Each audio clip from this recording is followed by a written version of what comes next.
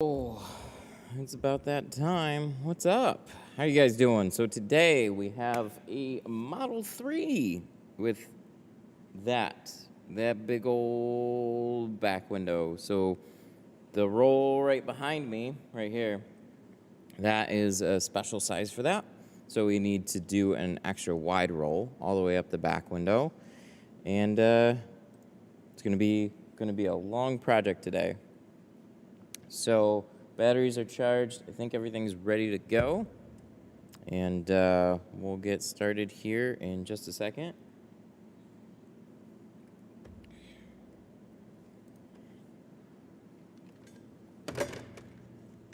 Let's get this going again.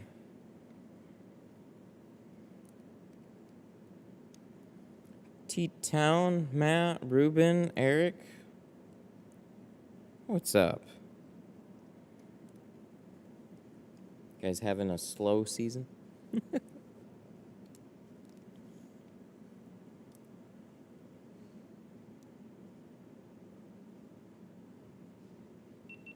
There's the beep. Let's plug this in. Yeah, so this is way different from the Model Ys that we normally get. Model Y has a big windshield, big doors, but straightforward. Model 3, different story. Maybe I should move chat. Should I move chat? Should I move them right here? Maybe here? Maybe this makes more sense. Look at that. You guys got a nice dark area for your writing.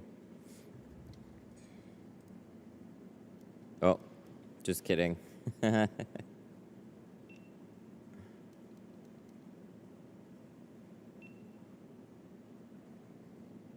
Good. Daniel Reyna coming in with a 10. Thank you. I appreciate that a lot. Just for my plug machines. I don't know if they're up yet.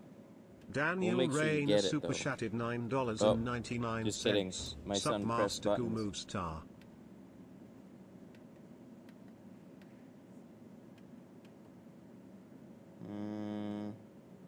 No, should be fine, I think.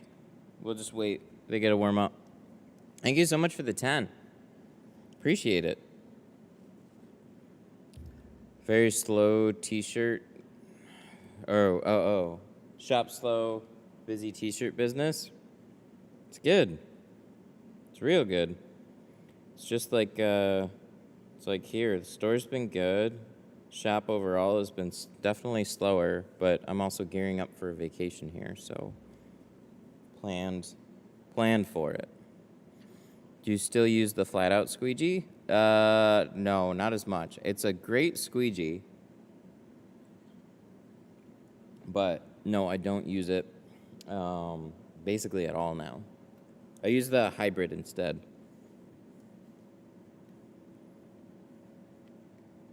All right, let's get this set up. Should be tightened up.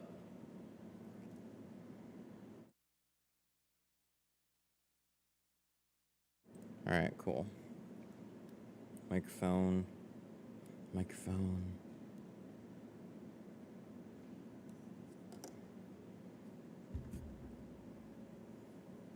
Planning for the battle myself, so that's my vacation. Yeah, that would have been mine. I'll unfortunately be completely out of the country. I'm bummed about that one. Tinter battles, they did a nice job on planning that for sure. What's up? What's up, Texas? Easy money. They're all easy money. But yeah, it would have been nice to go, especially in January. If it was like end of January, it would have been a little rough because we would have just got back not too long before, but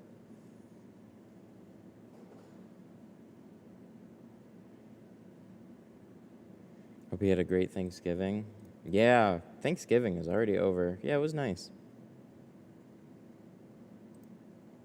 Unless the battles are coming to the Philippines, I will not be coming to the battles. Which I hope there are no battles in the Philippines, so good. All right, so we got a lot of work today, so we're going to get started. Come up. Dude, I'm north. Come down. But I'm going to be gone. I'm literally out of the country. Planned that well before the battles had dates. All right, so we got a Model 3.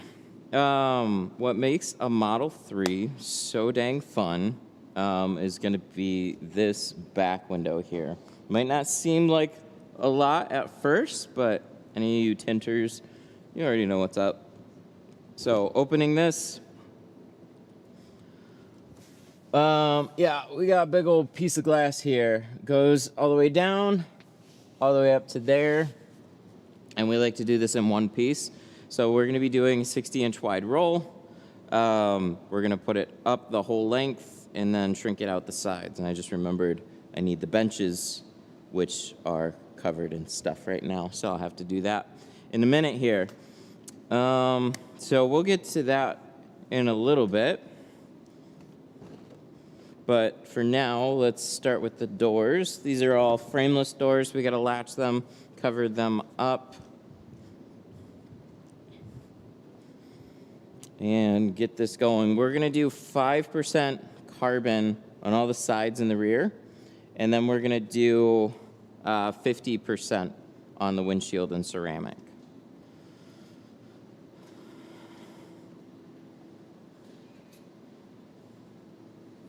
They need to come up there for sure, maybe at your shop. I don't think my shop's big enough. They had a pretty big facility a couple times in a row, and there was just not enough space. Like, they're outgrowing it fast, so. I would love to host something, but there's no way I could do it. I just don't have the space. We'd have to go somewhere else.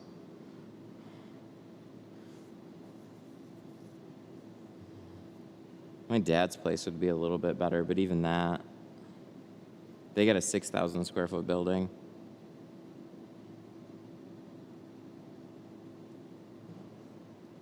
Yeah, but yep, I'll be on the other side of the world.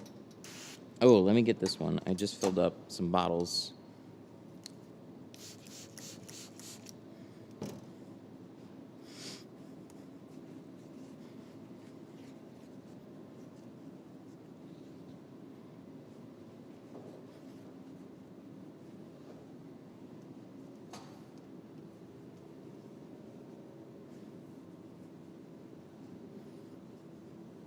Yeah, it's going to be, I bet it's going to be a fun time. I like how it's finally set up. So, like, the year prior to it,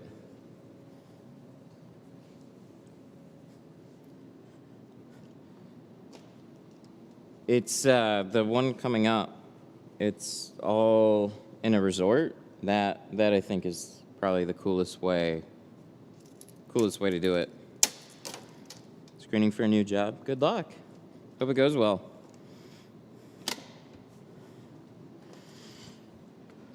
All right, so we're going to latch all these.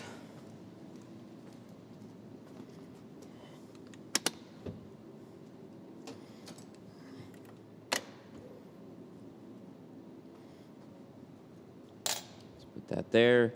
We need our 5% carbon, so let's start with that. This will also be a good time to keep testing out new slip solution here. Let's run that through. Wait till this gets warm.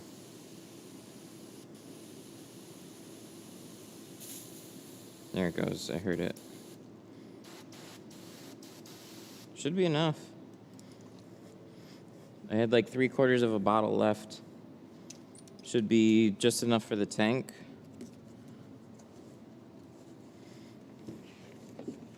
Oh, let's pick this up.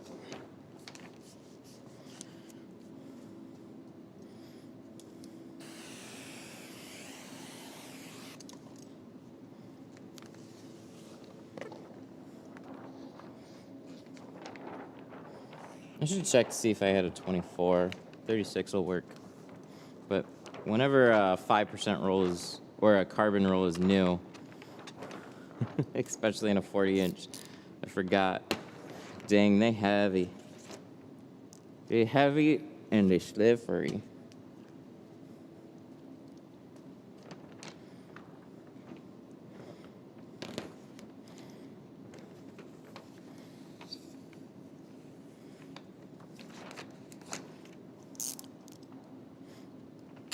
Yeah, so for those of you that are not going on vacation this winter, go in January to the Tinter Battles. It's in Florida at a resort, so it can just all hang out together.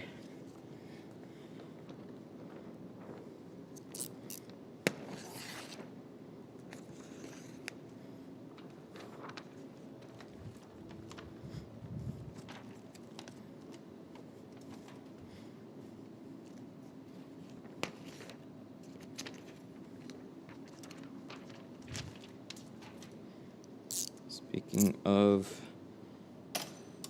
nothing, we need some blades.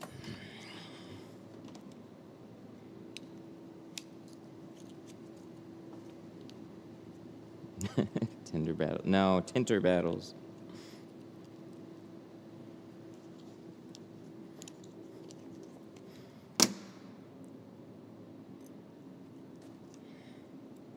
So yeah, I'm prepping to leave. I leave on Thursday. It's when I'm going to be gone. So this is going to be my last tint day actually. Got more to do tomorrow.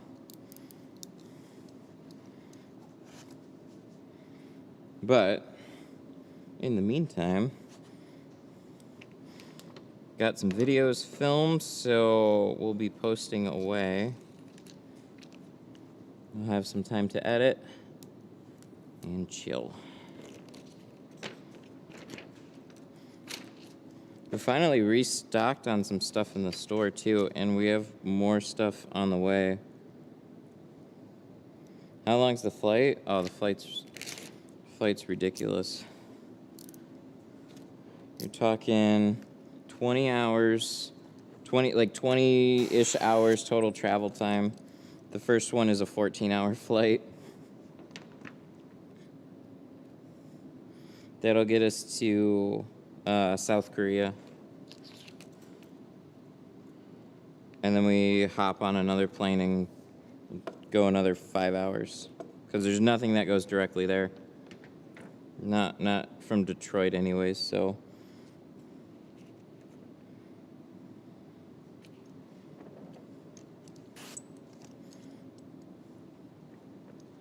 It's gonna be a fun time with my 2-year-old son now. Oh my god. Super fun. How much room do we have? Quite a bit actually. Yeah, so like we took a 2-hour flight down to Florida earlier this year. And that wasn't super fun. But we set things up a little bit better, so we've got at least, he's 2, so we actually had to buy him a ticket too, so we at least have like a 3-person row, so that'll help marginally.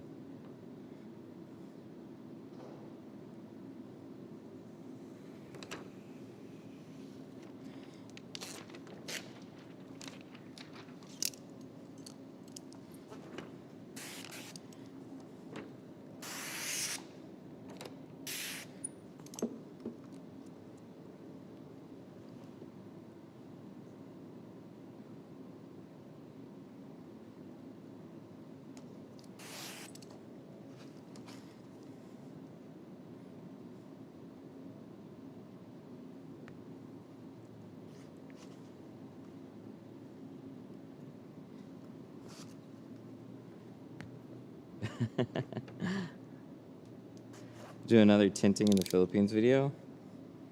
If I could possibly meet guy at a shop over there, sure, but otherwise, probably not this time.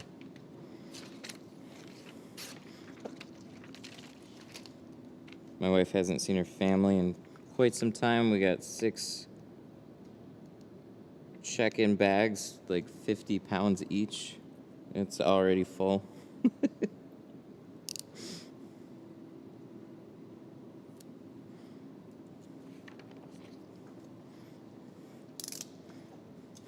But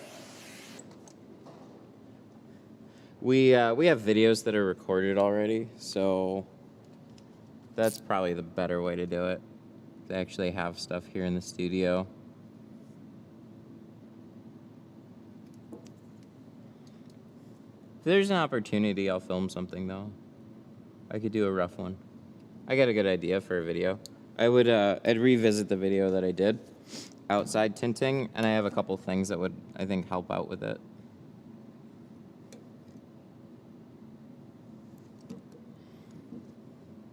I would take a towel, put that over the window, like a wet towel, and it would cool it down and give me shade. Because the main problem that I really had, I was able to like handle the wind here and there. Biggest part was sun. Everything dried out way too fast. So that was because of the sun and the heat. Put literally a wet towel over it. It'd be way better. I don't know why I didn't think of it before, but I don't have to tint like that. I'd probably just go inside with the pattern and shut the door.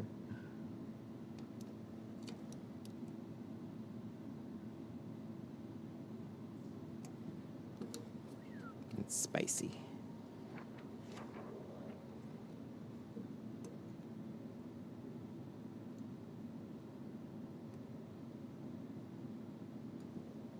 I know the back corner's weird.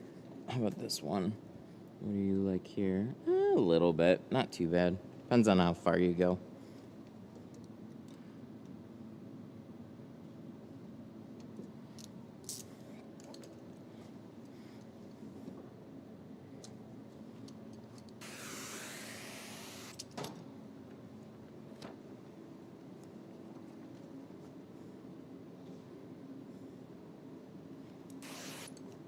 But yeah, we restocked on some stuff. We got some squeegee handles back in. We added gator blades because I like them. Put together some tool packs.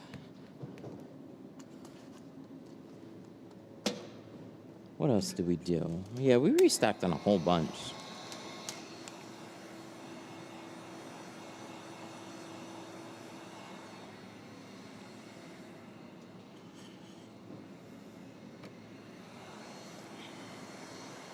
All right, shrinking this one.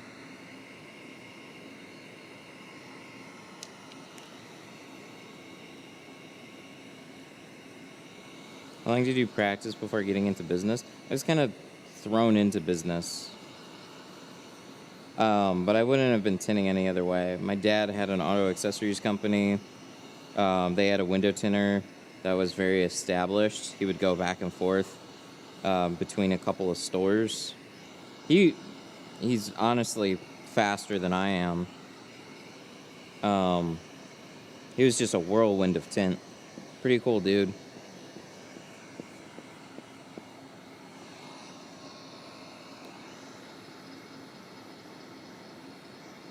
But he quit over the weekend to go work for another company. And so his business partner's son actually was tinting at another store. So it was like it's called Ameristar. Had a couple of, had a few stores at the time, like 3-4 stores left, I think, at the time.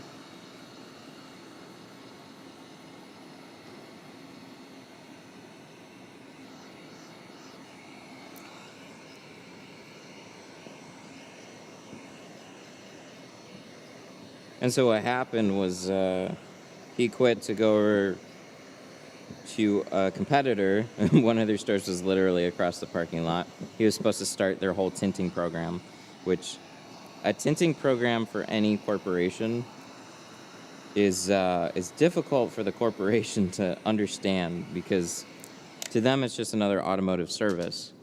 But the thing is, like, you can train people to do remote starts, stereos, and whatnot, and have people help troubleshoot. Window tinting is a different animal. It's a lot harder to train a crew of people to do that unless they're really dedicated to learning and sticking with that company. A lot of people will learn and then leave the company because they're terrible. So they just had a real hard time trying to start that program. But anyways, his business partner's son came on over for the summertime, and then they had an arrangement to pay him to teach me how to tint. They just asked if I wanted to tint. I said sure. I was going to aviation mechanics school at the time, so I had no like interest in doing tint long term. And some of them would joke, like, you're going to be a tinner, huh? That's what you're going to do for the rest of your life. And I'm like, no. I'm going to school, bro. And here I am.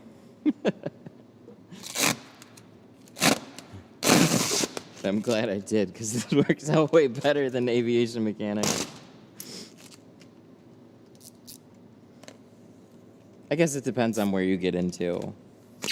But at the time, this was like shortly after the housing market crash, which is one reason the stores went through such a problem. But also, you know, if you were a mechanic, airlines went through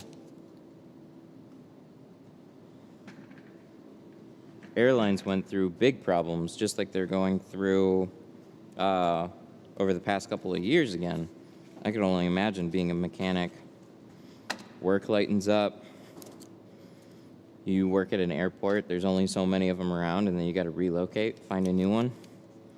And then the thing is, if you're established for a long time, you're used to a certain pay level. And so it was a great opportunity for new mechanics, but not expensive mechanics that already had years of experience. So I finished aviation mechanics school, and I just kept tinting because I saw that, and I didn't want to have a house and then go through some big economic problem and be dependent on a corporation like that. That scared the hell out of me.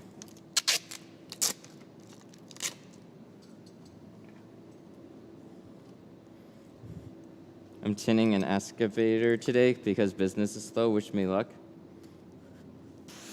Good luck, man. Hey, do what you gotta do.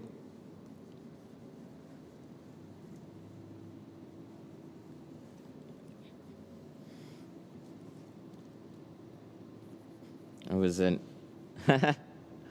almost an HVAC guy. Trained for 6 months, and now here I am.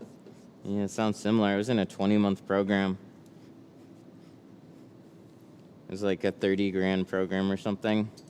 I finished it. I just wasn't for me at the end. I kind of identified that early on, but it was already paid for. And it's like, you never know.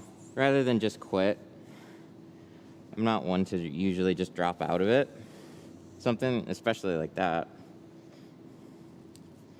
It's like, it's all paid for. You might as well finish it, and then maybe it'll come into play someday.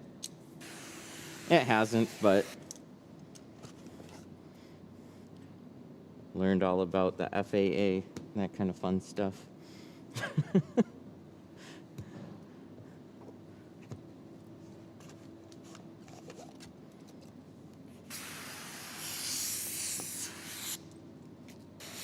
Ooh, I like the look of this. I was worried it was going to look a little light. You can never learn too many things. You know,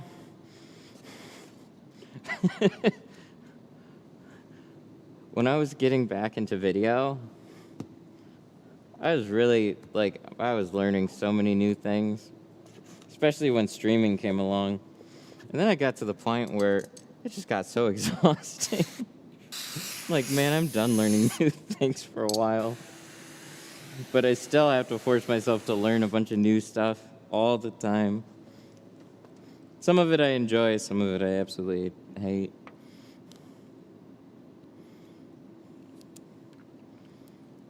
Like, so the 313 Tint store, that I put all that together. I didn't build it from the ground up. I'm not a crazy person, but it's all my doing. Where do you buy that trigger? Sun Distributing. Go to sundistributingdirect.com. They have all the tint keg stuff. It's called a T-Jet brass sprayer. It's pretty friggin' awesome. Brass sprayers are the best. Plastic sprayers are still good. They're a little more cost effective. But the brass sprayers are king.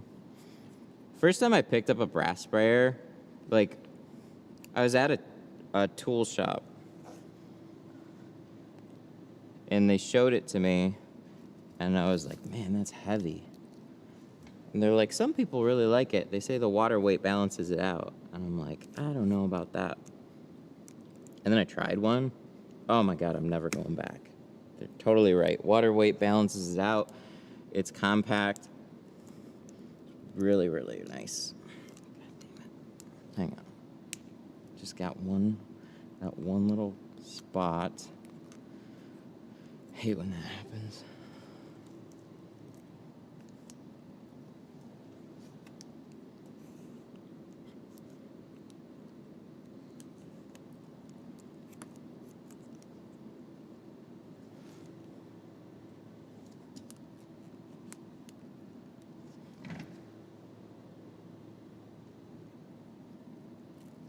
Avery has new film lines, like completely. That's surprising. They definitely needed an update.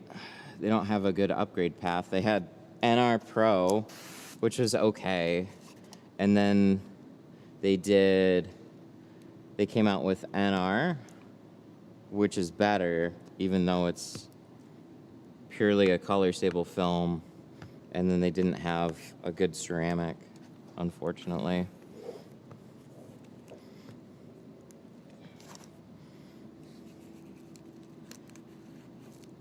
It's an interesting landscape. So, like, there's a couple of ways of making and being a film company.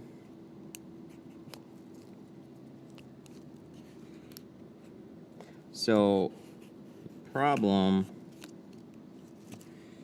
is you invest in your own technology,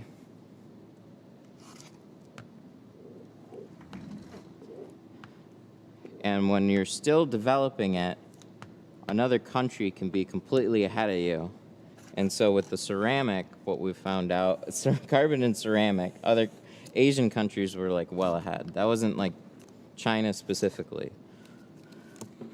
But they got to it first, as far as I know, and then they just did a better job. I completely fucked up this corner down here. It pinched. Yeah, this would have been fine. Oh, I could have shortened that up. This down here, this was an old problem that used to happen to me. It just got stuck, and then it got pinched. No good. We're off to a bad start. Everything else was good. See, I don't know if you can see that little pinch right there? There's no amount of heat that is going to be able to fix that. It's just going to be a peeling hazard. Do I have a 5? Somewhere I do. What are these ones? Or at least I did. Alright, we'll just cut off a new one.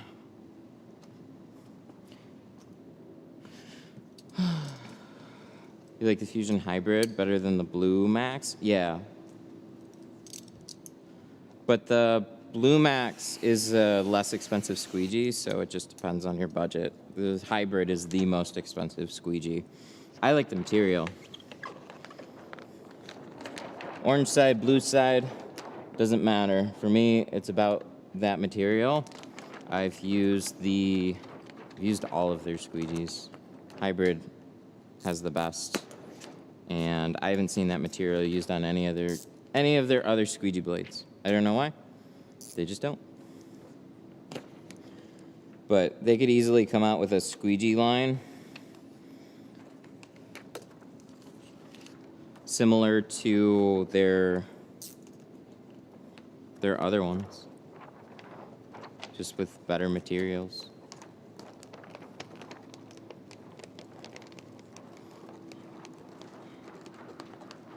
What is the transparent your roll? So the transparent roll, that's carpet shield. I use that to help protect the doors.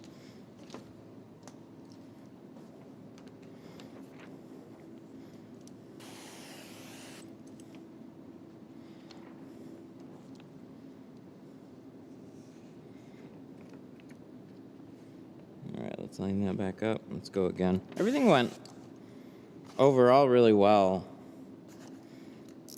So I'm using also a brand new slip solution here. Sounds like it just gave me problems, but believe it or not, it's fixing problems.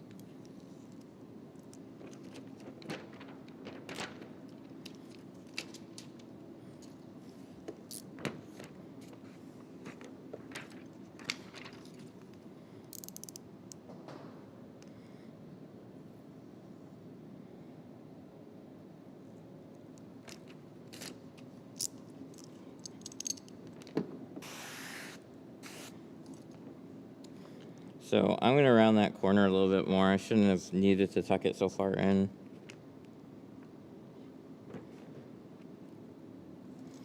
Can you sharpen squeegee blades? Yeah. Some people say sandpaper works well. I still, for whatever reason, have not gotten into using sandpaper.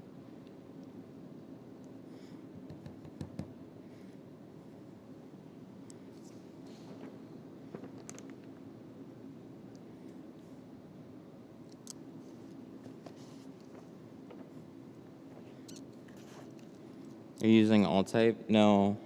No, I didn't like all type either. It's too tacky. They're all too tacky.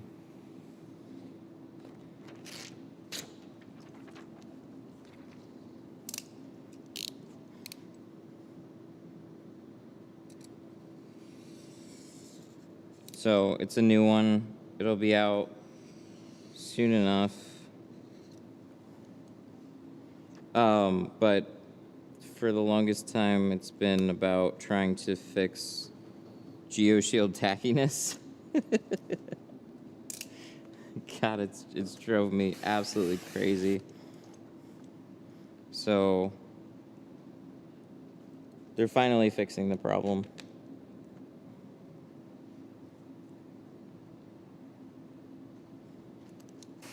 Been testing it for a little while here. It's an immediate fix.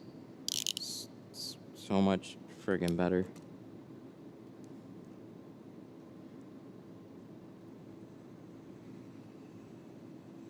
There we go. That's better. So I've got a squeegee blade sharpening station actually that I use. I take a flat edge and a vise. So this guy over here, I'll put the squeegee blade up here and then trim it off. Because, yeah, I don't think you should throw blades away just because you got a couple nicks in them. You could also try sanding them.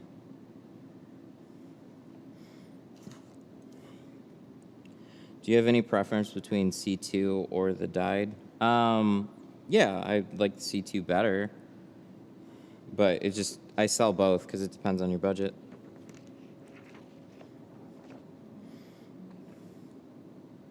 Just a little bit more economical, that's all. So it depends on what you're looking for.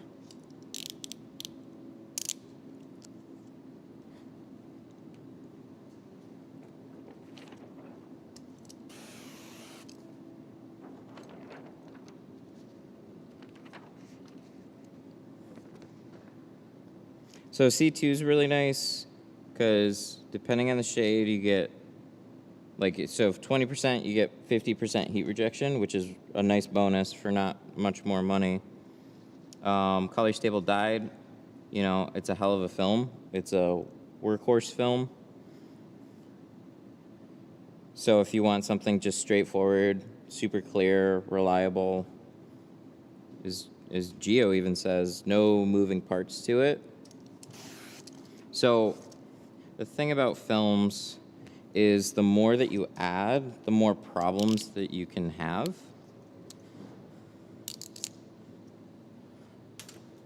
It doesn't get much simpler than high quality materials, dye, polyester, and glue.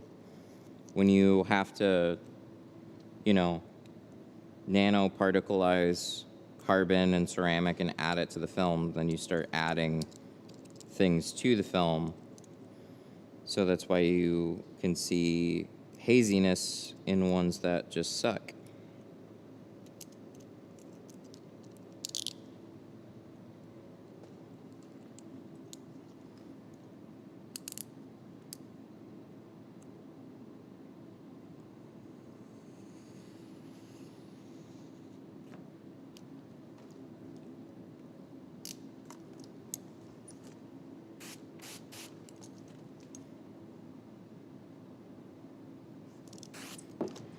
Damn.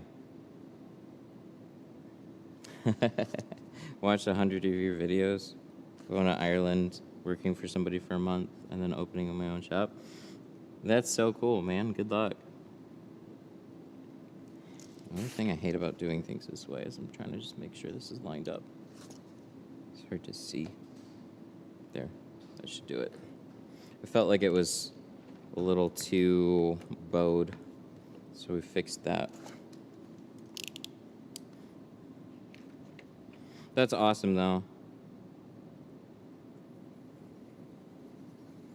See, with that kind of attitude, that's what it takes to make stuff work. Just like, screw it. I'm going to make it all this work. I'll figure it out.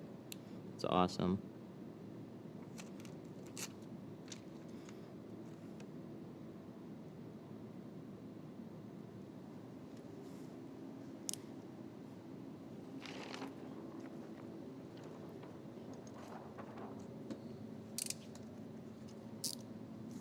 All right, so what did we learn from the first one? It's been a while.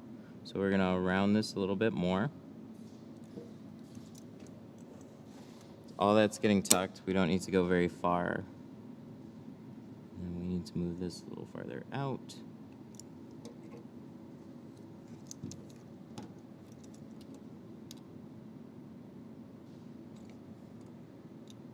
It's like the Model Y. Top of the edge sticks out when it's shifted, but normally not going to have that.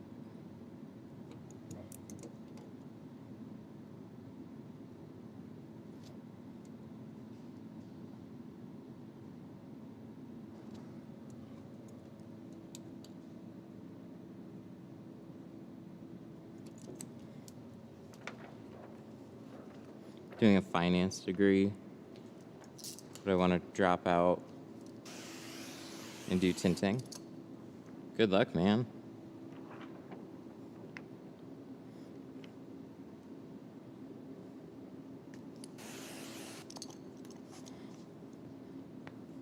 Finance will probably be helpful in your own business.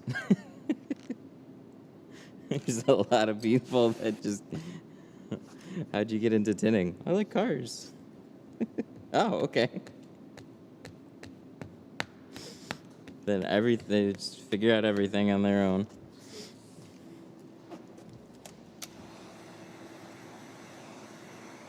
$100 videos. That's cool.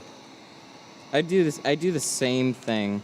Whenever I'm trying to learn something, I look up basically every video that I can on the subject. Do you have still have your A&P? No, I finished the school. The one thing I never went for was the official A&P license because you got to renew it.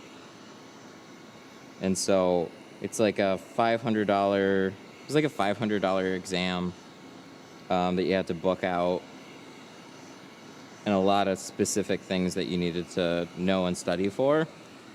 And I was like, so I got basically like a graduation certificate degree, which is the equivalent of an associate's at most of the colleges around here, I guess. So at least that's what they told us.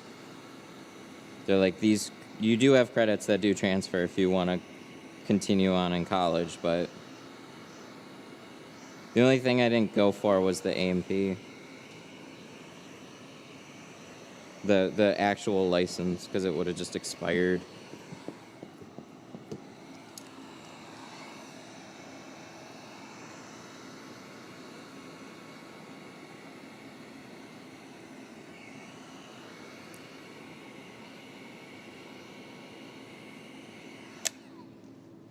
All right, that's the other thing too, I forget. When you warm this up, it gets warm. And so that heat will then start to freeze your film a little quicker, so you can cool it off. Where I had the biggest problem is right in here, where there's some of the seal that kind of pinches.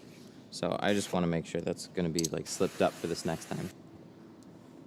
So let me get started on this back one a little bit. I'm going to let that cool back off. So it's basically going to do them individually, one at a time. I just probably went a little early on it. Tucked it in a little far. I'm familiar. I'm a pilot. Aviation is a great industry, but not for everybody. Better be playing with soap and water than grease and oil. How's that? How is it for the pilots right now? Because I could only imagine with flights being the way that they were. Probably a lot better now, but my God, I couldn't have even imagined being a pilot through all that.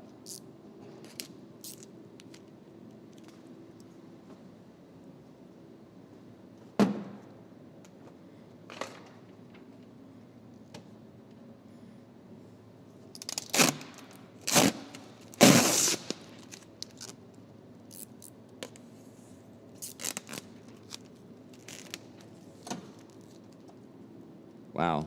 Hang on. Must have been this. You know, I bet it's the static.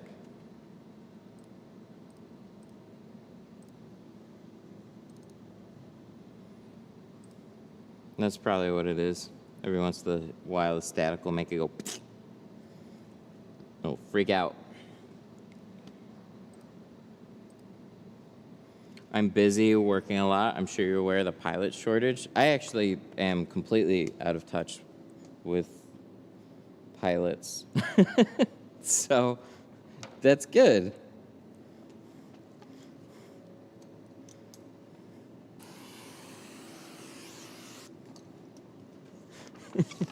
Oh my God.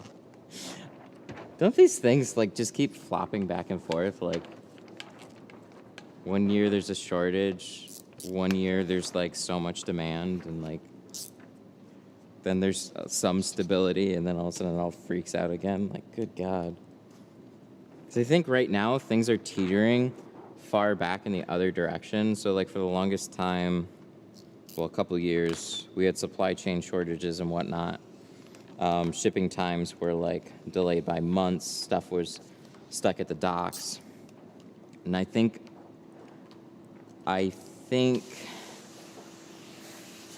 things are a lot more normal now. Things are moving a lot faster, and it's just better than it was. Still pretty crazy though.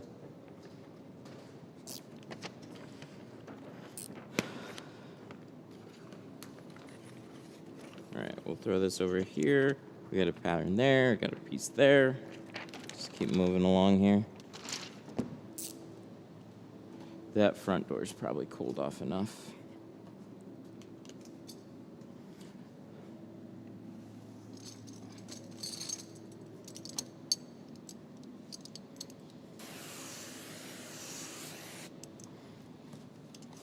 Were you ever a fan?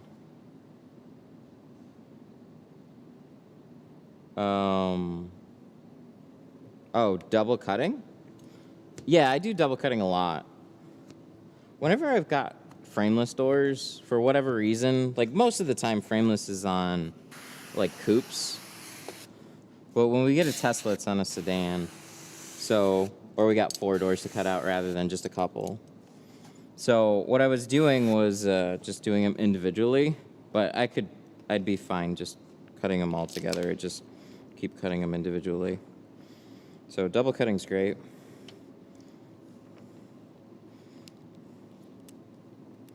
Kind of wish I was doing that on these. This is going to take way longer this way.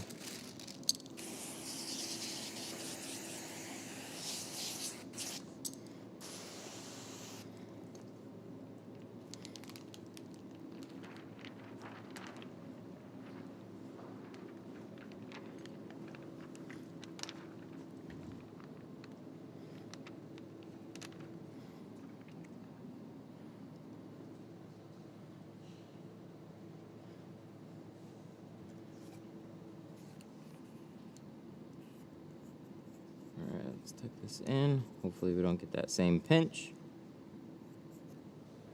Oh my god, shank is not the right tool for this seal. This is the right tool for this seal.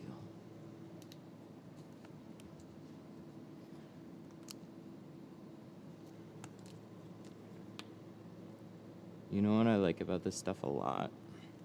Is it lets the film slide slowly. It feels like it's tacking up, but it seems to keep sliding slowly unless it's really pinched, and then it'll cause the film to bite down, which I guess that's pressure-sensitive adhesive for you, and that's what it's made to do. So, overall, yep, this should work fine. Cool. Better. So we slimmed up this side just a little bit. There's no reason to tuck it so deep.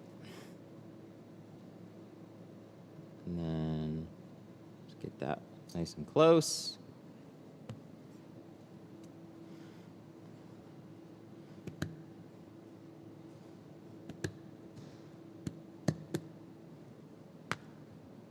It's good.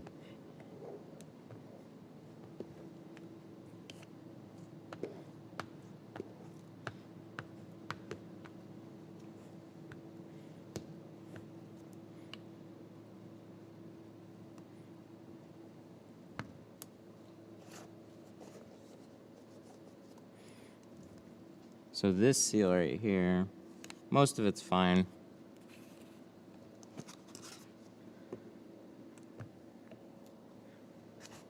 Sharper rubber seals though, they can just, your tool will kind of like push up against it and not into it. This, a lot easier to sneak into a seal like that. The easy reach. 10 out of 10.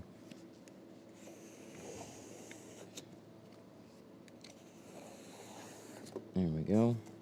Looking good.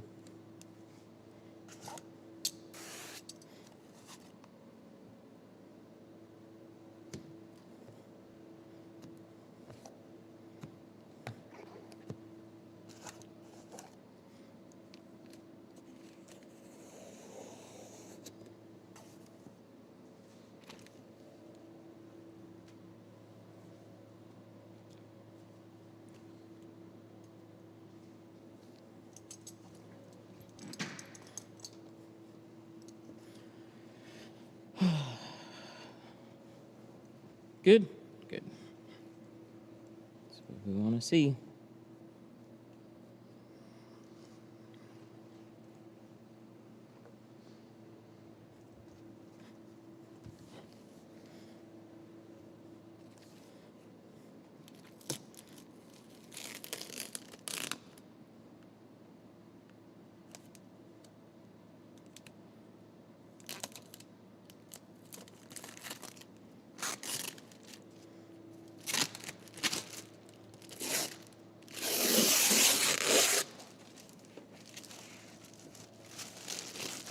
Nice. One door down.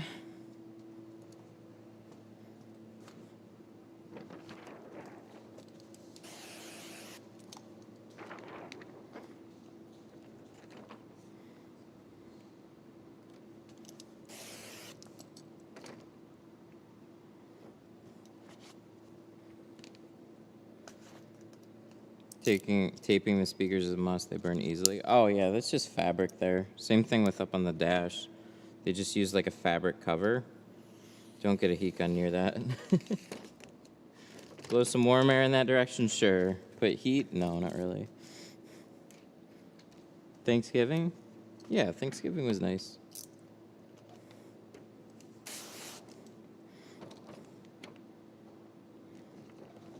Had some good food. And probably too much coffee. And that screwed up my stomach for the next day.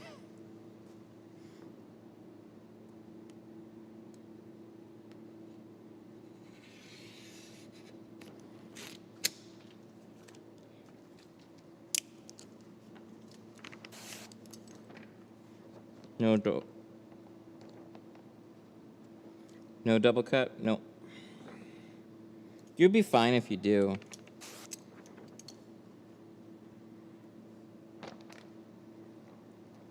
It should be anyways. I go back to like...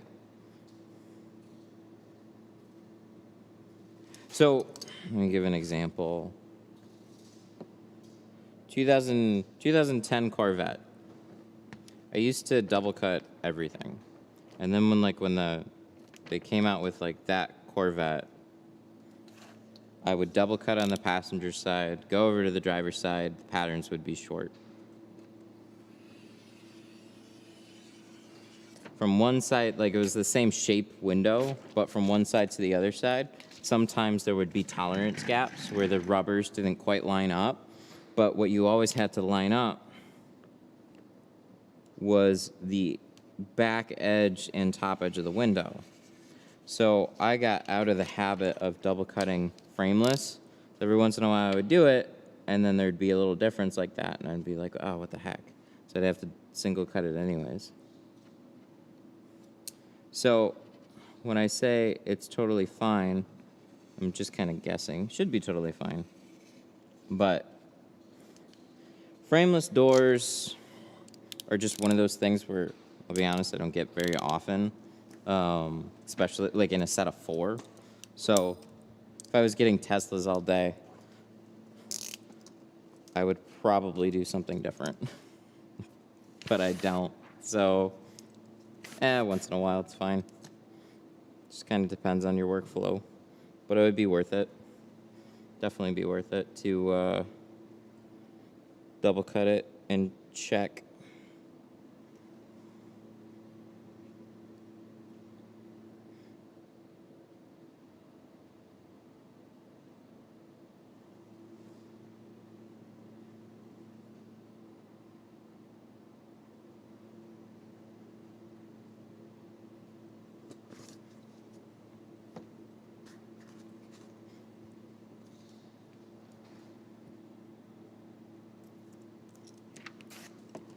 Damn, I am just out of practice. There we go.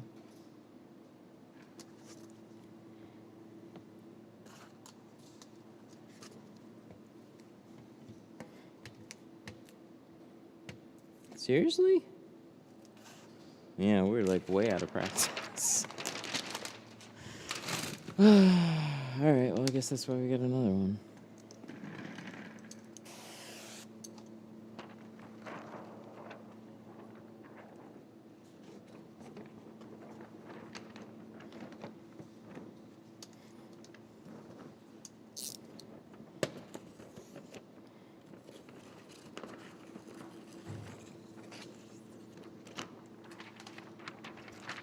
It's one of those tint days. Yeah, on one of those cars, too. It's like, oh boy.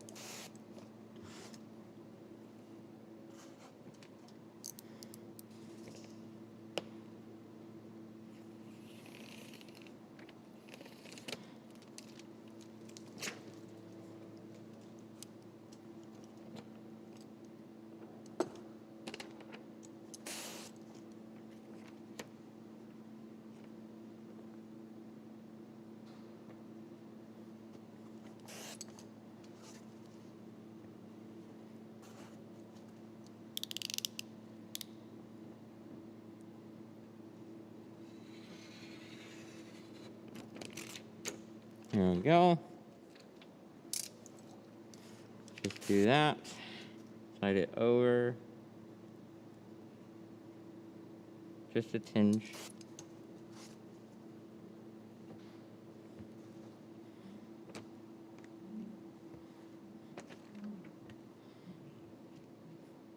Of all the things, the film kind of pulled back when I was making that cut, and that just kind of set the whole pattern off. So you make that cut, and then down to here, what happened is this seal holds the tint back a little bit, and so it just trailed away from the edge to the inside. So if you try and round a corner down there, you're just gonna have like, it's just gonna be a little ugly gap away from the window.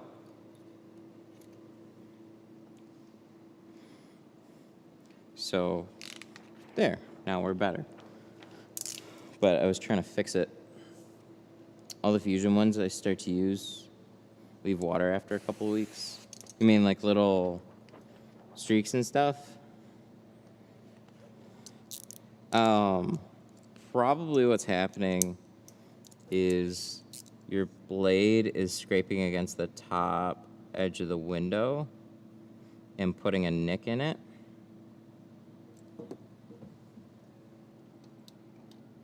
The hybrid is like the least likely to do that, probably because it's a little softer, but it's got a really nice material.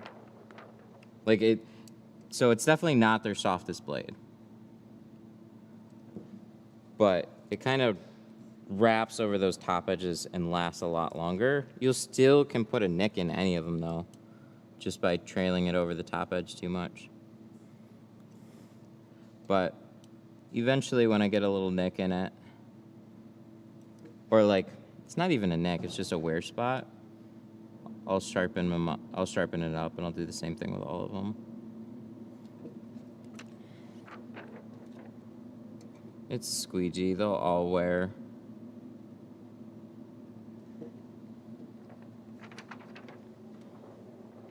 All right, now the thing about this one is the back corner here, I'll show you on the inside. Is it like the white or the black ones? What, the hybrid? It's more in between like the orange. It's really similar to like the orange.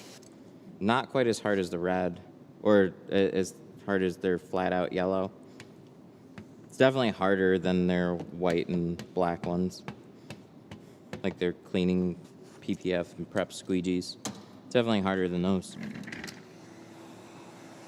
The material is what sells it for me, though. Do you have to turn on the defrosters on the Challenger? Yeah, I would. Chargers, Challengers, 300s. Those are the staple ones that all, when you go to install it, turn on the defroster lines. Like, and what's crazy about it is, like, I forget about this. For a lot of people, they say it's in the shrink. Challengers are, like, so flat. You don't hardly need to shrink them. But I would still get, like, a huge amount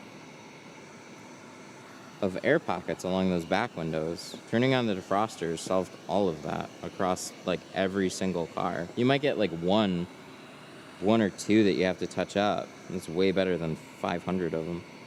And it takes you a half an hour to an hour to try and maybe get it all out without locking any air in.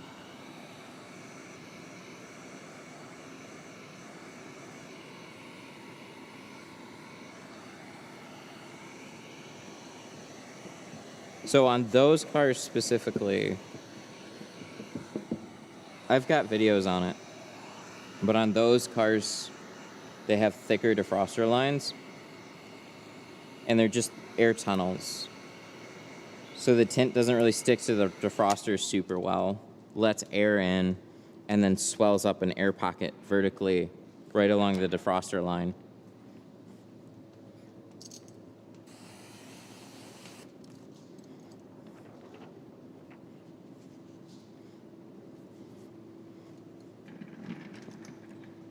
all the cars I've seen in your videos look super clean inside and out. Is that something you asked for? No, it's really pricing.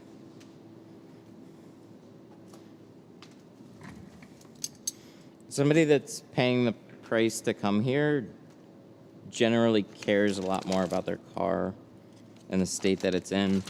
And, you know, I noticed this on at a lot of different shops too. It's not just me. When you charge higher prices,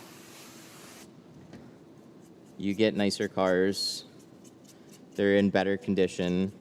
I mean, I still would get occasionally cars that were like pretty wrecked. So if you scroll through enough, you'll see some pretty trashed out cars. No problem though. I treat them all the same. I actually kind of like when they're trashed up now, because it reminds me of like when I started, we were charging, God, they were charging like $160 for a full car. We get all kinds of trash. It was just nonstop problems to deal with. Bumpers falling off, windows don't work. Cars just treated like shit. And everybody is super picky about the job that they get. That's why it's like, it's not a smart way to run a shop. You'll make money doing it.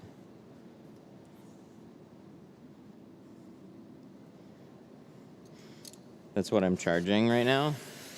Hey, I hear ya. But just know that it comes with all those types of problems. It's not fun.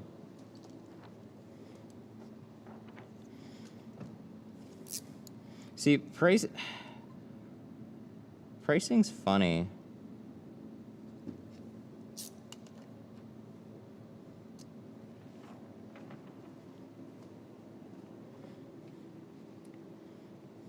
For some reason, the clunker cars are the most picky. Yeah, absolutely. So, best I can figure out, if you're charging $150 for a car or $100 for a car, the reason why the majority of the cars that you get are trash is because there's like mentally a bare minimum that a more premium consumer is going to want to shop. Like they might not even know the pricing, but it's just like they go on maps. So if they have nowhere to like currently go, they go on maps and they kind of start looking at reviews and stuff like that.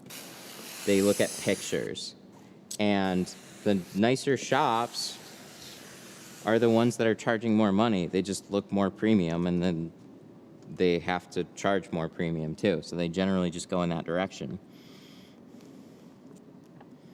When you're not charging very much money, you're attracting people that don't have much money to spend. So they usually don't care for their cars as much.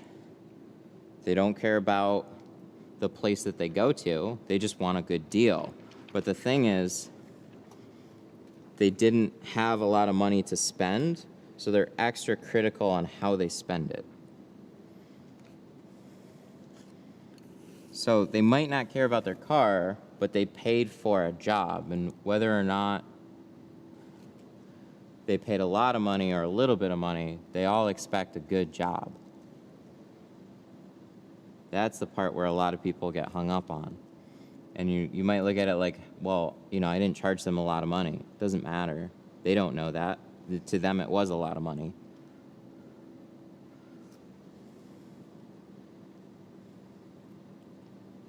That's where you really get into problems. I didn't learn that until much later on. But that's best I can figure out to why, like, hey, I wish it was the other way around, where, like, the more you charge, the more picky somebody is. But I think it's more in line with the more you charge, like, you will have picky people, but there's people that also have other stuff to do, and they have more of a disposable income.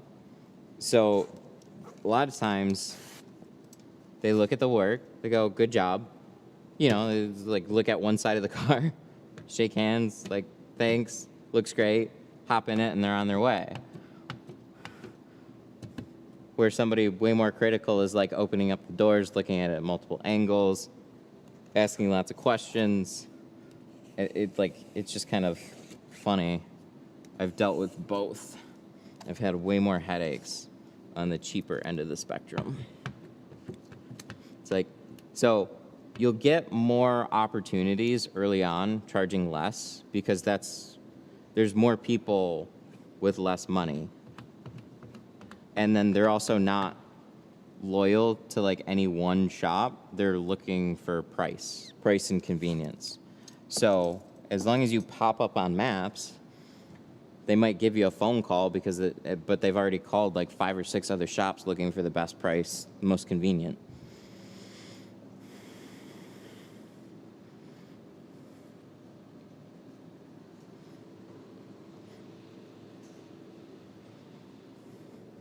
So I've been to a lot of different shops, talked to a lot of different people. Nobody really has had a great answer for why their business is what it is, other than like, yeah, I just really cared about my customers, I charged blah, blah, blah, blah, blah, and I worked hard. It's like, yeah, but how'd you get there? Well, I was mobile for a long time, and I'd talk to a lot of shops and just see differences, and then I opened up my own place and noticed that, yeah, when I charged less, I got more inquiries, more people would book, half of them would show up, if that. Like, I would get a lot of people that wouldn't show up. But, yeah, it was not fun. And then, slowly but surely, raised prices. But I didn't start out super cheap either. But I definitely, you have to earn your business. There's other people that exist. There's other places that can go.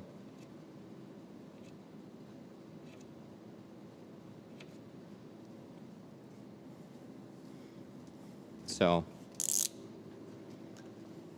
all right, we're going to let this dry for a little bit. We trimmed it off, probably shave it a little bit more there. It's looking good, though. Can you get Windshield in the UK? They'll ship it, but it's not cost effective. They're based out of Louisiana. So they're growing, but they don't have any worldwide distributors. So they'll probably ship it, but it's just not cost effective, so.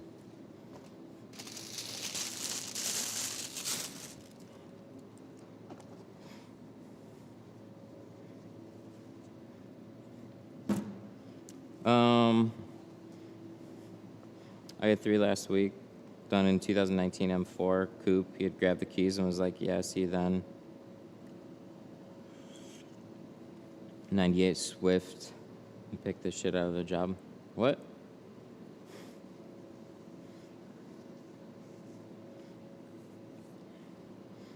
I would love to try this tint. I'm using Lumar. Lumar's good film. Lumar shrinks well. Lumar looks good. You'll do well with Lumar. I think the biggest thing that you'll notice with this film, as far as like a difference, is it's probably going to feel maybe a little thicker.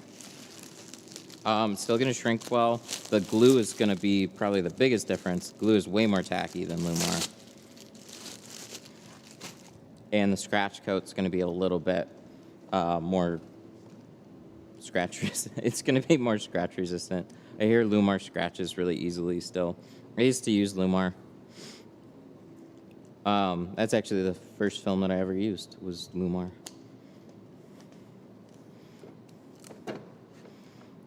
But that was back in the day. So I was like, Lumar was sold through private distributors. 44 Tools was one of those distributors. Now you have to order directly from Lumar because they got rid of all their private distributors because they like money. And Very expensive. Didn't justify the prices. Like I said, we were using Lumar, but we were also charging like $160, $170, starting for a car. So like, they were charging like $200 for Lumar. So the funny thing was, all right, I did the math over a month. I pulled every invoice, and I calculated everything, and I'm like, you are upselling and losing money on jobs. And he was like, what? And I showed him. I'm like, what you're paying on Lumar, what you're charging, the upsell is basically negligible. You're making more money on your standard jobs than you're making on selling Lumar at $200. And he's like, oh. And then he kept doing it.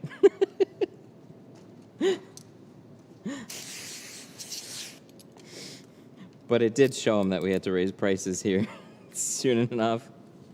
So eventually he raised them. Lumar at the time, like a roll of AT, or ATC, it was AT at the time, and then they changed it to ATC. They got rid of AT. Shit was like...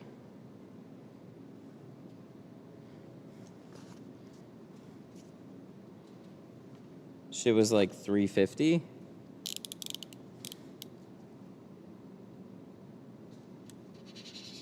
Because he had too many... No, I was the only tinter. It was all me.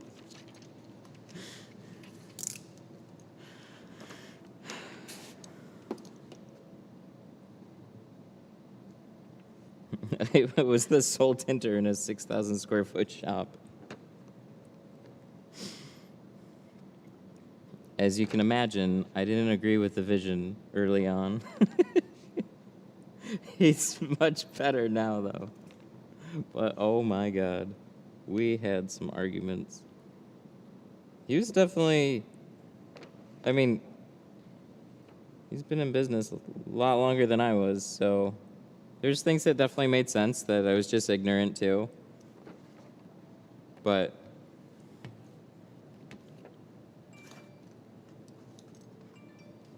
Just ordered a 24-inch on top of my stash. Cost me $160, including VAT. Not a bad price. For what film?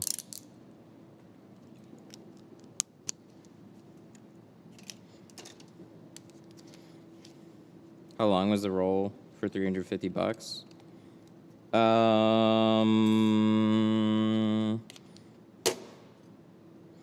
That was a 36-inch roll.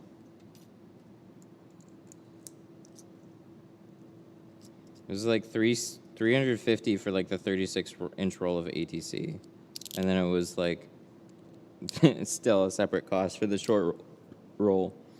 Shit was expensive.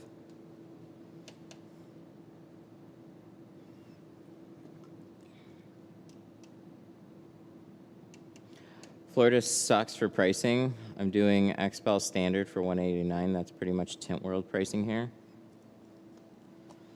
See, that's not right.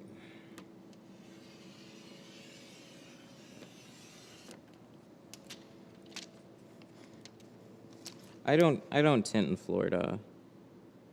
I'm not saying the prices are wrong. You have a lot of competition. I'm saying at some point the film price does not match what the market is paying for it. And to that, I would then probably shift gears to something that makes more sense.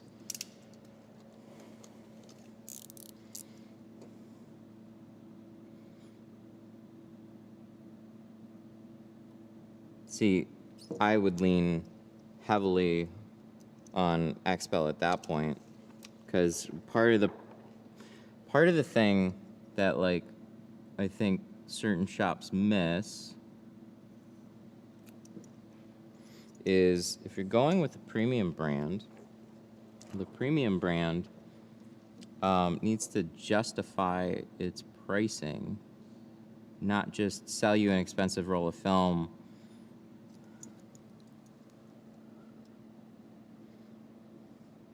Because I'm sorry, there's enough competition out there that you don't need their branding if it's not working for your business.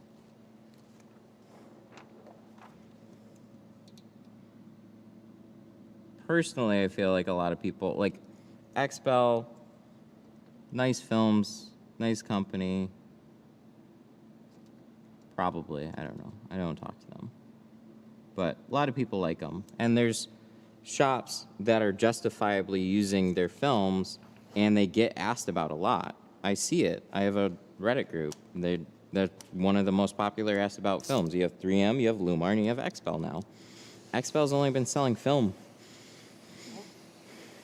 for like 5 or 6 years. Don't quote me on that. But they haven't been selling film near as long as some of these other companies. So why are so many people asking about them?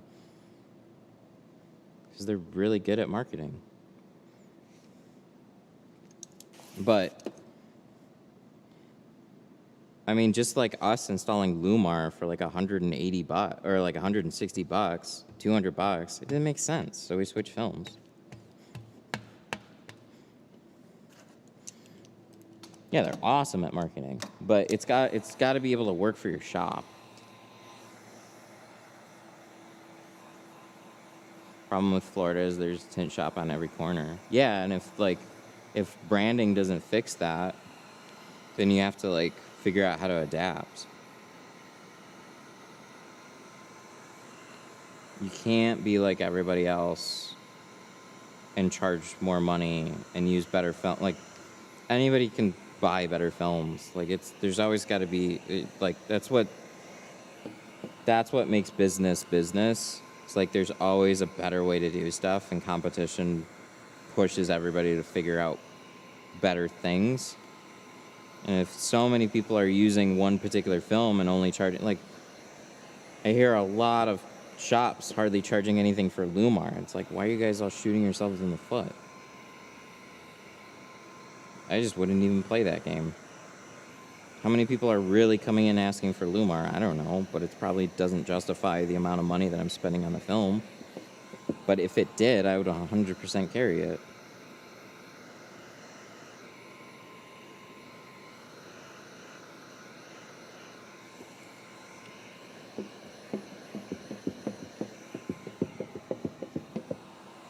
But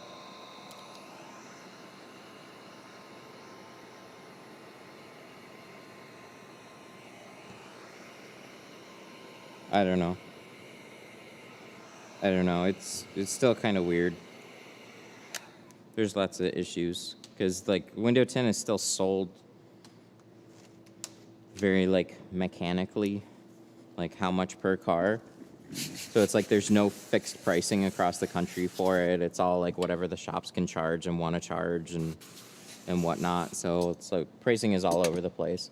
So it's not like going to buy a branded phone. So it's like there's all this pricing and negotiation on these branded films where I can't go in a store and spend any less on a particular phone from one store to the next because they're all on some sort of uniform pricing. It's just different with film.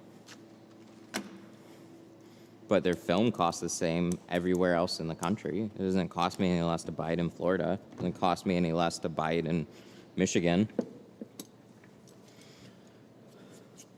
But if you're like predominantly established, you're charging premium prices and you use them, then you're having a great time.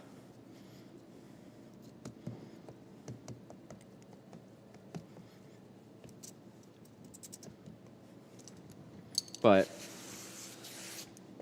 I would hope they have the resources that if you call them up on the phone, that they can work with you and help get you up to speed. Because it can also be you as a shop just buying their film, pricing it where it is. So I never know the full story, but if you're doing everything on your end, see what they can do to help you out.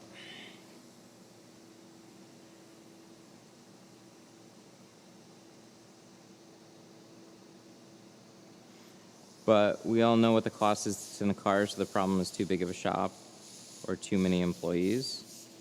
Well, yeah, like, the cost per shop around the country is going to be the same.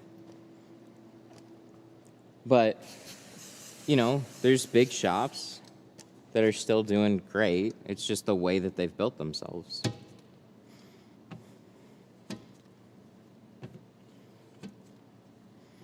I mean, why can one shop charge $500 for a full car and then another one charge $300 for a full car and use the same films?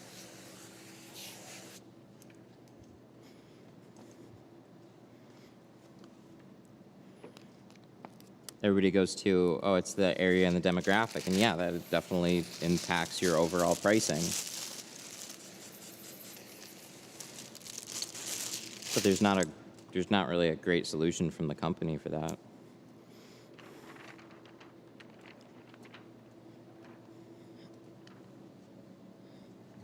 I'd love to try Geo. It's a shame we can't get it in the UK. I mean, call them up, talk to them, just see what they say. They've definitely shipped internationally. I'm guessing here. It's probably not as cost effective, not unless you're ordering a lot of it. Like, they've got some interesting Middle Eastern shops where they just, like, I mean, no doubt had a ton of money to set up the shop, and it was just probably could order a ton of film at one time. It's pretty crazy, some of the pictures that they've shown me.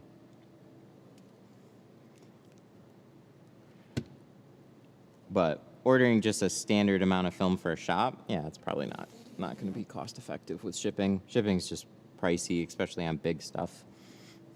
Shipping times. It's hard to plan ahead for that.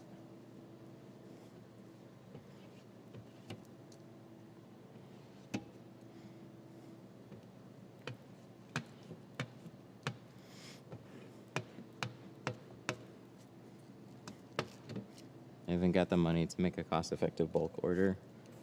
No worries. Don't worry, it's not some magical cure-all film. It's a great film. I like using it. There's other films you'd be happy with too.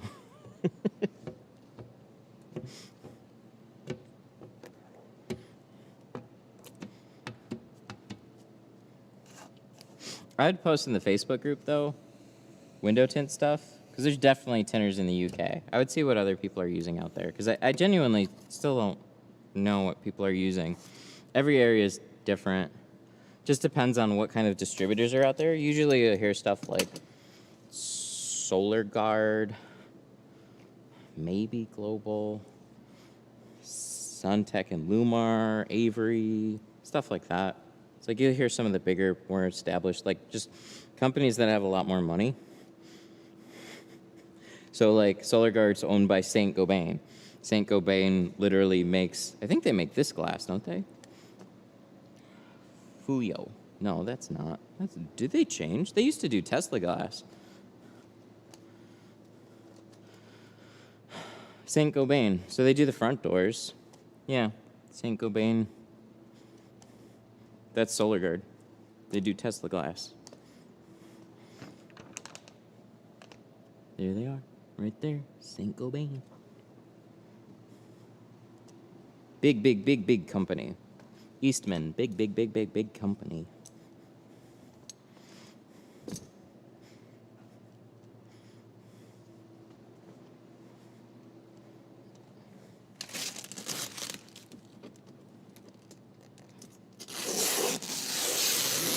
Avery Tint's bloody expensive.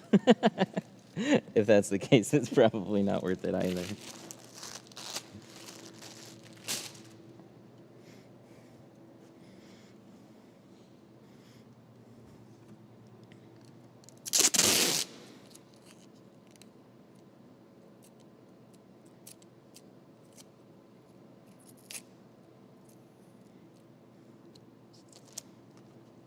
You're a proper nice guy. Thank you. I appreciate that. I was taught to bottom load, but you taught me how to two-stage. Oh, and you said Avery is bloody expensive. I actually just put out the video on bottom loading, too.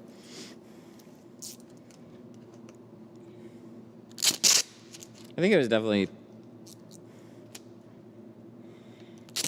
stubborn. Still am in my own way, because there's the way that I do things, but there's some people that, like, trying to be a lot more fair now, especially on bottom loading. Like, if you're a new installer, especially if you've done car audio, bottom loading is just way easier. It doesn't look like tuck tape. Would you believe it's unbranded tuck tape? I talked to them. I talked to the company that actually makes it. A rep came out here, and do you know what? It's friggin' expensive, and I can't buy it. I'm so upset. So I found another solution.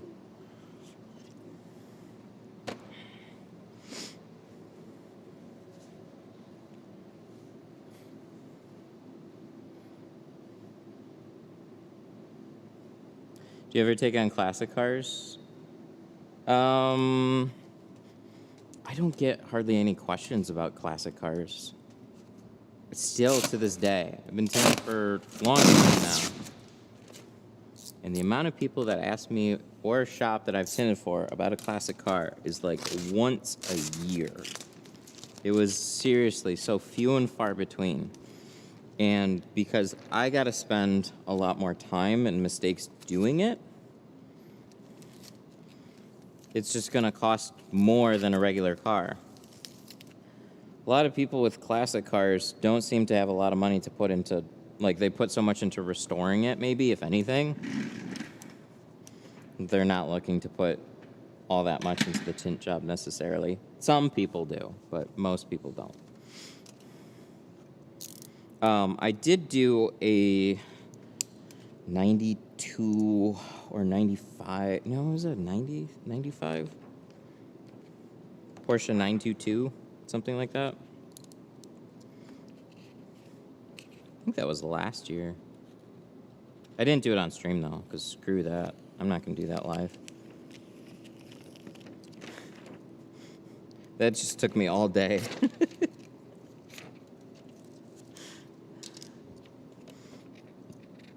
I definitely prefer not to do them, though, because it's just not my regular business. The more you get something, the more familiar that you get, the more you remember little things like how to do this, do that, compensate for things that you forget. So, like, we screwed up the first two doors. We already got that one down. I just, you know, I've done Model Ys, plenty of them. Model 3, it's been a minute, so a little out of practice, but I'll make sure it's done right. And with classic cars, that's exactly what I'm fighting with the entire time.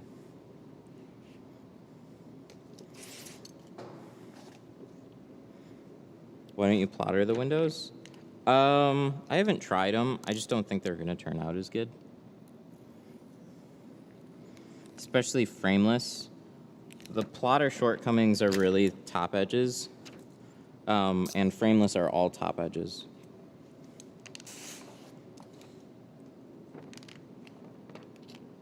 So back window, quarter windows, sure, no problem. Doors, no. No, I hand cut those.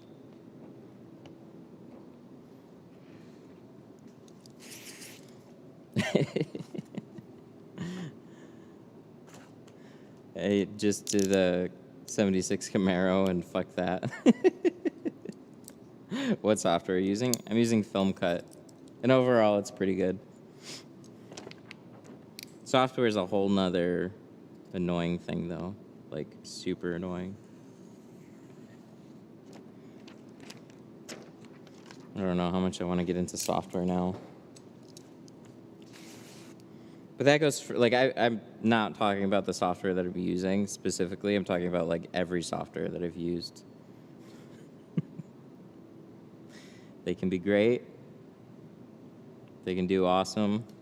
And then all of a sudden they don't. It's all dependent on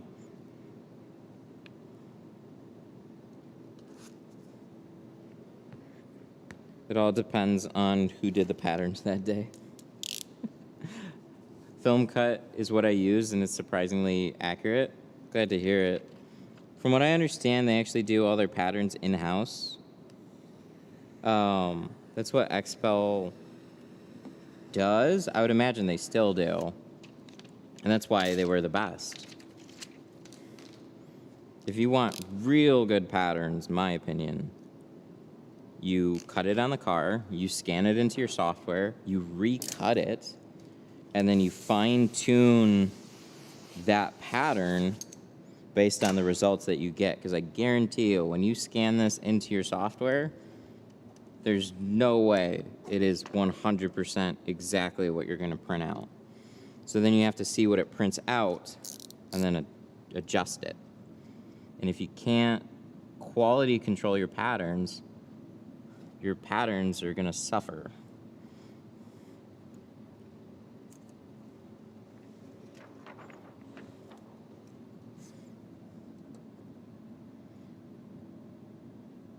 So there's a lot of softwares that unfortunately get their patterns from people literally doing the cars and sending them in. And I understand, it's a tough business. Like, it's hard to accommodate for the space and the time for each one of the cars when I can literally just ask the shops, hey, when you, next one of these you get in, send it in. You know, you just have like a running deal, give them free software, pay them for the patterns. I don't know, you're getting probably enormous amounts of money from monthly subscriptions. You have room to pay people for patterns. But you have no way of quality checking it. But it's like on a running fix-it system. So if somebody cuts out a pattern and the pattern doesn't turn out right, you would expect that you could call the company and they fix it. Unfortunately, a lot of patterns still seem to stay the same. Why? Because I can't quality check it.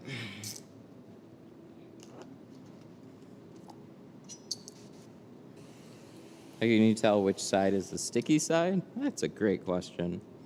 You peel it apart and you check.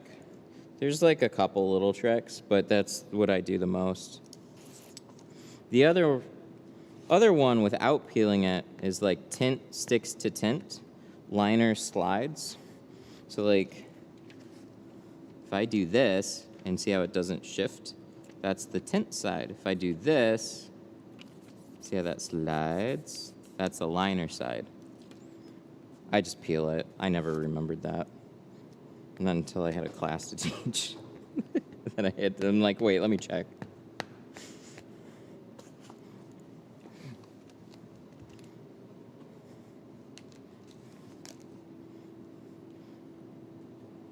What do you think will cut a better pattern, you or the plotter? So it all just depends on who did the patterns. If you want something consistent, then you're going to go to hand cut. Every one of these windows is specifically cut to fit this window because it was cut on this window. For a plotter, it didn't get some OEM window design from the factory. It had somebody cut out a pattern on the car, either mail it in or scan it in-house, and then they might have quality checked it. What you'll notice too with glass is glass will be different from door window to door window. So on most of them, they're all going to be similar, but if you guys have ever looked at, you'll especially notice it on a charger. You get an aftermarket piece of glass on a charger, they're wildly different. I double cut so many of those, it's kicked in the ass so many times.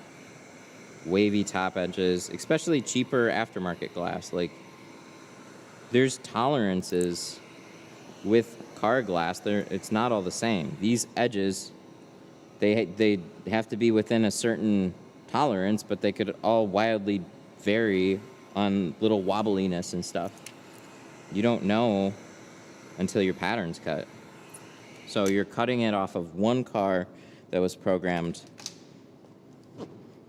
for every car for the entire model series for years.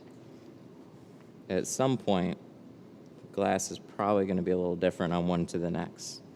So yeah, you're definitely going to get a better, tighter pattern hand cutting it. Software can be freakishly good though. It just depends on how consistent the quality of the glass is.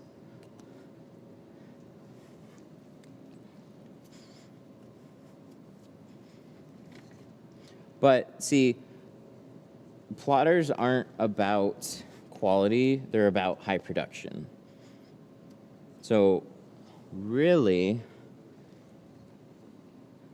we can sit here all day and talk about slight differences between one pattern and the next.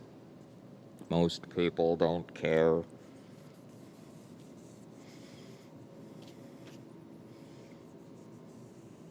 They look at the overall package and they go, wow, that looks like a great job.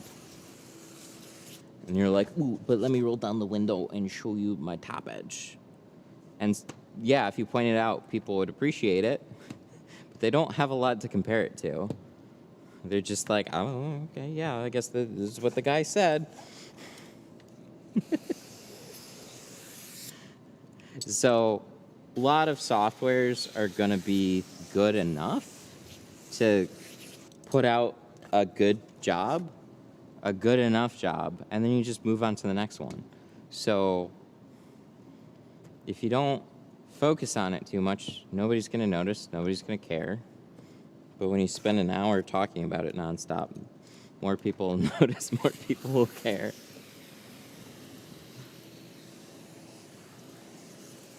When you're shrinking the side windows of your heat gun on 1 or 2, always on high. None of that half heat shit. I want it to get as hot as it can and blow as much air as it can.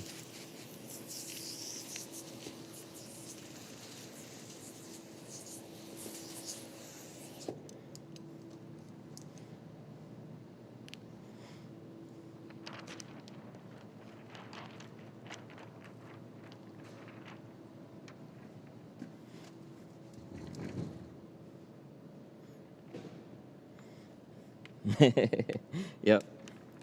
Plotter cut problem. Line up the top edge. Looks beautiful. Roll up the window. Half-inch gap at the bottom. 100%. Yep. Yep. You can have. So they mostly have top edge problems, but absolutely, you have gap problems, sizing issues. They're just like, you know, especially on a back window. You don't know if any window is going to fit until it's installed.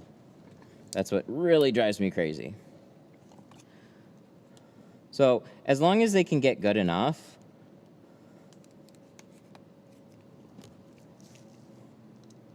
plotter cuts are good enough, never had any complaints, and yeah, that's totally fine. I'm guessing you don't have time to sit here and talk about a Tesla for 5 hours. You gotta just, you do a good job, you move on to the next one, you make your money, and you go. Totally respectable.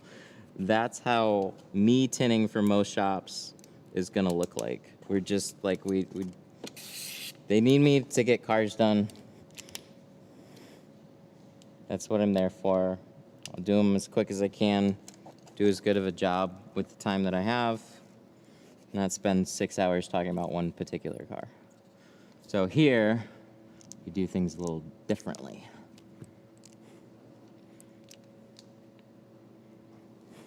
But otherwise, like, I gotta make a decision. Which way do I want to tint? Do I want to just bust through jobs and not do videos? Or do I want to take time and make videos. It's just personal choice.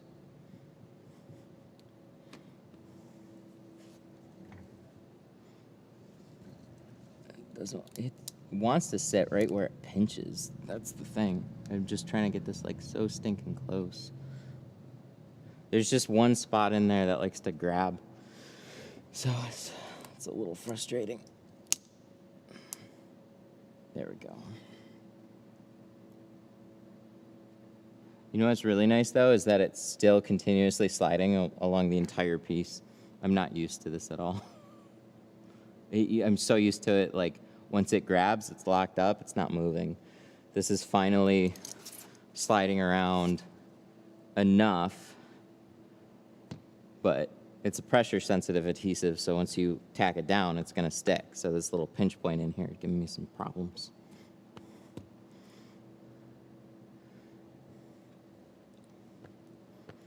Pretty crazy though. I was worried, I'm still worried that I wasn't gonna have enough. I had like 3/4 of a, so it's like 3.5 ounces right now, I think is how much I've used in like a 3-gallon spray tank. And that is perfectly fine.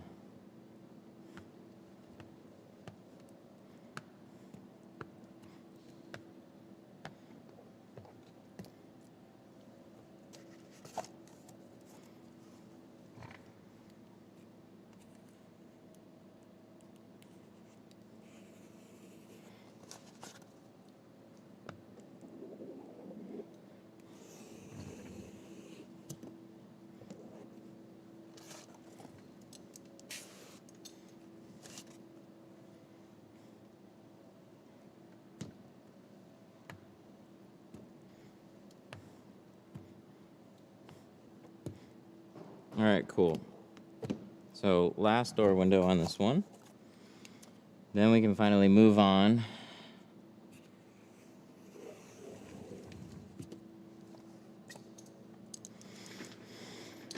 My head falls off when you're talking pounds and ounces. That's how the entire U.S. is. Unfortunately, I don't understand the other way. Milliliters is like completely foreign to me. I didn't know ounces for the longest time.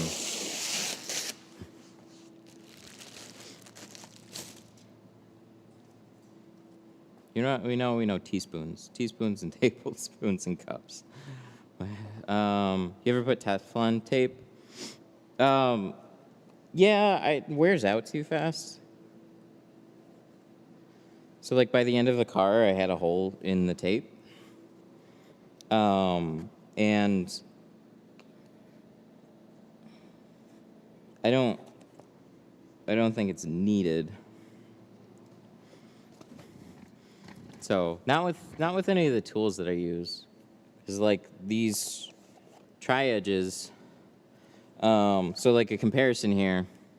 Let me see if I can show you here. No, a little more. There we go. See that gloss on the Easy Reach there? There's not that same gloss on the tri-edge. This wears out faster than this does. This stays nice and slidey for a lot longer.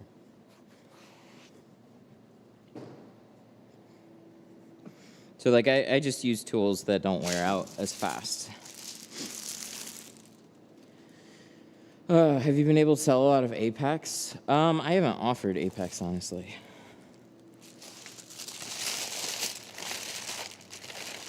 It's kind of how I felt about carbon. I don't think it's a great fit.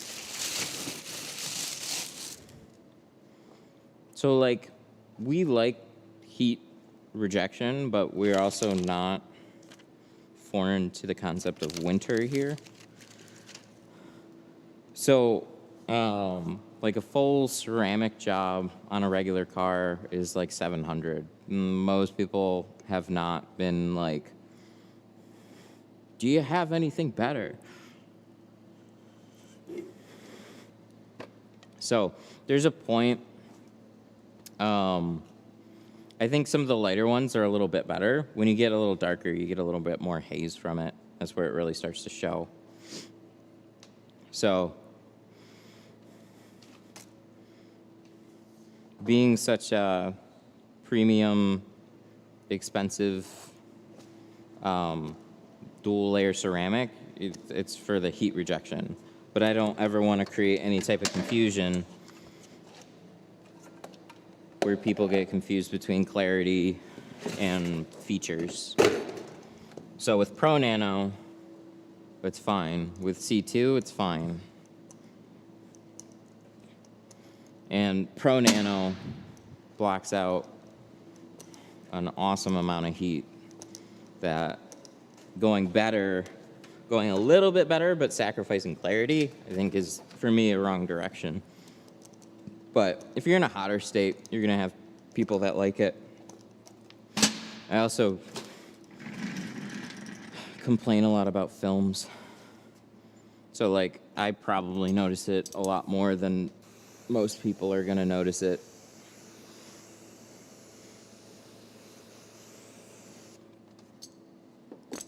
All right, so let's scrub this down.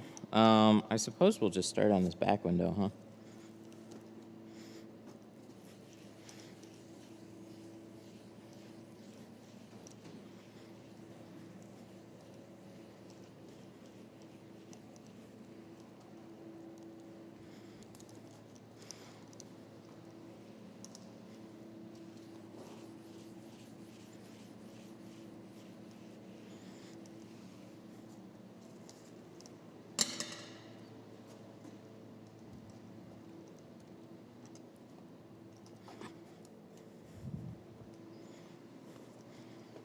What do I have on mine? 35?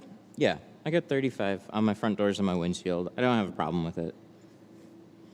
Going down a little darker, I think that's when you start to notice it more.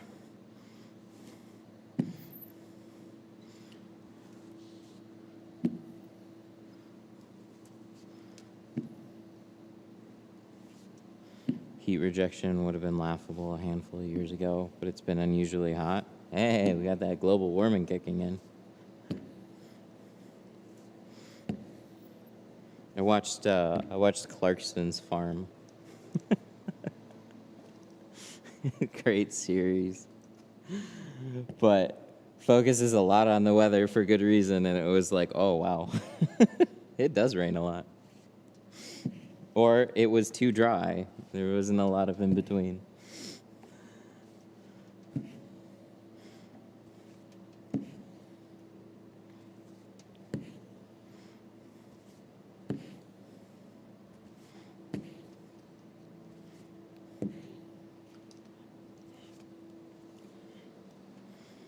Okay, what do we need? We probably need a light. We can see a little bit better.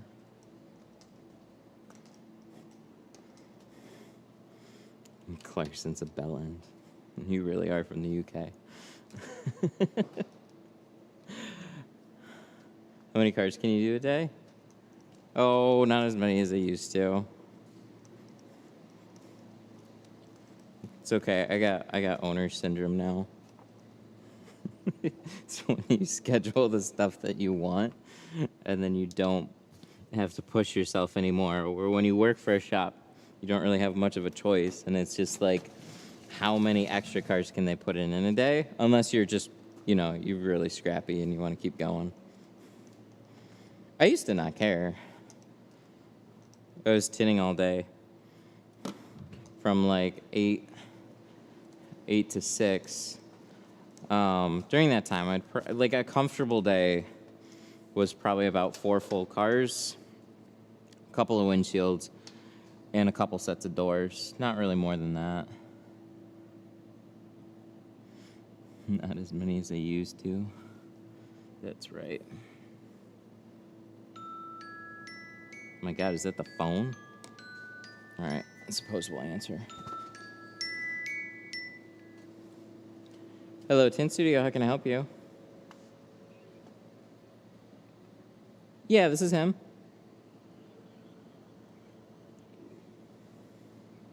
Oh, okay. What's up? Yeah.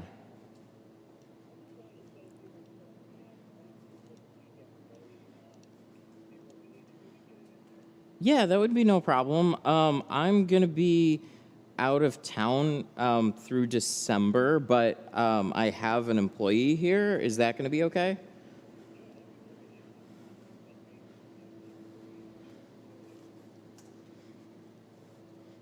Okay, yeah, no problem. Whenever the earliest that you can get here would be totally fine.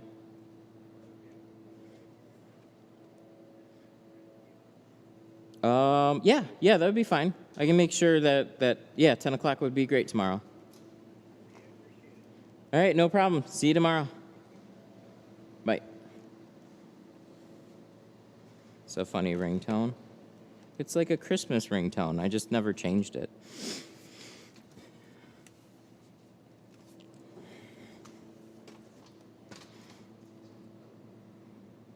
I always liked it. It's very jingly, but not stressful.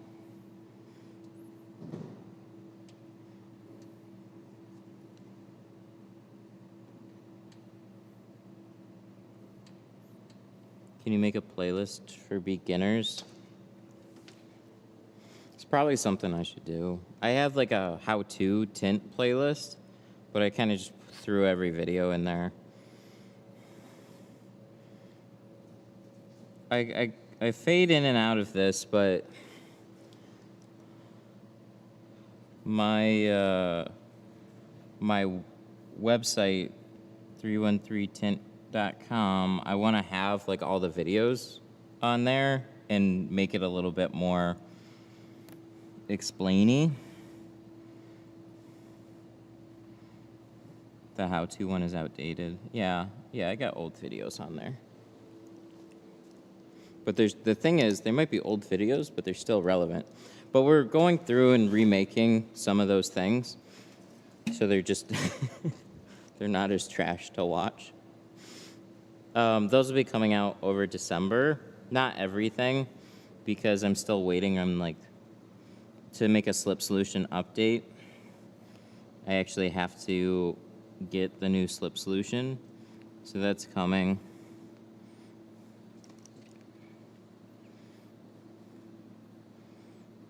Spoilers, you can actually still use baby shampoo. Baby shampoo, believe it or not, is perfectly safe, perfectly fine. You can use as much of it as you want. Don't get into dish soaps, from what I hear. That's the TLDR, but that doesn't sit well with the geoadhesive, so we had to come up with a different solution for that.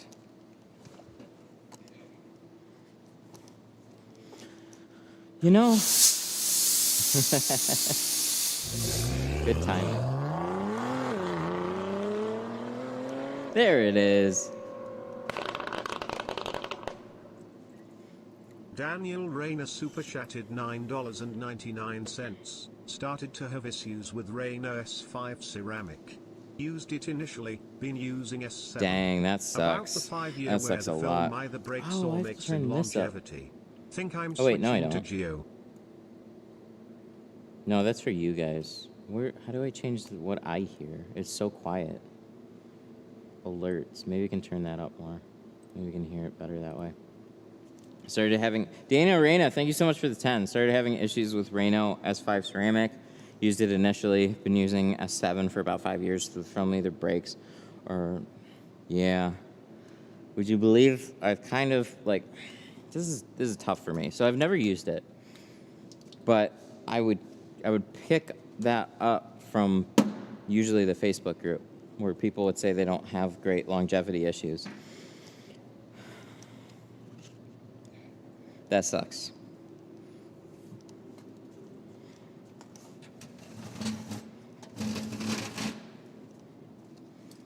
That's what really sucks about picking and choosing films, is like you want them to last forever, and then you go with a company, you like it, and especially like 5 years later, that's a long time. You got a lot of jobs out there with it. I would be just completely pissed off. That really sucks. I've been through that with other companies. It's no fun. I just bought a 419 tint in my area. Going to use it as...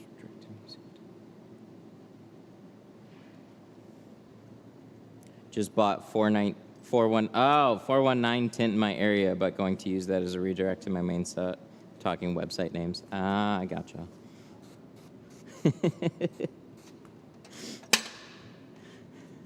See, the reason I did 313, and now I can understand. I probably was just as confused as everybody else was about 313. My justification for 313 is actually real well known as Detroit area codes to anybody in Michigan. But yeah, outside of Michigan, I could see how it's tougher. But my other thought was like, hey, you know what? 44 Tools is a thing, and they seem to be doing okay with a number in their name. So it just kept going with it. Didn't realize there was a 419 tinting in my 419 tinting in my ear. Oh shit. Well, that's different. But also smart business. No dry shrink prep anymore. What? you guys, can you guys stop? Can I can't pick and choose anything without it being something I either 100% do or have 100% given up. I start using some dryer sheets and no dry shrink prep anymore. Yeah, I threw it all away. No, I still have it. I still use it. It's good stuff.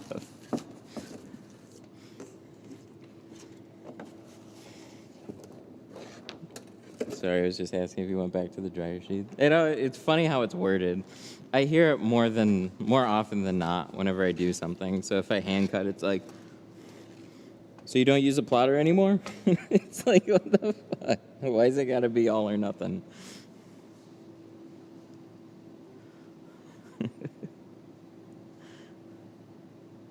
It's all good. All right, so if this was dry shrink prep, this would already be dry. Can somebody tell me why dry shrink and not wet shrink for windshield? Because everybody hates wet shrinking. Wet shrinking, you just, I think, have to do it a little differently. So I learned how to dry shrink, and then therefore I try wet shrinking the exact same way, and it's just not for me. But if you section everything off into like bigger fingers and kind of like pull shrink them or run some heat from the bottom up, you can still wet shrink pretty effectively. But dry shrinking, at least for most people, it's just more consistent and faster, more even. But that's gonna be pretty much why. I guess I should do something else other than watch dryer sheet dry.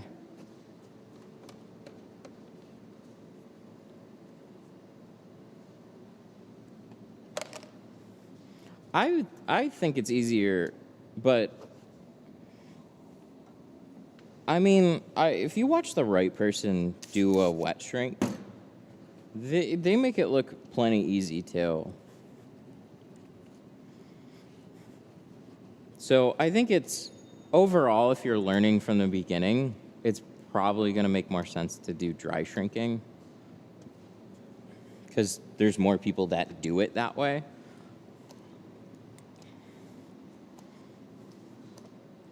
But I don't know. I learned the way that I did. At the class, I would see people get it within a couple of days, so. What type of apron do you use? Avery Dennison actually has the best tool belt that I've ever used.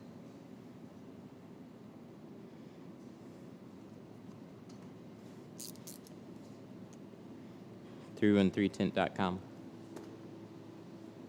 Oh my God. New versions available. No, I don't care. 313tint.com. There we go. I hate those Model 3 quarters. Trash always comes from the top part. Drives me crazy. Really?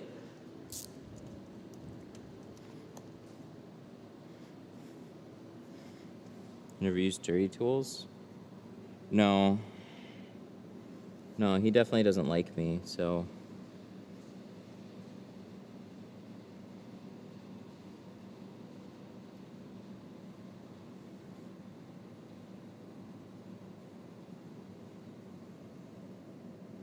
So I'm not going to use the stuff.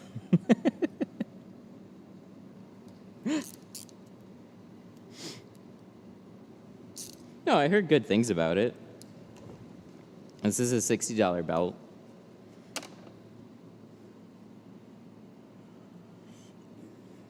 At the time, his was $150, and I didn't see the justification paying $150 for a tool belt. But that's probably going to start some drama. So yay.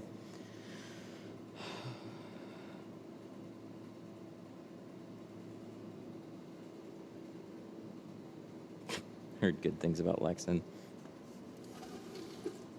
Lexan keeps sending me emails that I feel bad not responding to a little bit. They want to be a sponsor.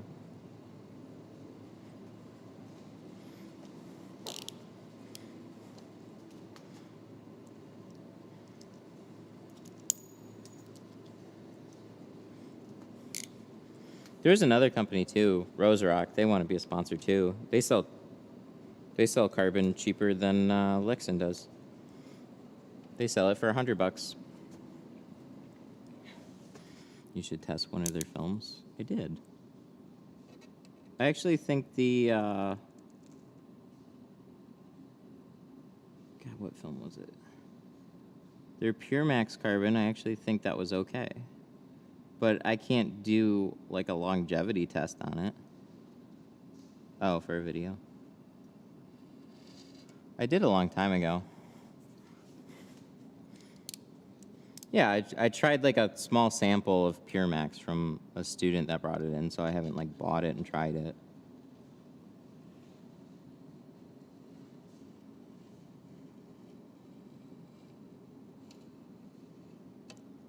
Is there equivalent to Glass Aid that I could get in the UK? No, I'm sorry. Best I can tell you is get pinstriping, double or triple up on it. Oh my God. So I'm not super great at this. There we go. It's better.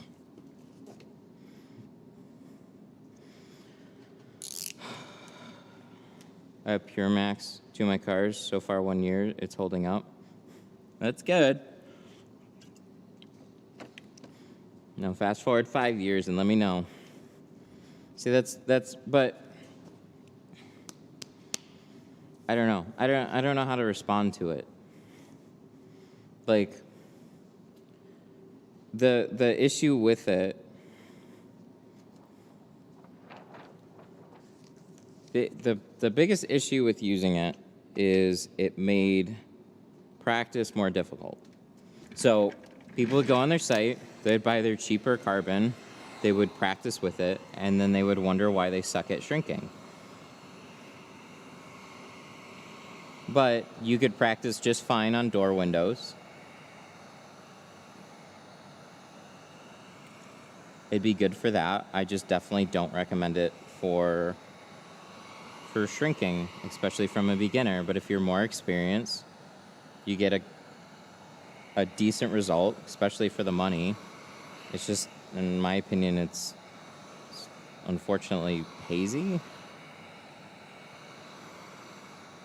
And there's better stuff out there.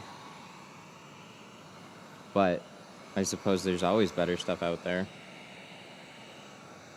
To some degree. And not everybody's going to spend that much on film, so I don't know what to do. I see both sides.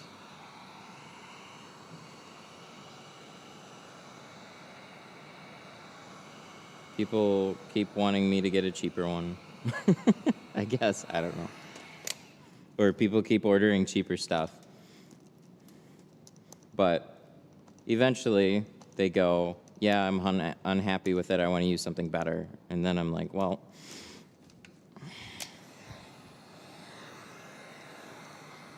I don't hear people being very upset with Geo, so I don't want to create any confusion. I don't want people to be unhappy. I don't want to recommend something that people would be upset with. But they definitely have their place, whether I like it or not.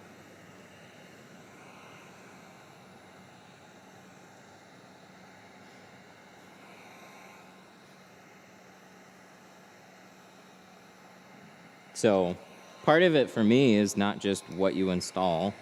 It's just teaching people. And they clearly want to help support that, and I just don't know how to respond.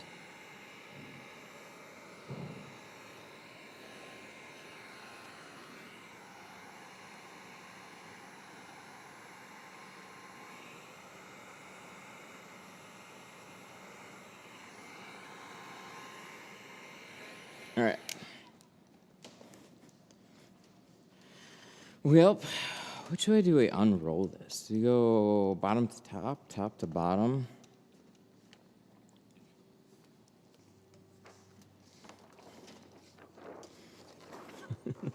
Look at this big old thing.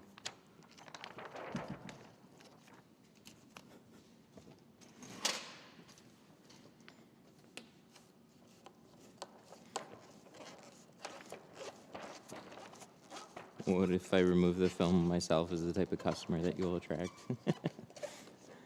Yep.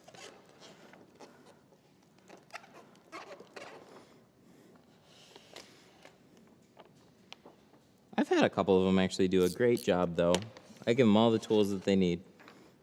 I show them, send them some videos, tell them adhesive remover, because I don't want to do a window tint removal. Have you heard of King Shield or SolaSafe? Nope. No, I have not.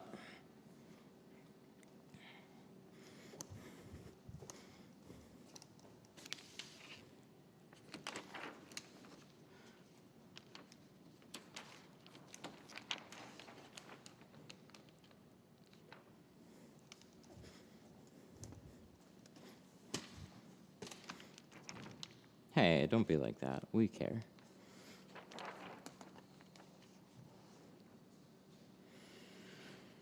Look at this thing. Which way would you lay your tint on the back window? Well, I think we just did it. We gotta go sideways. Because only a crazy person will shrink it top to bottom.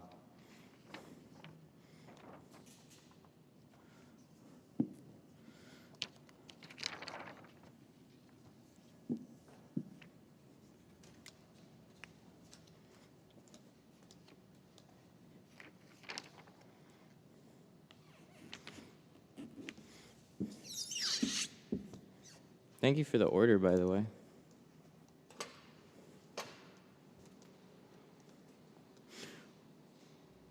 Bought something.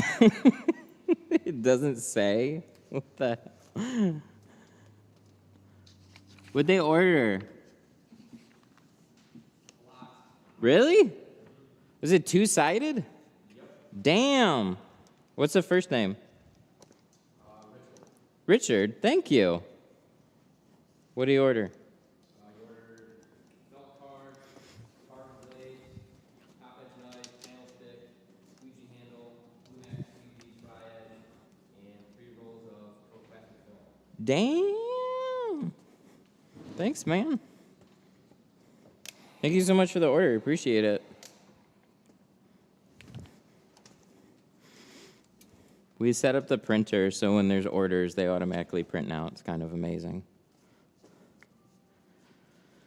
Did you use a 42-inch rear? No, we used a 60.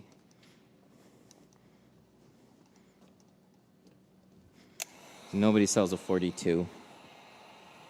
I mean, I suppose you could get a custom cut, but you got to order 60 essentially and have that cut down. Look at this big old thing.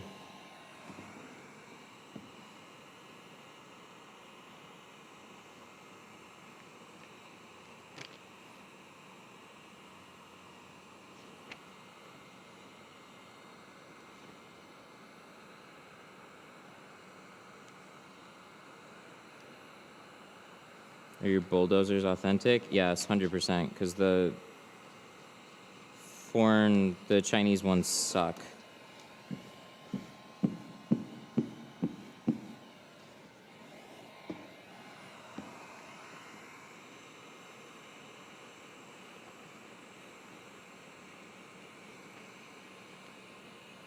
And I've seen so many like quality versions of it too.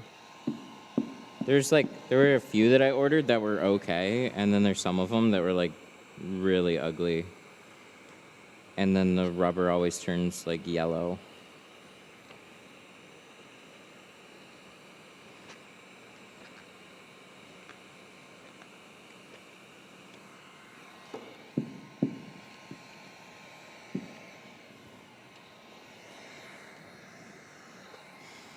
Yeah, 60, not fun.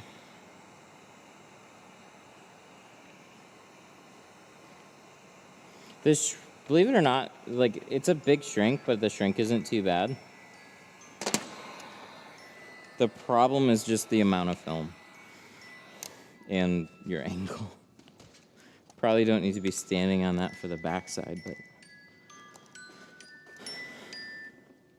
Hello, Tint Studio, how can I help you?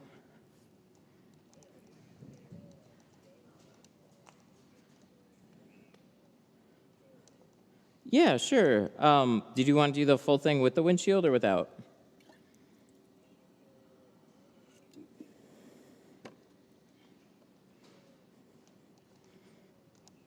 Oh, okay. So a visor strip on it? Okay. So on all the sides and the rear, it would start at $290. The visor strip would be an extra $60, so you'd be $350 altogether. Mm-hmm. All right. Have a good one. I don't know how to tell people. The ringtone's awesome. I don't know how to tell people that I'm not going to be back until like mid-January. So I just entertain their phone calls anyways.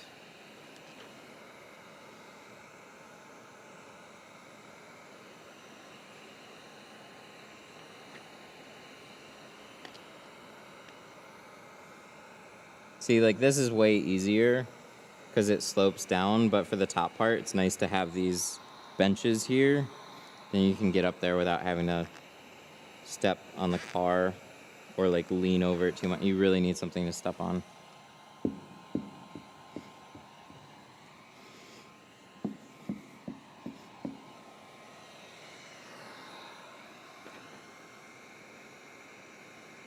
Yeah, Jack's still gonna be here.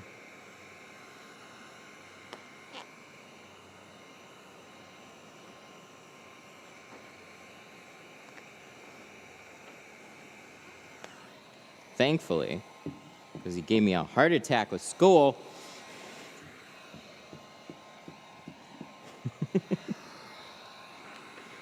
But it's okay.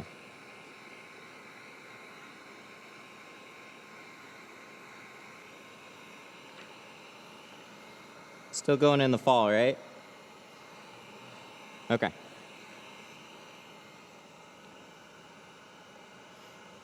I just gotta wait for somebody else to call looking for a job now.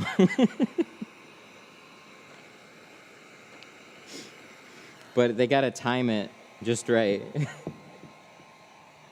That's the tough part.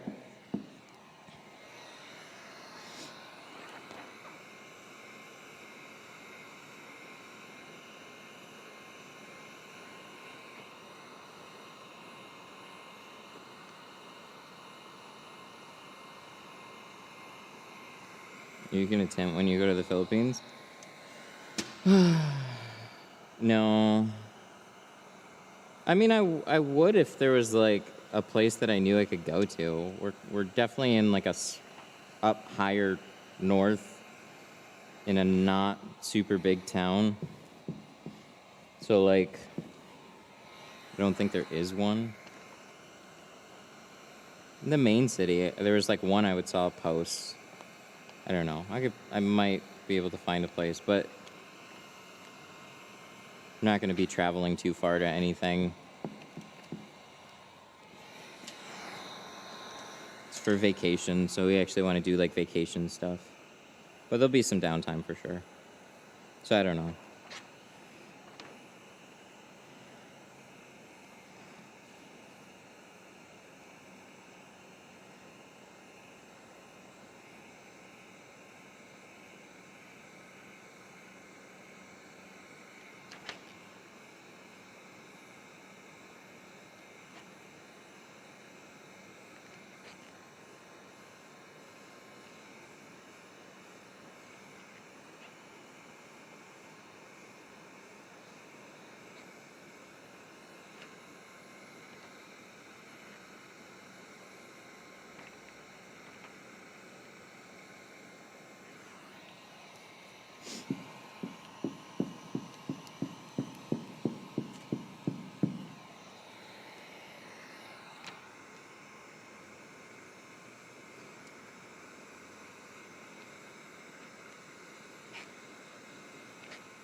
It looks scary. It's not bad.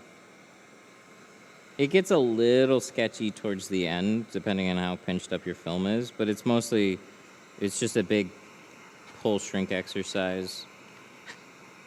I just don't want to hit any spot too hard, so I'm going slower. Just keeping it as even as I can throughout. I don't want to stress any little section out and then try to have to heat it out.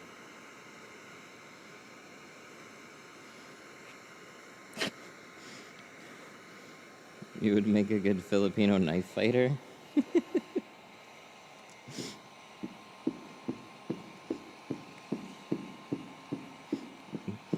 Yeah, I'm pretty sure I'd get wrecked.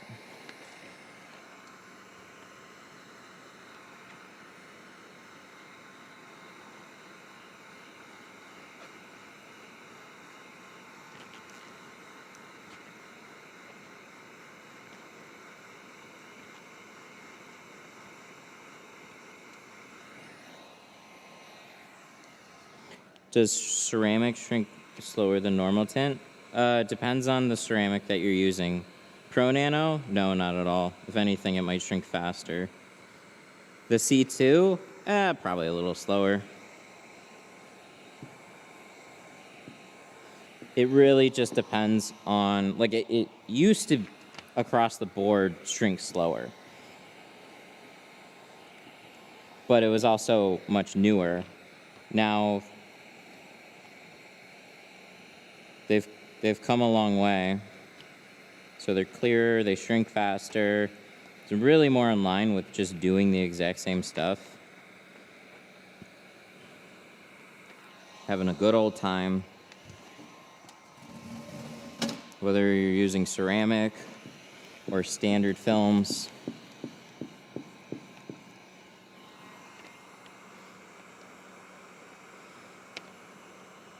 But just don't go too far in the cheap spectrum without having anything to compare it to. So like a cheap dyed film usually will shrink awesome because it's just polyester dye. Cheap carbon though, generally not great.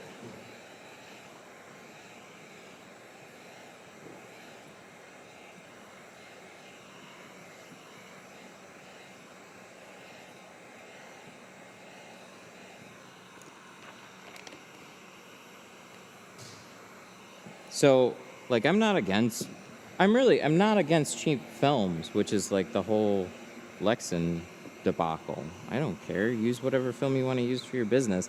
Personally, I don't like the haze. But I'm a stickler about that little stuff. A lot of people don't notice it, but the bigger part for me was just like, hey, I don't have a lot of money to spend on film. I'm new to tint. I bought Lexan. What the fuck am I doing wrong? It's like, well, so many people recommended you that film. That was the wrong film to start out with. Use something else.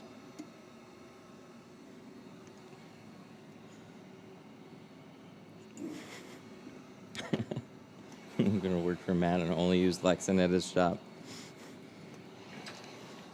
Sure, and there's nothing that I can do about it.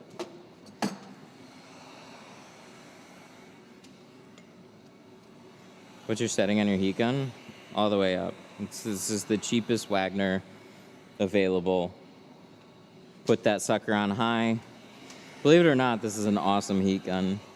Feels like a toy. It's not. This heat gun's awesome. I bought a Steinel one that was recommended to me, but I think I bought it from the wrong place because it doesn't get hot. So it's probably defective. But I did a deep dive into heat guns. Looks like the hottest that they'll get is like 1300 degrees. And then you're going into a torch.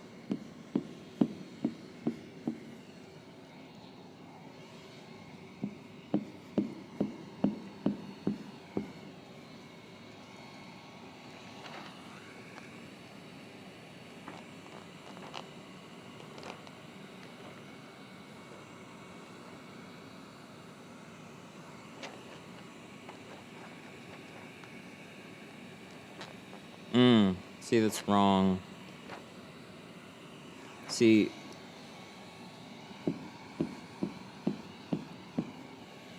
it's like saying all customers are created equal. Unfortunately, they're not. Sun distributing. Sun distributing is great, yeah. I'm only charging that much to build clientele. See, but what you're doing is you're building cheap clientele. There's different levels of clientele.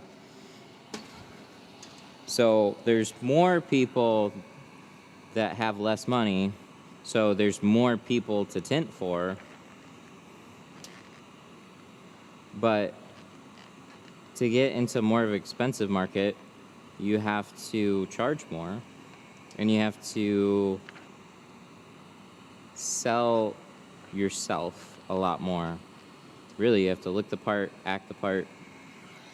It doesn't just come to you. People with a little bit more of a disposable income, you know, they'll have friends and family that have recommendations, and then if they don't know where to go, they'll do their research. At least a fair amount of research, a little bit. Like, they'll go on maps, and like, sorry, somebody that's isn't charging very much generally doesn't have a nice big clean shop. So a lot of it's based on appearance and image. They'll look at maps, they'll do Google research, they'll go to the place that has pictures of Porsches and Lambos and fancy cars and good looking shit and have good branded films and all that stuff.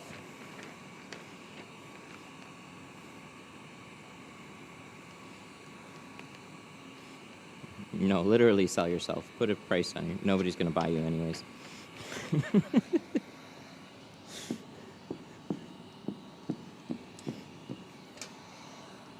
But really, having a good film and doing a good job is only part of running a good business. It's definitely not near the whole story. You have to sell yourself.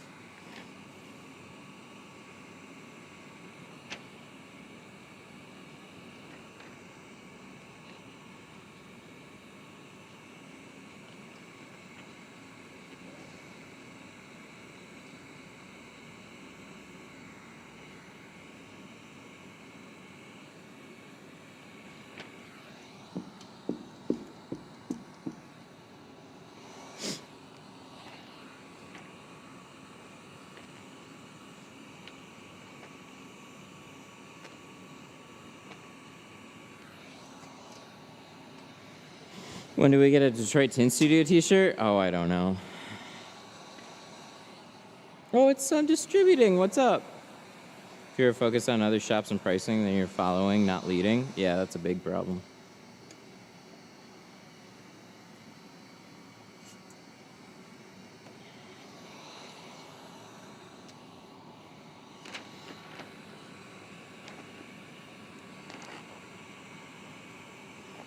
But really, there's going to be a certain amount of people in your area that are shopping around for your service. And they're going to go to what most people go to. They're going to go online. They're going to do their research. If all you have is a rough put-together website, hardly any information, and some expensive-ass pricing, I'm going to go to somewhere that actually looks legit. I see, they don't... It's too much money and hassle, really more hassle than anything, to risk. People with a little bit more money just want to make sure they're going to get a good job and they're going to be taken care of. And most people that don't look very professional aren't very professional. You could be the most professional person, but you have to consider the like, you have to convince people, you have to sell yourself.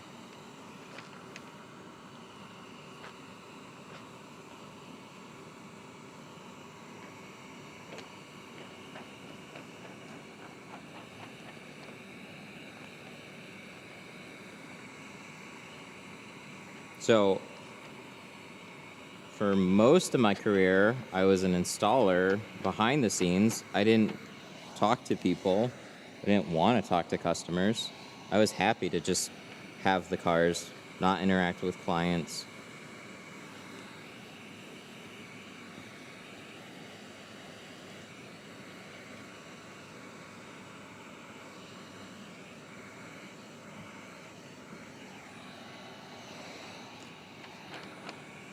So, I've had to actually force myself to be a little more personable.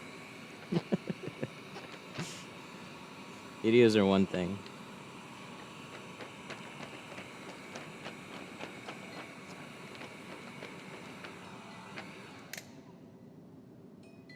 The heck is that?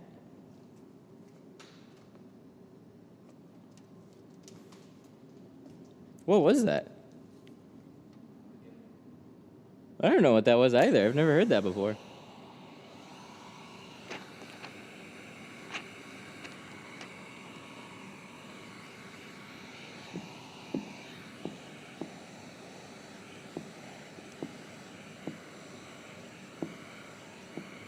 Presentation is more than doing the job.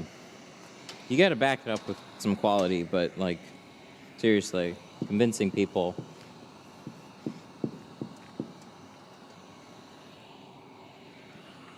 I've never heard that noise in the background. I have no idea what it is.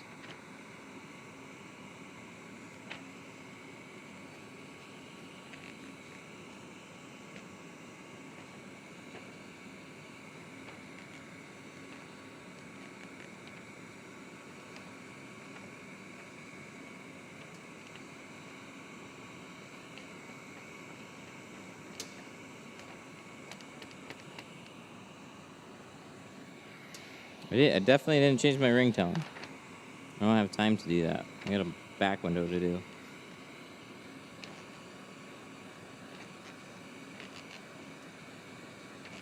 I really don't just want to fuck it up. Shop space would be the dream. So set some goals. Figure out some places you can move into, how much they want up front. Figure out a way to provide a cushion when you open up. So, an interesting an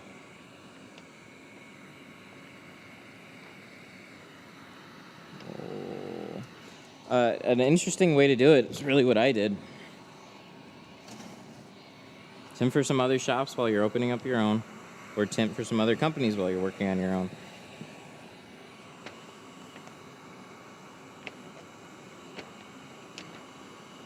Like, so when I was mobile, tinting for a few clients, that's when I was opening up this. So I only tinted for them a couple days a week. So I only needed to be there a couple days a week. Could still take phone calls. So I'd schedule things. And they'd come in and continue to work here. Treat my shop like a mobile account. It's only worth the business that it brings in. Yeah, for the most part, I made 100% commission. Honestly, the way that I was happiest with that. I'd get too distracted. I wanted to get back into video. I just like, so if I like, as soon as I could get out of there, like I just couldn't sit still. I just wanted to work on video and my own stuff, so like I was like half there.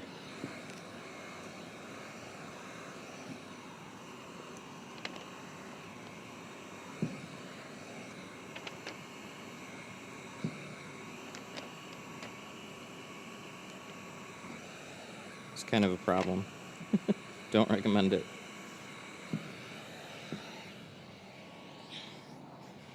Also personal stuff too, so.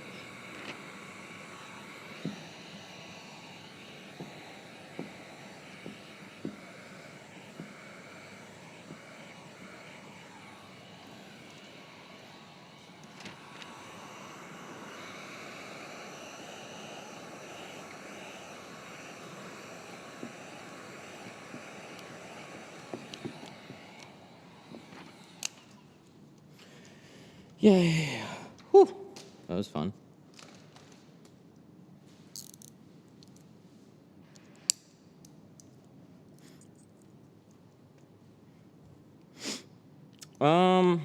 Yeah, maybe. How's the new house? Are you all settled in? It's good. Yeah, we're definitely pretty settled in at this point. Still a handful of things. I think that's probably never going to stop that we want to continue to do. But yeah, we're got everything moved in, set up. Spend a lot of time trying to keep it nice.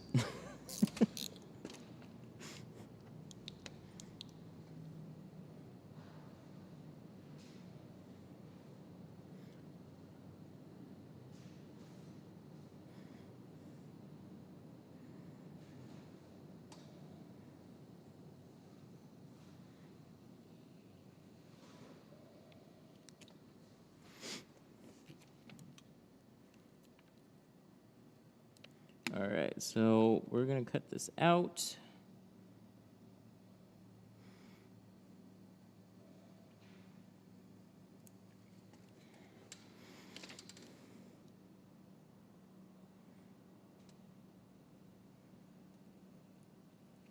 And then we gotta reverse roll this thing up the entire back window.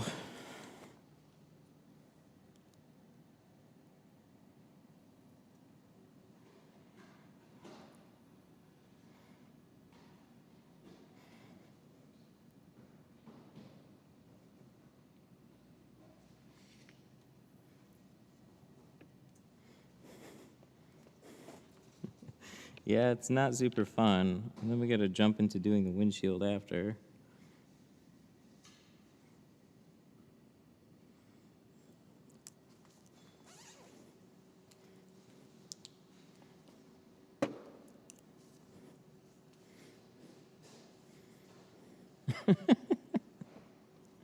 Elon's such a jackass for that.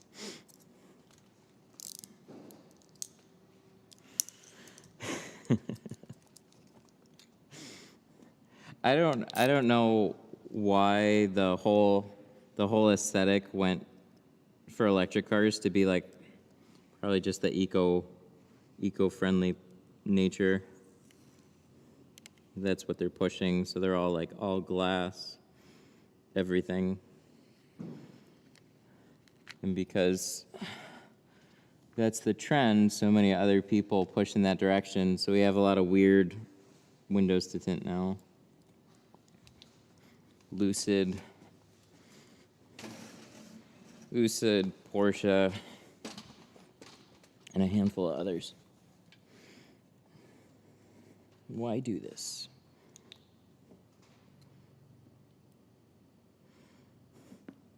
I just tuned in. How long? I don't know. You can scrub the timeline and it will tell you.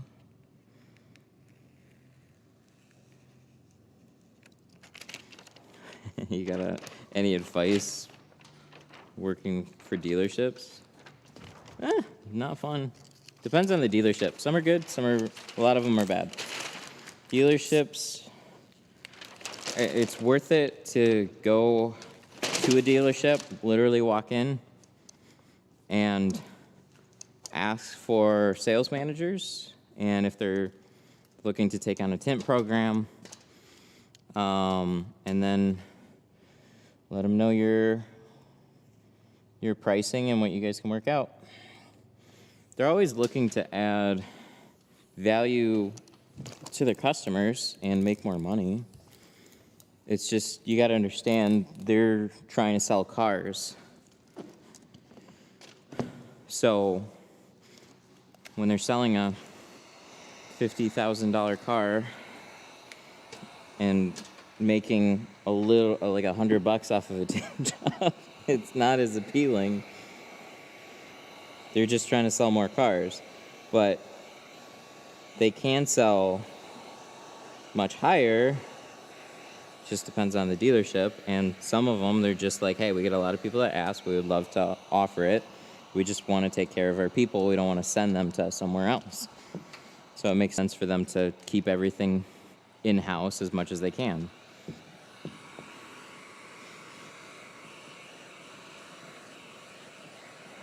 So I would go in, I'd ask for people in charge, figure out something for pricing and a place to do it, and figure out what kind of times you guys can work out.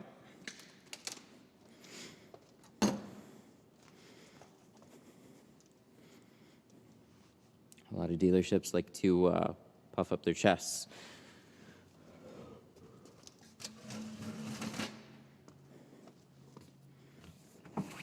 We're doing contract work for other shops. Yeah, familiar with doing that. That was the whole mobile. Sun Distributing knows a whole lot about that one. It's a good way to make money.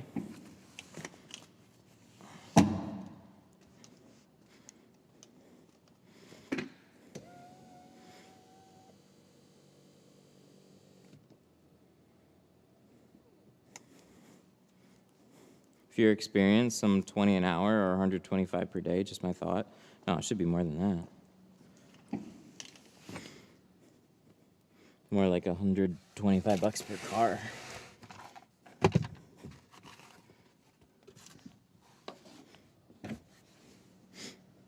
Just depends, though. All right. Towel. This is where we get into the less, I think, fun part.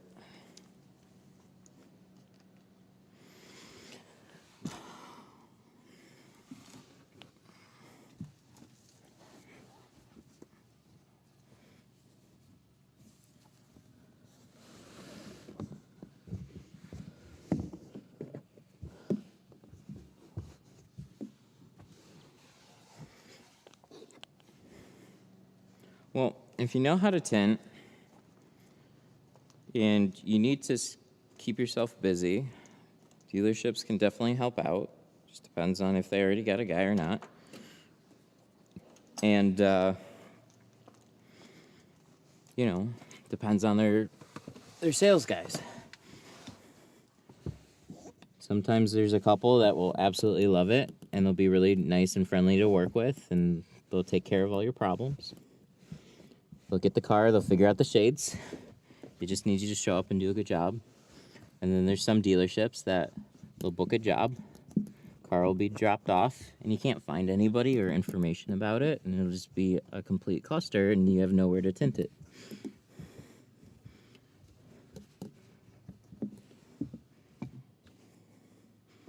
Whew.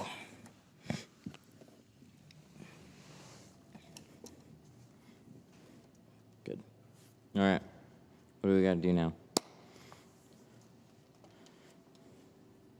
I was working at a shop for 20 an hour. Yeah, it makes sense. There's different shops that pay all types of different prices. 20 for tint work is definitely low. Can you tint a set of doors in an hour?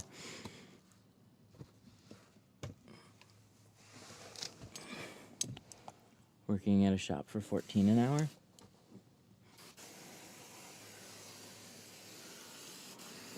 Well, Jack does orders. I pay him $15 right now, and it's about to go up to $17 because now he is very indispensable while we travel.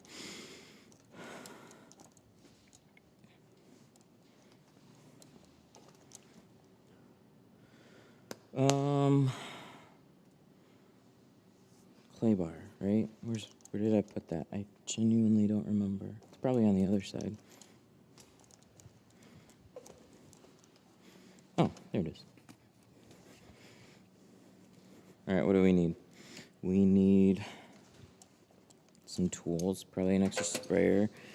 Swipe this just in case.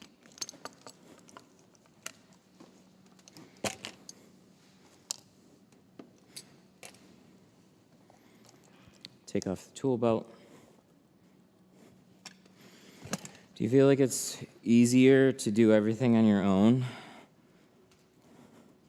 or have an extra guy?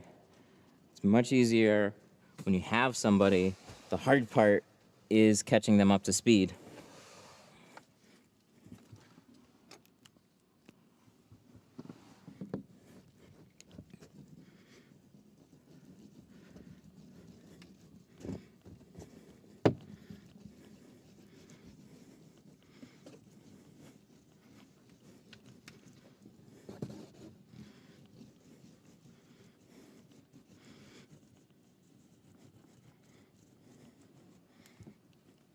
I'm selling pre-cuts on my website. I stopped selling them, so I don't have any good advice. And I think the best way to sell it is teach people how to do it. It's very competitive. There's a lot more websites that do it. Generally, the people that order a pre-cut kit don't know how to tint.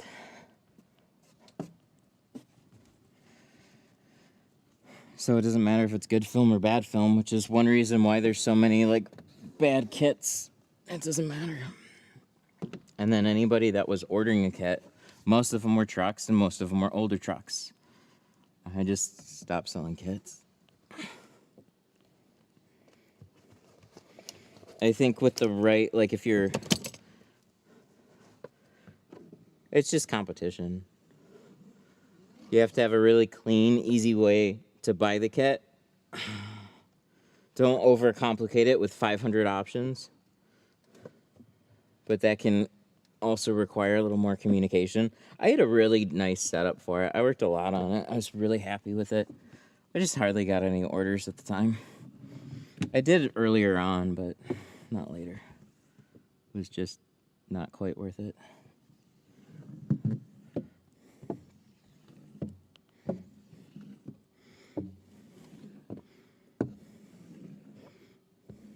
But yeah, if you go to the site, I don't have kits up there anymore.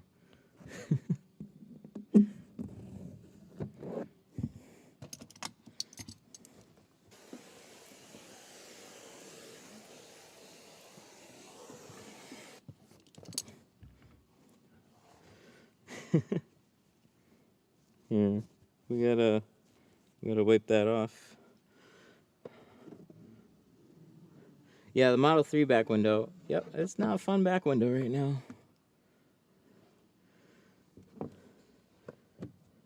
Just gonna clean it off a couple more times.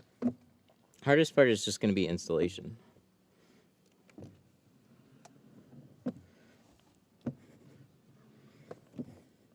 But we have something to help with that, and then if I really need to, I can probably yell for Jack. Oh, so if you want a job at a shop, percentage and hourly, yeah, it's a pretty good way to do it. Understand they got to make their money too, so percentage isn't going to be as high as a shop. So like, I'd say a good percentage is 30% working at a shop. It's definitely higher because they still have overhead, material costs, everything.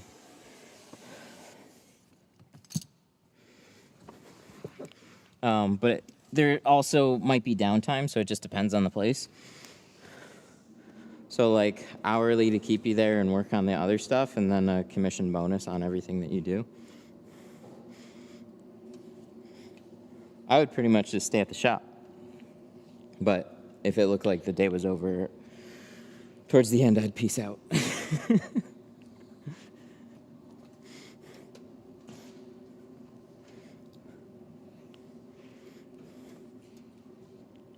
Okay, where's the stick?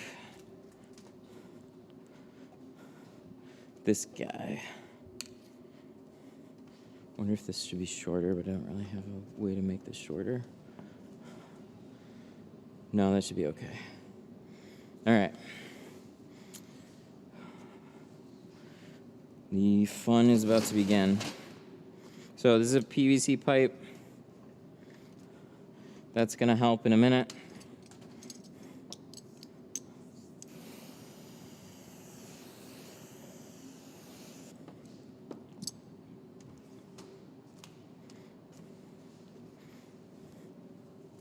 But you need something to help keep the pattern rigid.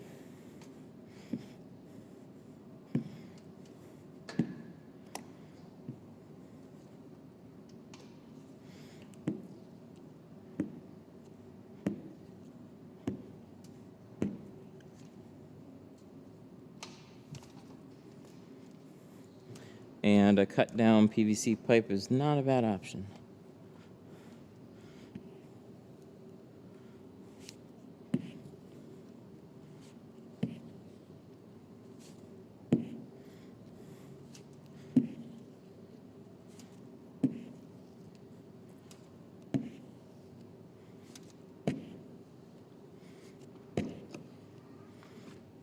The hard part about new tinners and new people and whatever is like, oh my God.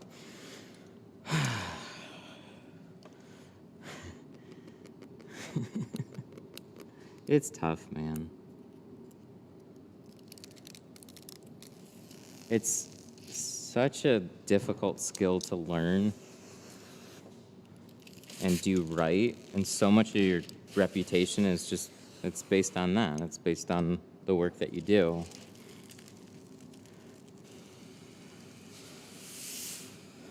So when you have a bad installer, all of a sudden everybody's angry at your shop and you get terrible reviews. Then you have to find somebody that wants to stay there and do well, and then they quit. And you got to do it all over again.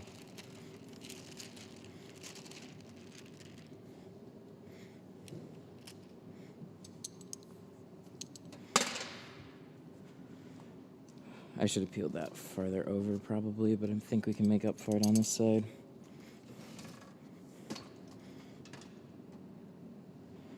So we're gonna reverse roll this.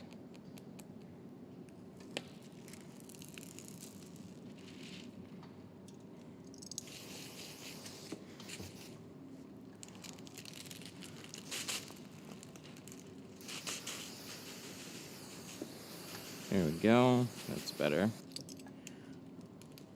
Lay this back down, find my corner, lay that down.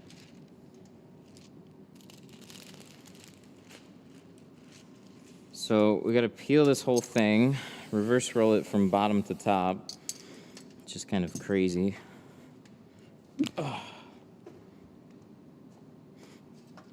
So the way to do that, start it on the top and roll it down.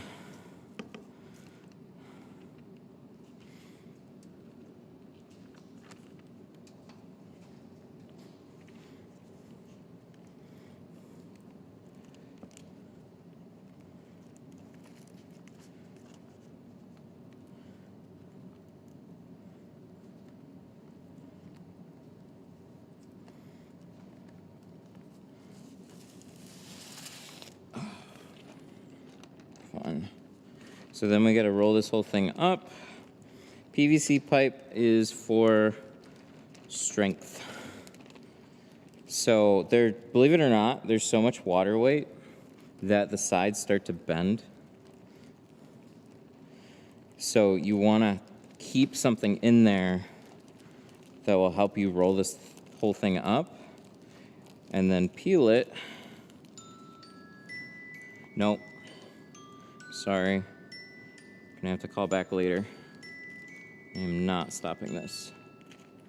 And then we're reverse rolling it from the bottom all the way to the top.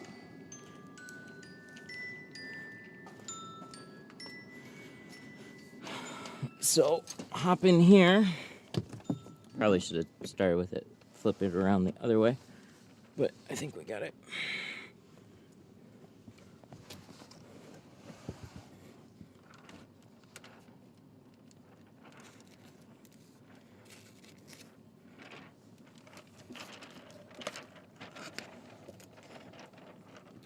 And then the thing is too, like you can only unroll so much at one time because you can't fit it all the way at the end. So unroll some, start working it down.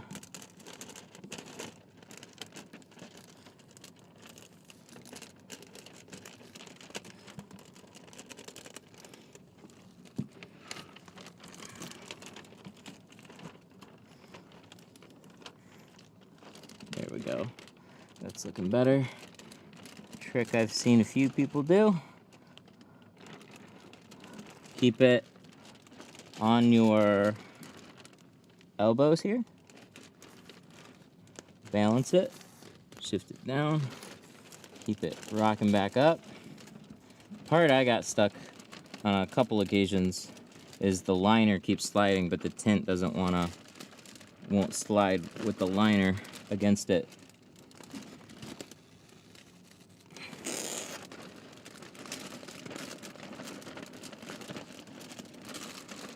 So I'm peeling this liner as I go, but you could probably get away with not doing that.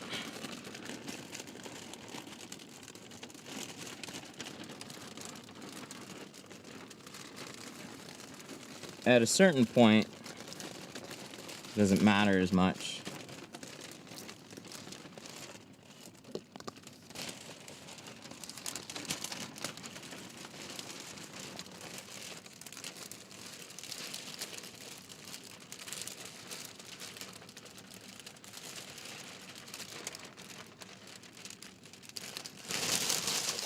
Whew. Fun.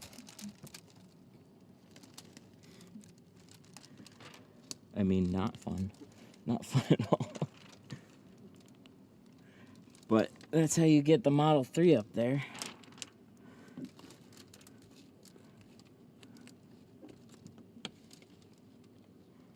And then hope all our gaps are covered, right?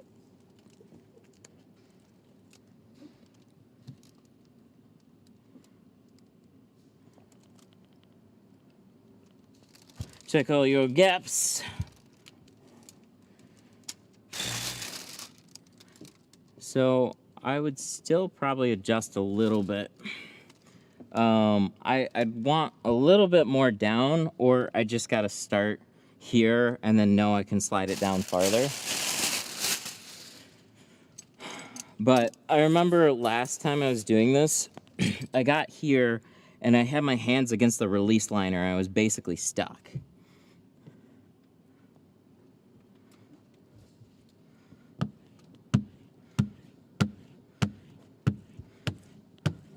I hated that. That really sucked. So one thing I did was I made sure I grabbed the liner a little early and I was peeling it up. But the liner is going to cling to the film. So you have a little finessing to do without pulling creases into it, especially I noticed the higher I go, it got a little bit more tricky, but should be okay here.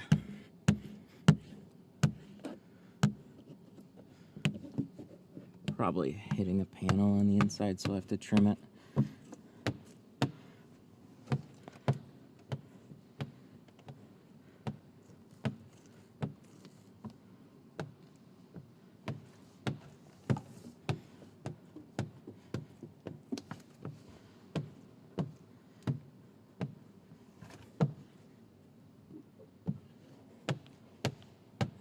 Looks pretty dang good, though.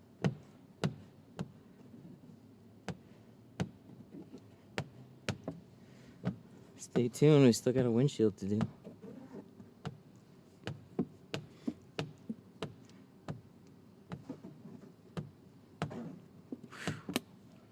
Huh, not fun.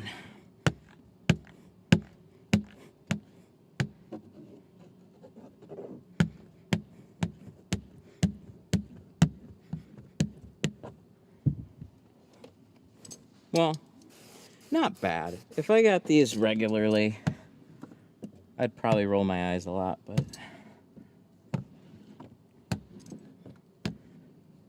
just because it's like, we gotta go through all that. Can I just have another Malibu, please? If I'd rather have this or a Malibu, Malibu's all day long. Malibu's my favorite car.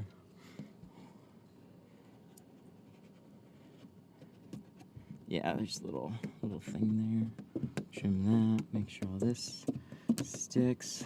Looking good.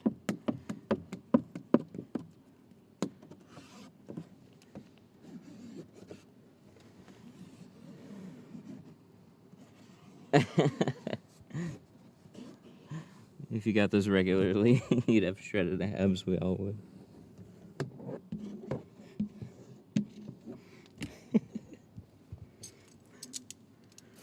Alright, one more time for good measure.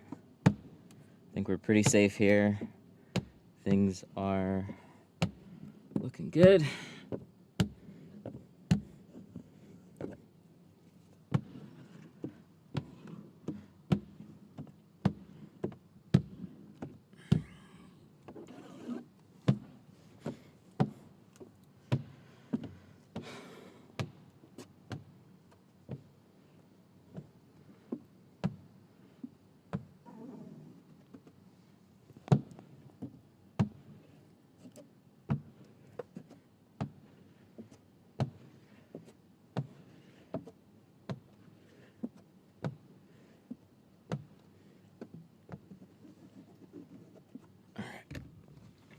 Cool.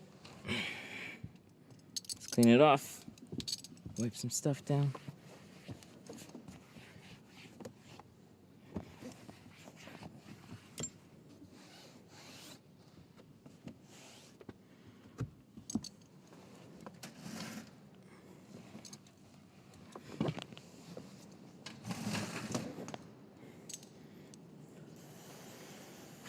Model X windshield. Ooh.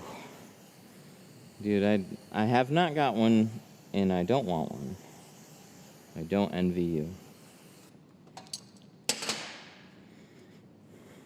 That would be worse than this. It's a windshield. It's like this, but with a split in the middle.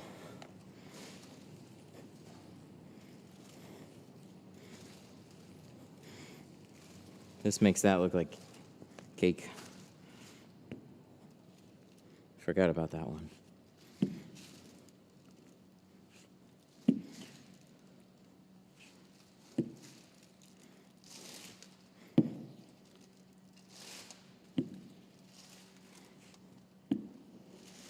Are Avery window films any good?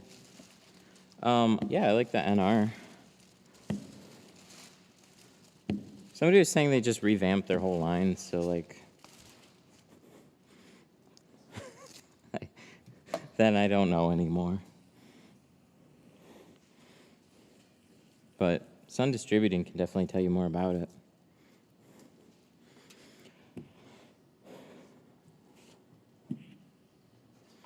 See, that's what's too hard to keep up with about films.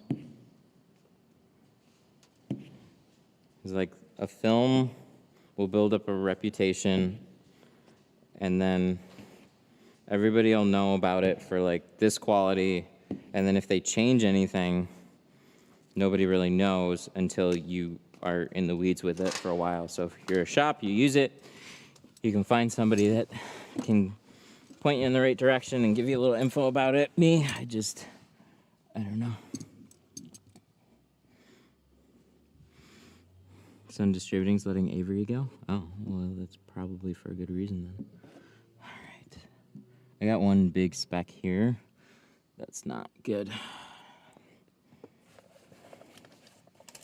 We can. Good news is it's a big spec, so I bet you we can touch it up. But we gotta do it from like a real annoying spot.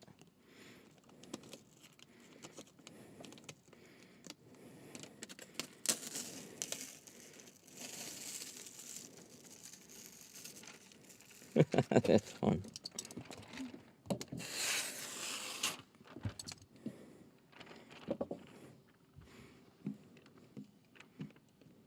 Yep, right there.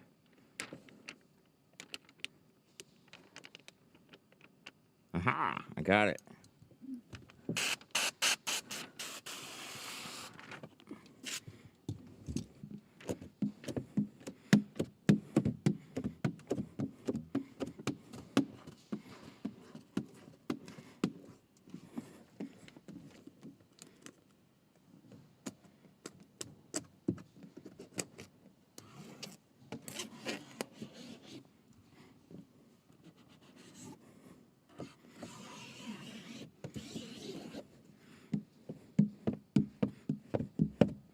It's way easier to get to top to bottom than trying to get an edge here and pull it back, even though that's a shorter distance. Start from the top.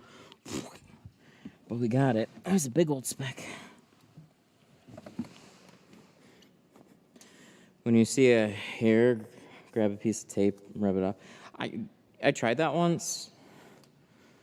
Didn't work, but I'd love to try it again, I guess.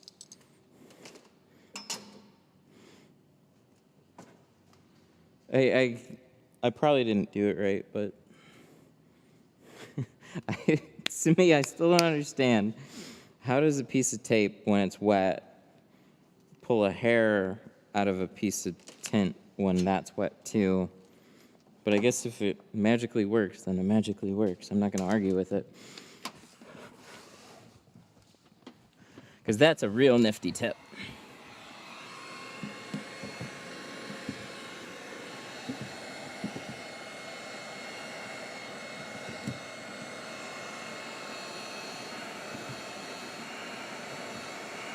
It works pretty darn good. Cool. Any recommendations on tape? That'd also be helpful. Painter's tape, house wrap tape.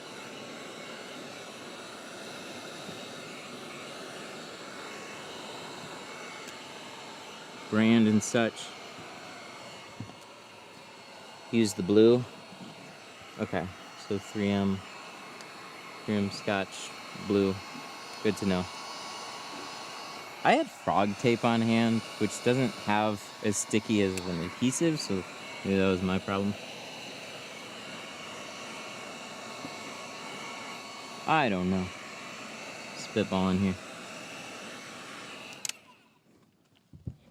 Use a good quality tape that has more adhesive strength. See, I got the frog tape for switches because it was green, and I know it's like a good painter's tape, so it's not going to stick, but I don't know if this is quite as strong as the blue.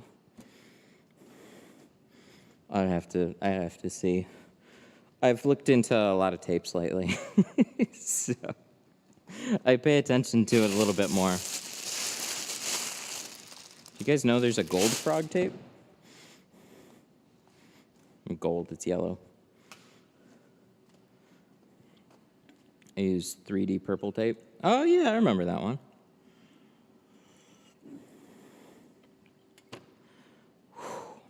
Well, there we go. We got a back window. That's cool. I'm happy. Now we can move on. Hardest part of the car is done, but we still got a windshield to do, which I'm not super happy about either, because after I do the back window, I just want to be done.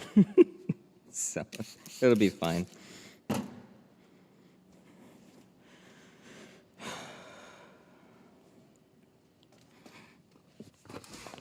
All right, let's wipe this off. Oh yeah, this would be one of the very few cars that I put the seats down so I can like put my legs somewhere. Otherwise, you just don't have any space. Headrests get in the way. Everything gets in the way. First time I ever tried one of these, They were still pretty new. There weren't a lot of posts about them. And I remember calling somebody, and he was like, I think people are doing them from top to bottom. Some people are saying bottom to top. I'm not sure. I'd probably try top to bottom. I was like, all right. I tried that. Don't do that. Do it bottom to top. I also didn't have like a PVC pipe or anything. It was just a total mess.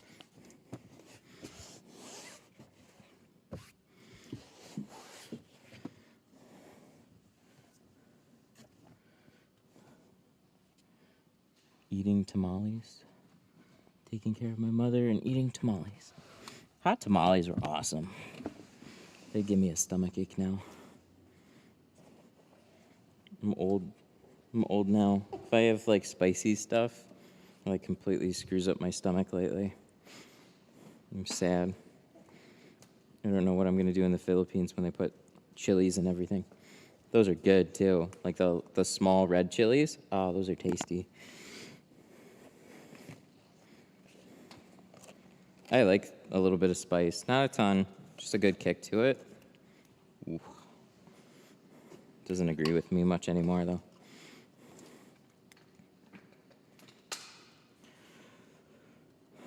Okay.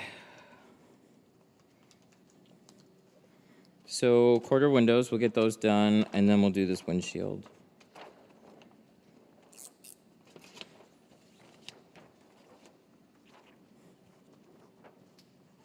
PRECUT OTC. Damn, I am old.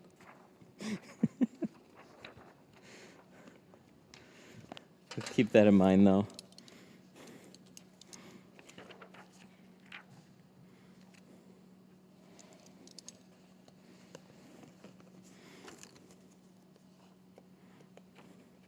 I use a slim dowel. I've seen PVC and pool noodles. I haven't seen a dowel yet. Sounds like a good plan. Really anything to kind of give you some structure to it. Because oh my God, the first time I did it, picked it up, and then I was installing it, and like the sides bent down. I'm like, oh, there's a giant crease through the entire friggin' thing. It's not a fun window your first time because there's so much in the way. But when you get a couple of them out of your way, or you just pay attention, they're really not that bad. I just don't get them very much. Let me get my light. Where's my light? There it is.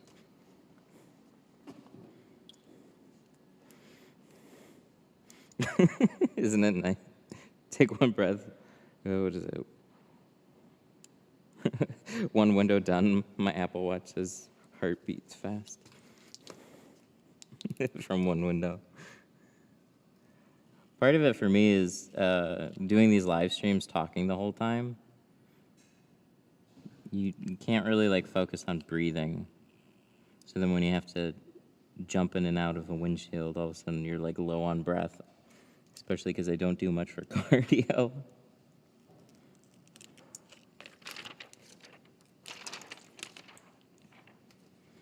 But that was definitely a thing. When I was tinting, I was on my feet all day. I was running around a shop, in and out of cars all day. It's enough of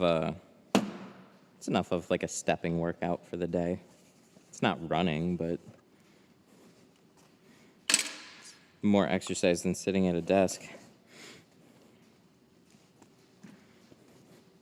But then when you schedule your own appointments and slow it down, it's like, oh, it's easy going all the time now.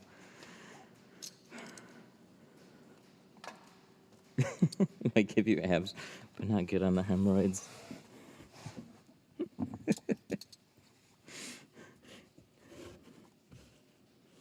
Dang, we just all old tint now.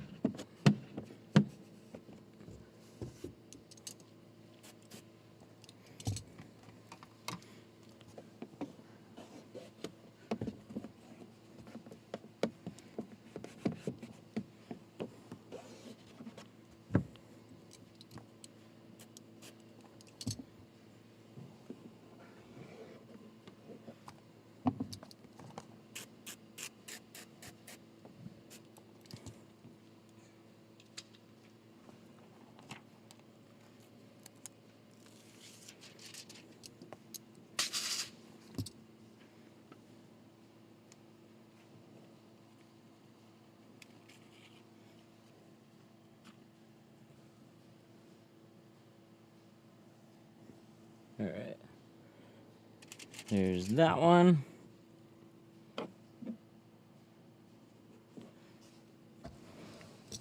Ooh, slightly shorter. Here we go. No.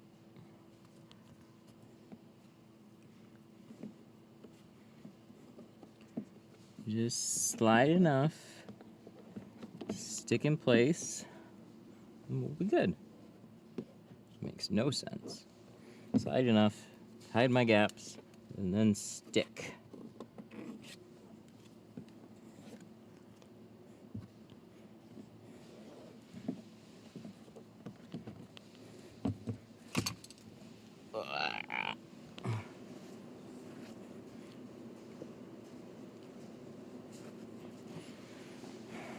Nice. That looks good. So for quarter windows, for the most part what I do,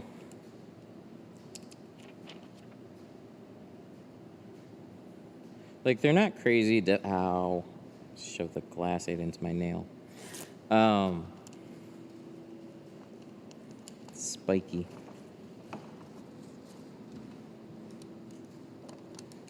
What I'll do on the quarter windows, this goes for any quarter window, to keep stuff from sprinkling down, is don't spray the top of it.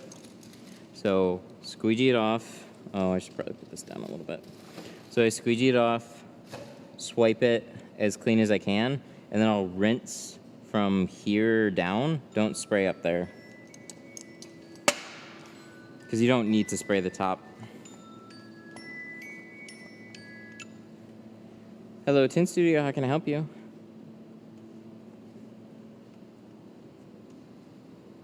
I guess I can't.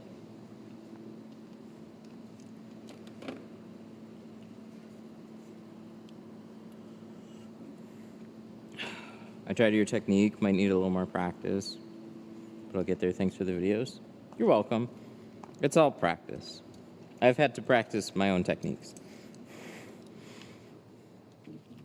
Now, where did I put that squeegee? Oh, in my belt.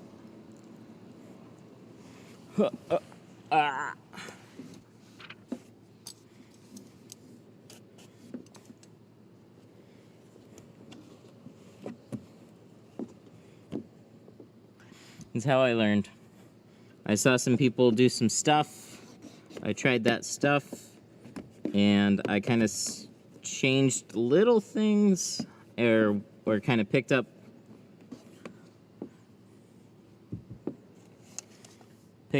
little things along the way, you know, from other people and figuring stuff out. So I kind of settled on this, but I'm always looking for other things. So see this quarter? I don't spray the top. So again, I squeegee as much as I can right off the top with a nice turbo. Spray down the rest, and then you just mist it from like the pattern or a little bit. But it'll slide. Calling Reno to reimburse me for the whole glass. Ooh. Good luck. See, this is the thing about film failures and companies, is when you have a failure, that's where you cross your fingers and hope for the best. Because they made the money off of you selling the rolls, but maybe it was less expensive, but that still costs you a lot more money in work and labor and everything. So the headache is then... Use your streams for therapy. Ooh, there we go. Super chat, thank you. But they sold you a roll, you do a bunch of cars with it, you make more money than they do per roll. So when that roll fails, they all of a sudden have a lot more liability on their hands. And you hope that they're a good company. Ken Glass, thank you for the 2. I appreciate it. At 40 years doing this, your streams, doing this, use your streams for therapy. Thanks, man. I appreciate that a lot. Glad you like the streams, too. Some people that tend a long time that don't appreciate it that much.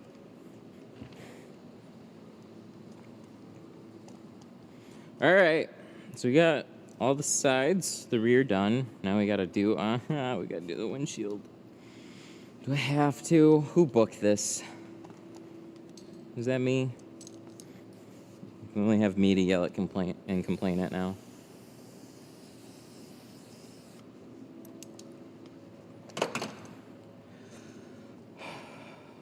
All right, what do we do? Let's grab scrub pad, squeegee. Let's start prepping this.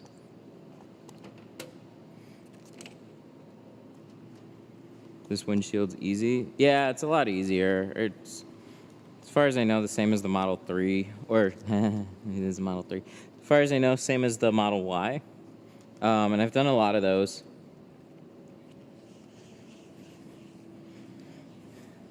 But it's still big. It's, I don't know. Easy, yeah, but difficult in other ways. It's just a big windshield. Not as big as that back window, though.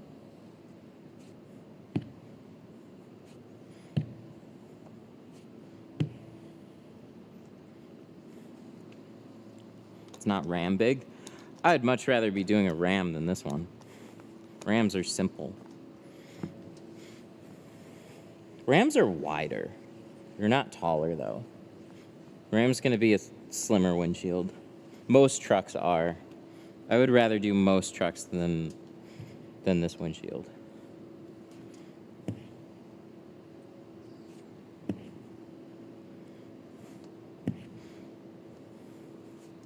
Now, if it was this one versus the Audi, nah.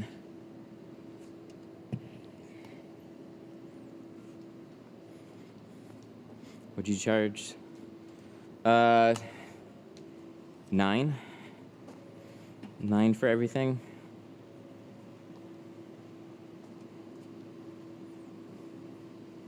That was Sun Distributing, too. Canon. Canon. Good timing. Look at this. You see what getting in and out of a Model 3 is going to do? Sorry. Microphone. Battery just died. Good timing. Dodge Ram's not... Maybe because I... You know what it is? I do way more Rams than I do Model 3s. That's really what it is. So, it's pretty straightforward. Just a lot more comfortable doing a Ram.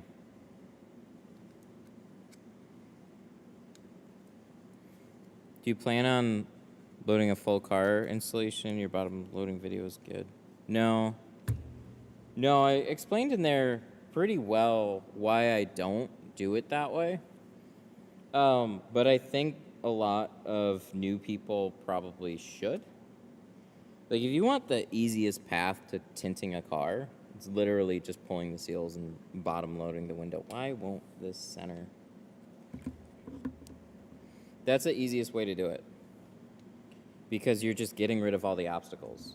The hard part is getting rid of all the obstacles, but that you can look up a video, figure out how to do. It's a lot more straightforward. Oh, shit, I forget about this part. I don't think I've ever plugged it in this way.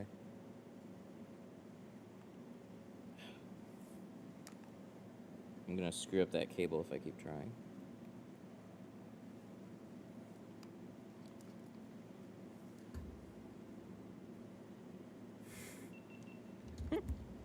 If you lost your hand, would you replace it with a squeegee or an X-Acto knife? That's like my favorite type of shitpost question.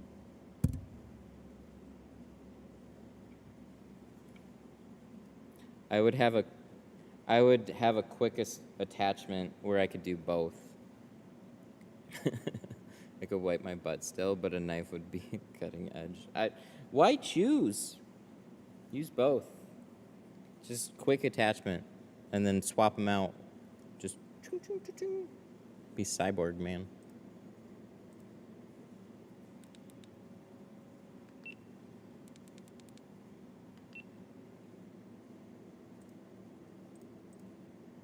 Oops, not that one. This one. GoPro. Okay. Doing good. Batteries are still okay enough. Especially for a windshield, so let's do it. Alright, this is all sweeped off. Oh,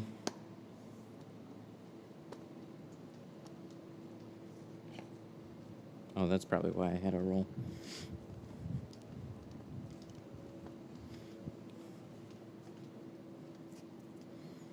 When are you going to the Philippines? Thursday.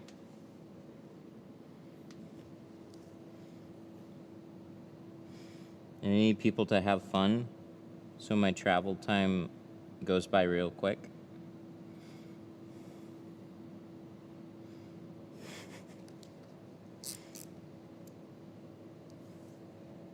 Need other people to have fun. Just have a busy day so your day goes fast, and then you'll forget, and it'll be a day or two later, and it'll be like, oh, Matt's in the Philippines now.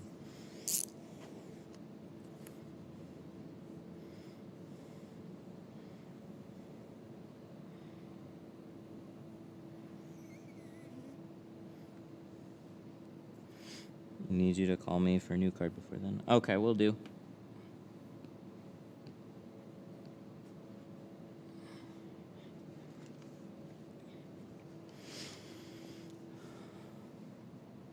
You're going for a month? No.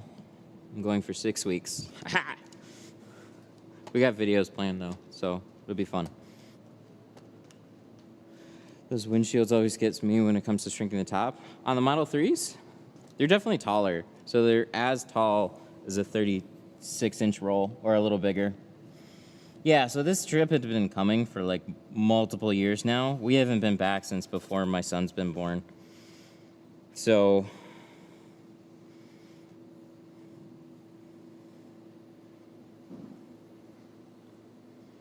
we're kind of booked that at the beginning of this year and crossed our fingers real hard for the end of the year. And then felt like it was forever away, and now here it is. Pretty nuts. Time goes quick. Yeah, little bummed that Tinter Battles, like, literally scheduled over it. I'm like, because I was like, yeah, we'll come back, and then we'll probably go to, like, those. And then it's like, they released the dates for it, and I'm like, wait, January? Beginning of January, what the hell? Oh. That one looks like it's going to be a real, real good one. They set it up nice for families and everything.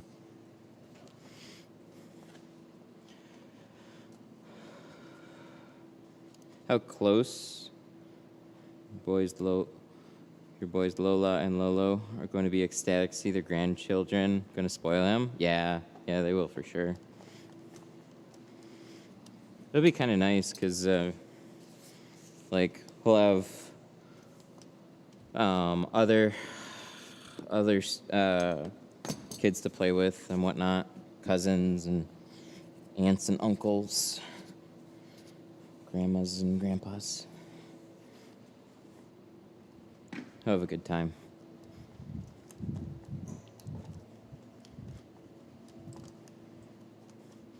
And then they'll be able to watch them, too. Something that we currently haven't really done now.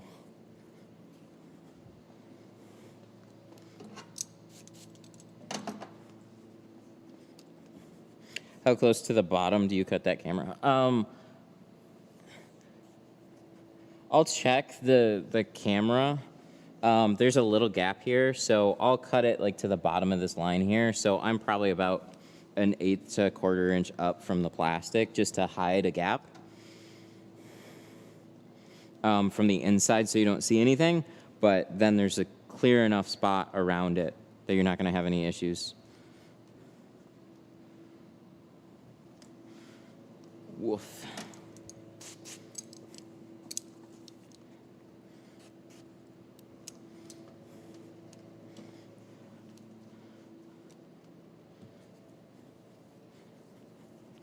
If you're flying Delta,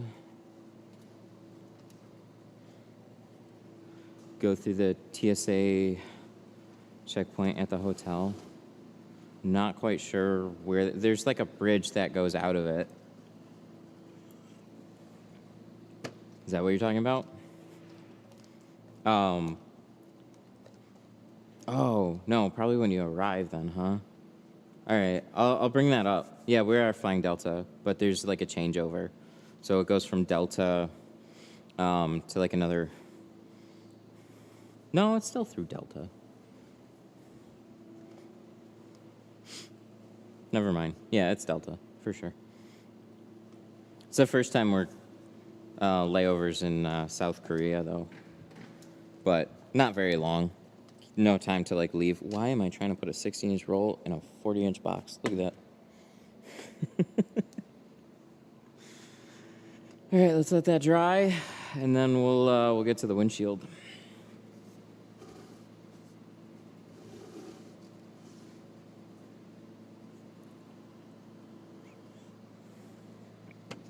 What kind of tape? This stuff? Glass Aid.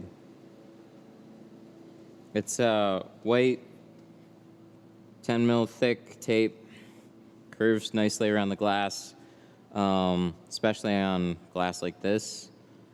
I cut on this, so I'll put my line. The inside edge is right on the edge of that black border. Then I'll cut in the center of it, and it's nice because I'm not cutting on the glass and risking putting a scratch all the way through this windshield, which would be, I don't know, very expensive. It's great. No COVID 2-week stay at the hotel quarantine. Yeah, quarantines have changed. That's one reason why we're going back. For the longest time, it was like a 2-week quarantine as soon as you arrive.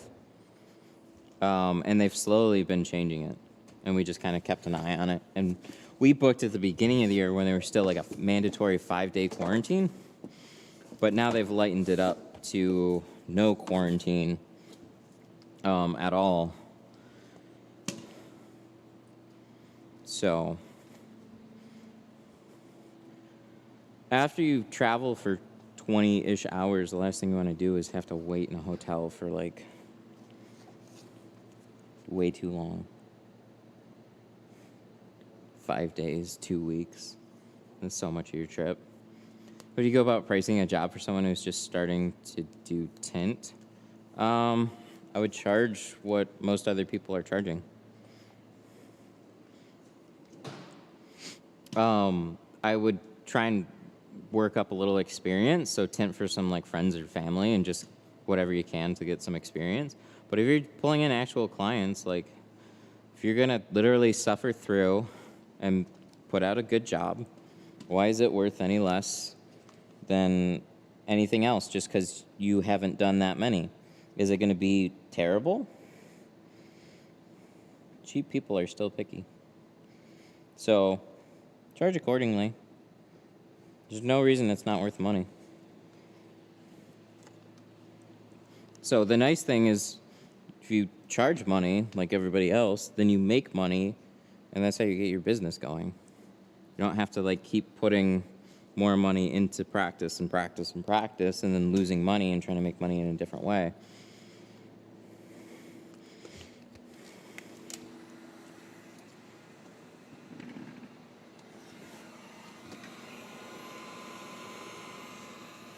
But so I definitely understand somebody that's brand new. You'd be surprised how many bad jobs are out there and how many people don't care.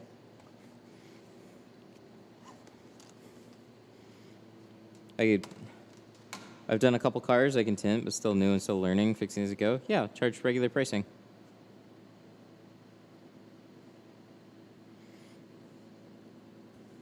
there isn't any other tinters in my area. Do you have any advice on pricing in other ways? No, not really, but there's definitely, like, how... Just reach out farther. I mean, there's tinters in your state. They just might be miles out. Figure out what they're charging.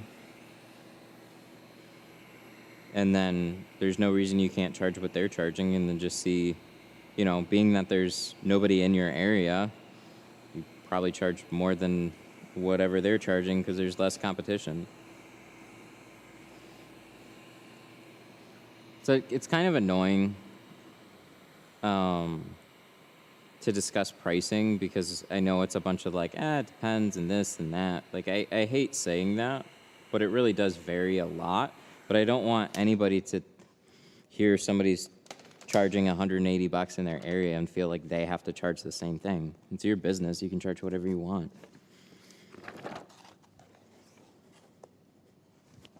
The people, you just have to convince the person that's calling.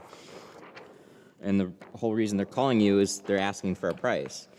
So if it sounds fair to them and you sell yourself, then you'll get the job.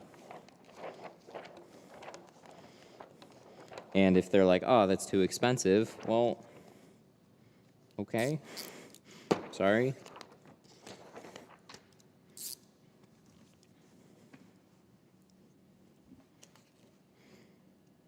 That's my prices, or, you know, adapt depending on the demand that you get.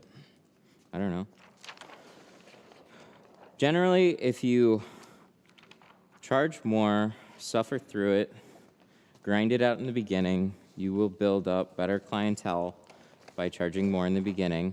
It just takes time. But you also have to, you can absolutely try and speed it up by hustling. If you just do what everybody else is doing, then you don't look any different than anybody else. So why would somebody spend more money to go to you when you don't have, you know, like for instance, like I don't know anything about you and your business. If I go on Maps and I see you have like one review that's 5 stars, I'm not really going to take it very seriously, especially if there's not really any pictures or whatnot. I'm going to look at somebody else. Oh, look, they've got 150. They have a nice shop. Who do you think you would pick?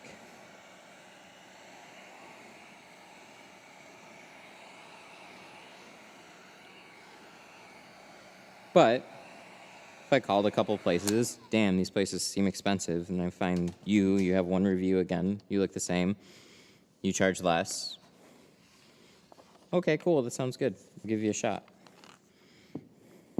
But I'm probably not a super valuable customer because I was price shopping.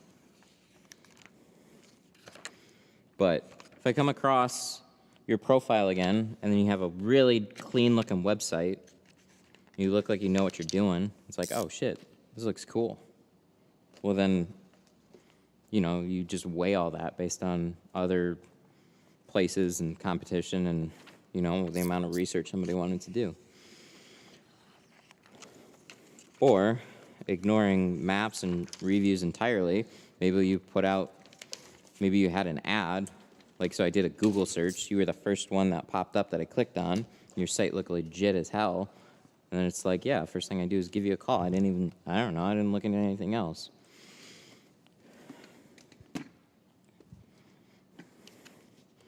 Think as if you were the consumer.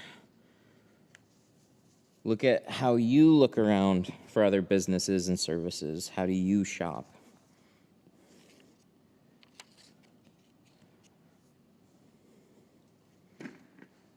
All right, I gotta get rid of this stool. I don't even know why it's sitting there.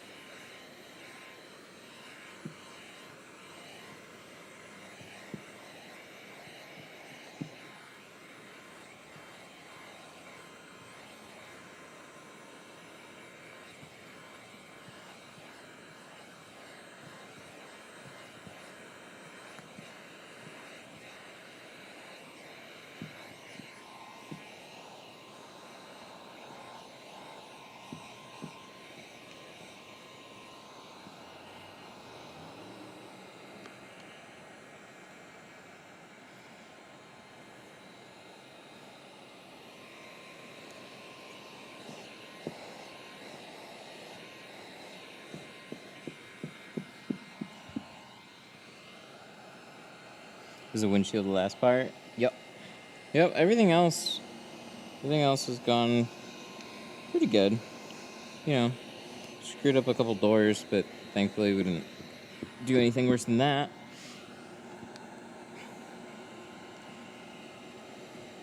See this roll? So this is a 36, and I am the edge on the top and the bottom here. It's just tall enough. That's why I would rather do a ram. It's big. It's just tall. You got some space, but it's just a big old piece of glass.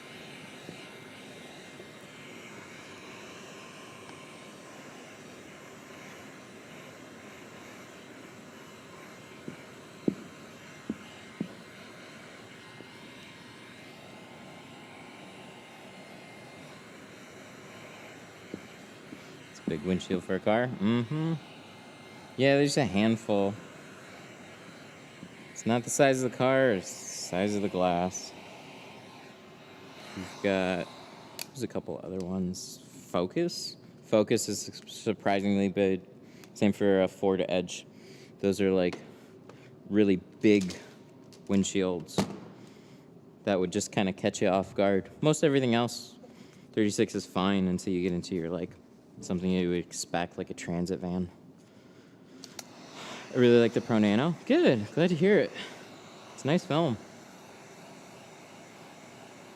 Does your tint for the front windshield scratch easily? I have to be careful with Reno 70 and 90. No. No, especially Pro Classic. Well, okay, so Pro Classic's not ceramic, but Pro Nano is. Pro Nano, Pro Classic, there's going to be a lot of similarities between those films. And then C2, Apex, Carbon Plus, those are all basically in their own category.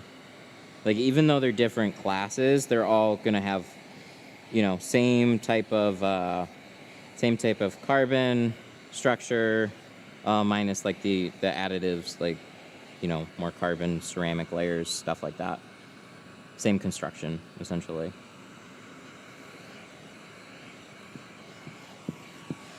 I mean, I still think this is the best lineup that I have. That's why I use it.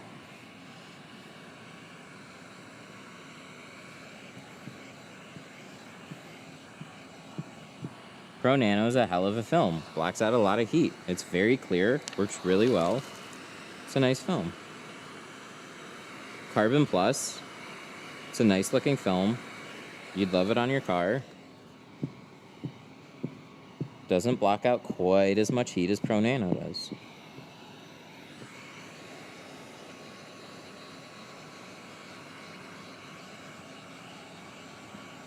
But the 35 has a nicer color to it in Carbon Plus, so like there's that.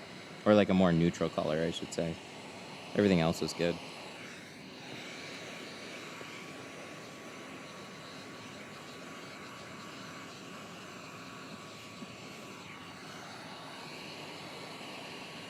So it just depends.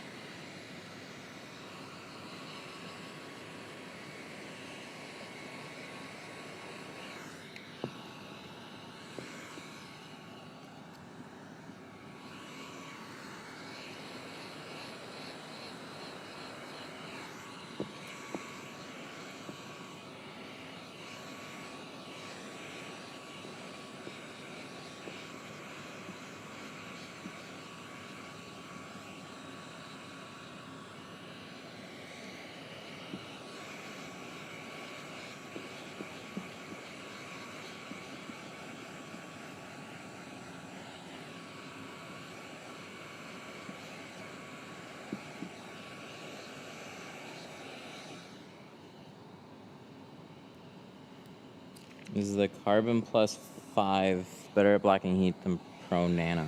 That's an interesting question. I don't know. I didn't compare them quite that much because I don't install as much 5. But with Carbon Plus, you're definitely going to get that gradient. Like I told this client, the darker you go in 5%, the more heat that it's going to block, because they literally add more carbon to make it darker. So it just makes sense. More carbon, more darker, more heat block. Does it block as much? I don't know. We can go grab a meter and a piece and go see what it does. Problem is I don't have a piece of glass, which is kind of upsetting. I have 3 pieces of glass and they all have films on it right now. I cracked the other one in a TikTok video. Haven't gotten another one. Hoping to upgrade my tint from Pro Classic to Pro Nano. Feel like the upgrade for sure. So like with 20%, you get 50%. Like 50% IR block. It's pretty realistic. It's nice film, looks good. But if you're putting them side by side against Pro Nano, you're gonna feel a little bit more heat through the carbon. Like if you don't have any tint and you roll down your windows, you'll feel less heat as soon as you roll them up, but you still feel a lot of heat coming through that glass. And then put a layer of carbon on it, it'll feel even better. Put a layer of ceramic on it, it'll feel even better.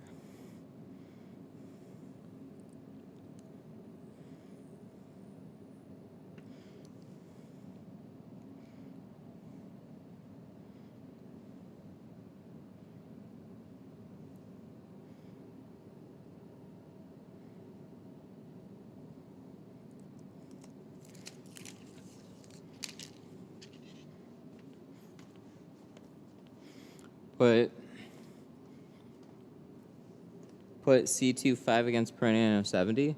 That'd be an interesting battle. The 70 blocks out a little bit more heat than any of the other shades, because it's Pro Nano Ultra technically.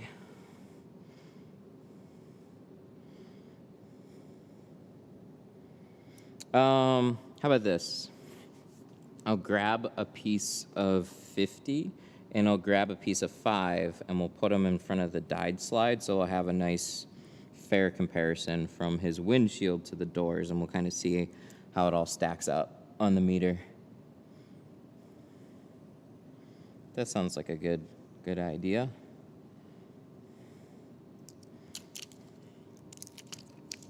Do I have a big enough piece of 50 off of this? No. Maybe. No, that's liner. Does anybody know where? See, I only have like a small frame. I don't want to cut a big piece off. Things you guys make me do. Ooh, this should be fine. This is that 50.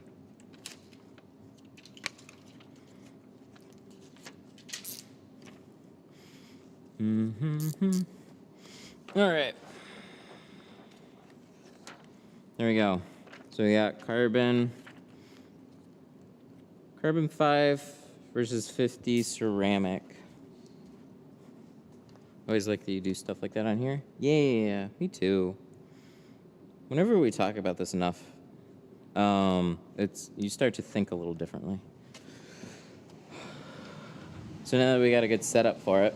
So regular heat box delay. Can you guys see this? I think so. Turn this on. Meter right now, it's at 330. I like to center it around 300. That's what I show clients. So then you go to the carbon, 150. Go to the ceramic, 75. So that's 20% in each film. So being that we got a baseline of like 300, let's take the carbon 5, and that's all the way down to 75. Woo! Ooh, that's nice. That's real nice. Heck yeah, look at that. And then this is 50. 50% ceramic is at 63. So they're very close, but the Pro Nano actually takes it by a small margin. 75, 72, yeah, 75 is what it centers out at. And it feels like I can hardly feel any heat through it. Yeah, it's real nice.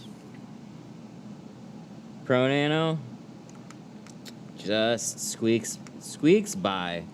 Close enough that when you're out in the real world, are you going to feel that small difference? Probably not that close, no. But now, he's going to know. He's going to know there's a difference. No, it's fine. It's so close, it doesn't matter. But yeah, that's what we talked about. It's a nice comparison, but you have to go 5% to do that in a carbon. So in the 20%, you saw it was at 150.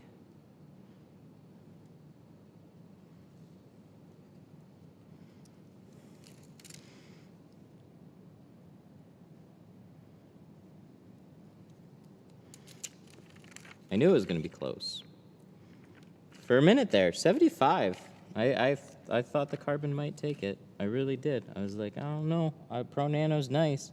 That's a pretty low number. So then you take out, you go from 5 to 20, and then the heat jumps up from, you know, where it was to 150. I guess it's a little unfair because, like, we're talking about just glass and film. So I would have to then pull up a piece of 20 over the dyed slide, and you'd see the number was a little bit different.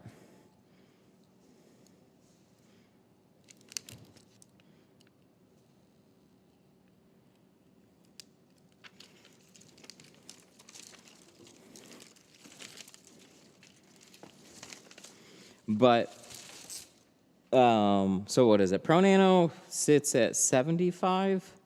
So if my baseline's like at 300 on that meter, jumps down to like 75. That's really, really nice. Jumping to Carbon Plus will be at about 100 and up. So I put it on the car. I could feel a difference. So could my wife, actually. So yeah, 100-ish to 75 is definitely enough to notice in the real world.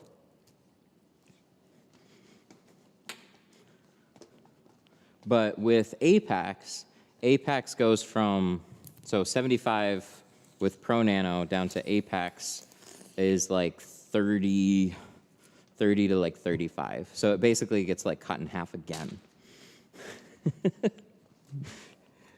And so, but you're taking like what little heat you can feel through the glass and then cutting that in half again. So it's like with a lot of them, you're always like cutting it in half. And it makes sense too. So as far as construction goes, Apex is a dual layer ceramic. Pro Nano is a single layer ceramic. So they literally take another layer of ceramic and put it in there. So it makes sense that you see the numbers that you do. Basically cuts it in half again. But cutting in half from a small margin. So there's 50% Pro Nano, block more than 20% Pro Nano. No, it should be pretty damn comparable. So on that heat box, I don't have a clear slide, so we were still comparing it with a 20% dyed film, which does block a little bit. So we would have to, it'd be very comparable. 50 to 20, the meter's still at like 70.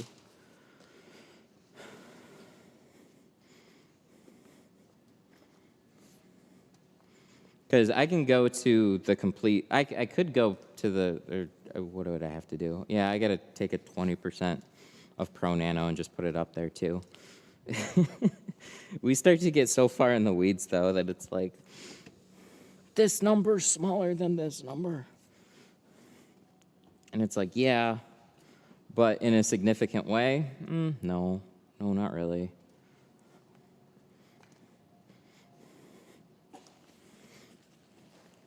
But if you remind me, once I get done with this one, I wouldn't mind taking a couple shades up there and some films and just putting them in front of the heat box.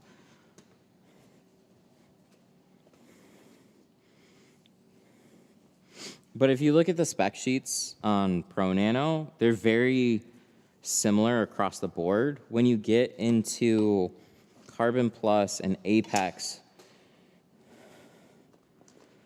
they're made with carbon in it. So in Apex and Carbon Plus, the darker you get, it's going to block out a little bit more heat. Pro Nano is a dyed ceramic, so the numbers are going to be a lot more consistent.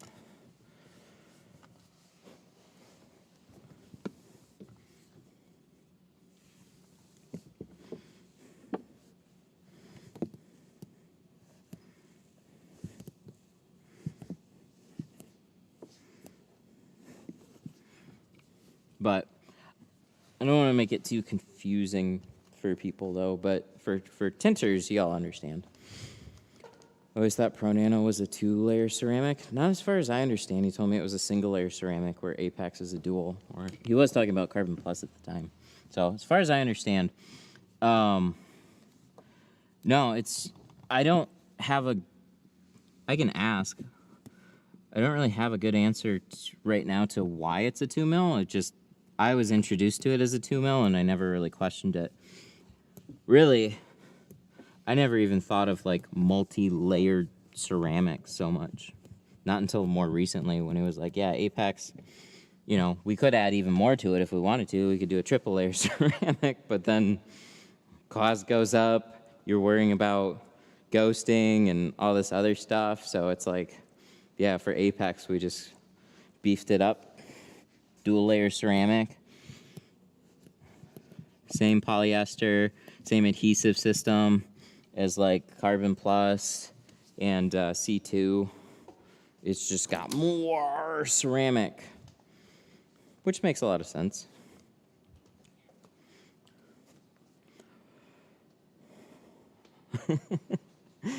Well, yeah, if you do 2 layers of Pro Nano, do you notice the difference? Yeah, you'd basically be like a single layer of Apex at that point. It's just not cost effective. So you would do 1 layer Apex rather than 2 layers of Pro Nano. But you're stacking, so it's very, very clear, but you can take a very, very clear thing, stack it together, and then you'll start to notice when those things are stacked together, you'll probably, I'm just spitballing here, but I'd imagine you'd have a similar amount of haze to doing something like that, but I don't know. I haven't really tried it. I don't have a good reason to. But yeah, like look at your tint is a light filter. And so when you put 2 layers, you're filtering more heat. But you do have, like, it's not, how do I say this? You're taking half of whatever's bleeding through, or 75% of whatever's bleeding through. So if you go to my really dark windshield tint, we did 2 layers of 5%, 2 layers of 2.5%, and 3 layers of 2.5%. And we could still just barely see through the 3 layers of 2.5%. Because, like, you're taking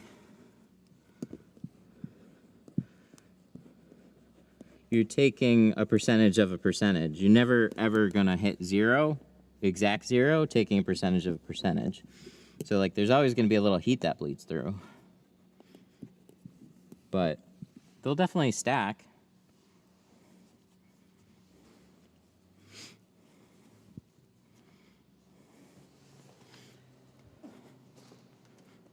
Just got a call. Got approved for the new electrician job. Nice. Congrats, man.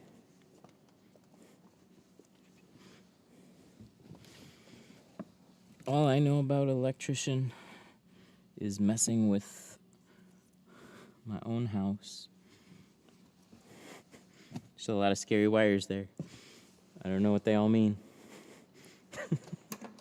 But I haven't killed myself yet. Oh, I should put ones there. Hang on, let me go grab something too.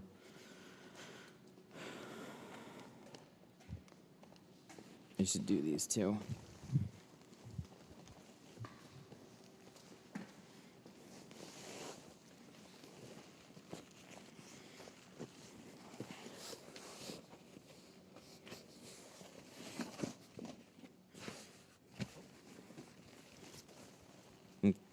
I didn't realize my squeegee's still back there. I was just about to reach for it.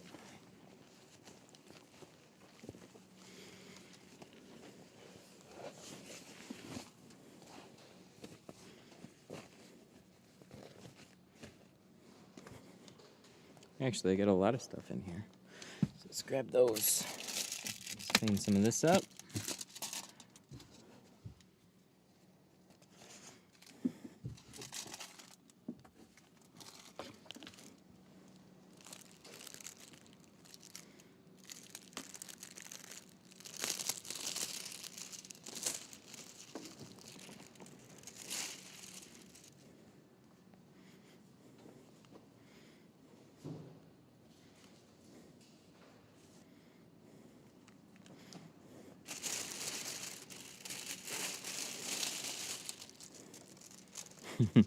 I used to think I knew something about electricity before I got licensed and doing a job.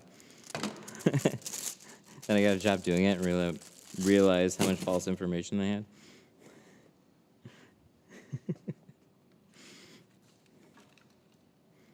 What I know is red positive, black negative, but that's not for houses.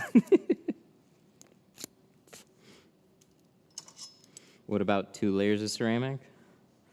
Yeah, we were just talking about that. If you do 2 layers of ceramic, you would definitely have more heat block, but you're blocking out half of whatever's coming through. Half or 75% of what's coming through, which is what Apex does. So if you're interested in that, get a super ceramic. And then if you want even more with a super rich ceramic, then get 2 layers, but then you notice it becomes very cost prohibitive. So like, why don't people just get 2 layers of super ceramic? I don't know, because they don't want to spend $1,200. $1,200 twice. Like, it just gets expensive. And for what return? It's like being the bleeding edge of PCs. Like, you can spend hundreds of dollars more for like 10% more performance.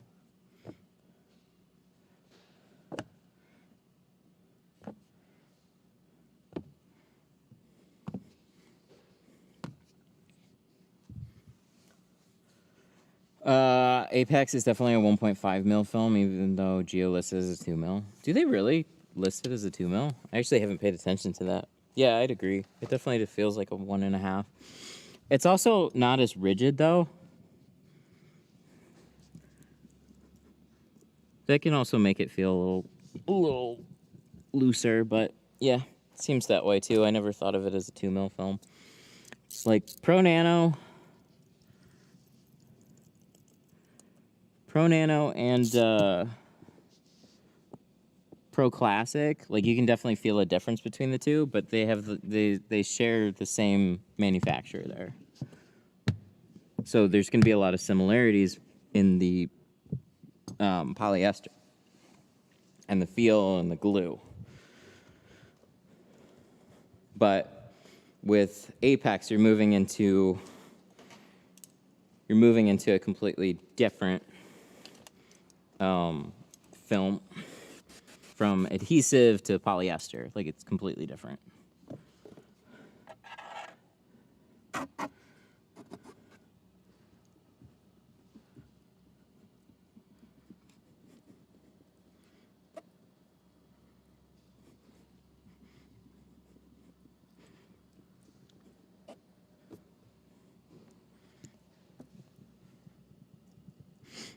I don't know. Then you learn about adhesives. I know acrylic adhesive. I forget what the other one is. Soft melt adhesive, something like that. I don't know. It's a different adhesive for Pro Nano too, which is one reason why it's a little sticky compared to Carbon Plus. But they're both tacky. I remember installing like Lumar and ASWF handful of American films and like little baby shampoo. Got plenty of slide out of it. If you wanted more slide, add more baby shampoo. And like, you didn't need to do anything else. Then I got a hold of, same thing for like Avery NR Pro. It was like, yeah, no problem. Little baby shampoo, no issues. Went to Avery NR, and then it was like Stick City, and I'm like, what the hell happened? They're like, it's different. We can't say why, but it is. Like, why can't you say why? What is it? Well, it's just more tacky. Why don't you use the same adhesive? I don't know. That's not a great answer. If you're gonna change something, can you at least give some insight? It's a new film. Why'd you change it on this one and not on this one? Oh, that's spam. We don't like that one.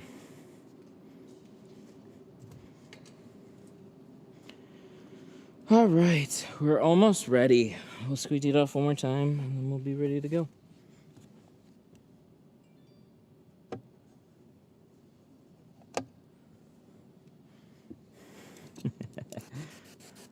Just realized I was 15 minutes behind. We're already done. Actually, that'd be awesome. Can you skip forward another 15 minutes when I'm actually done with the windshield? That'd be great. Let me know if it turns out good.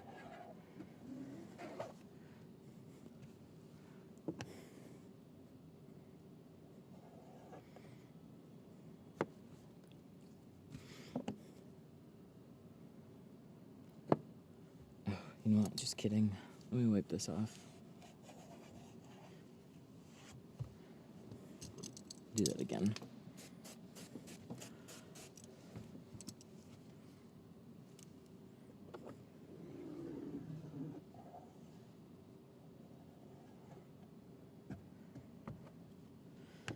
No wonder you weren't answering me.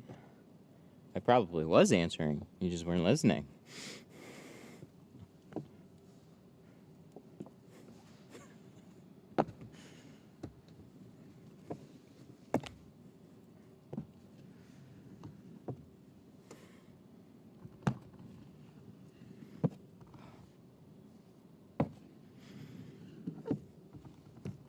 Alright, if this ain't the most beautiful windshield we ever saw, I suppose that's okay, because another client is probably going to be like, good, I want mine to be the most beautiful. You can't keep getting better. Doesn't make sense.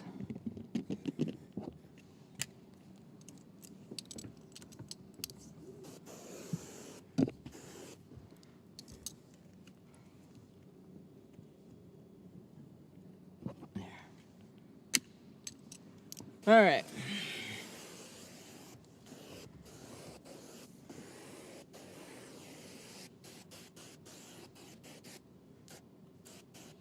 That's good.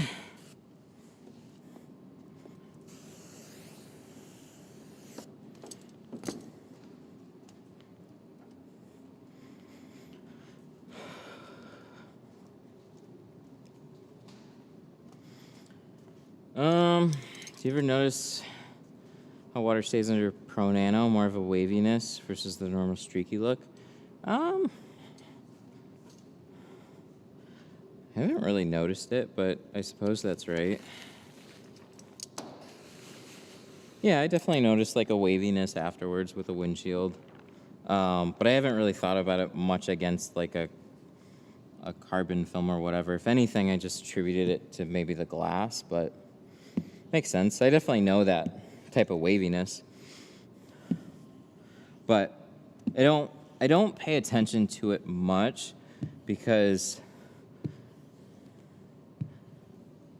whenever you just squeegee out the window, if you put a nice amount of pressure, make sure all the air is out, it's all gonna dry out fine. Doesn't matter. Doesn't matter if it looks a little wavy or a little spotty or something. It'll all dry out fine. Mostly because I've tinted so many of my own windshields to compare films that I just like,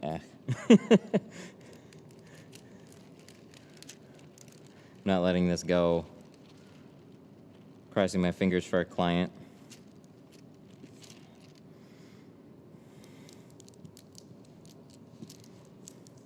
So which type of film? So you're going to want to get a ceramic. Ceramic's going to block out the most amount of heat. As far as whose ceramic, most top recommended brands are all going to be very similar if you put them all side by side. And like basically put a sign, like you had like logos and then you had films and you had to guess which is which. You wouldn't be able to do it. There's no way. Not unless you were so familiar with that film and that color. Otherwise, you would notice no difference between them. Just like, oh yeah, I prefer this color a little bit, or this one blocks out maybe a little bit more heat. But being that, just like, what do I get for my car? Any of them. You'd be super happy. Literally any of them.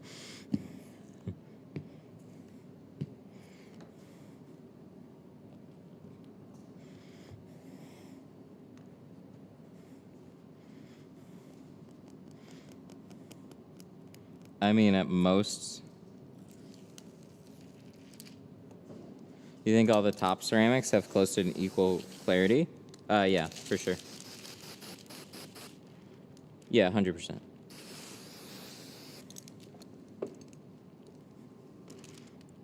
I mean, it's the same thing with cameras.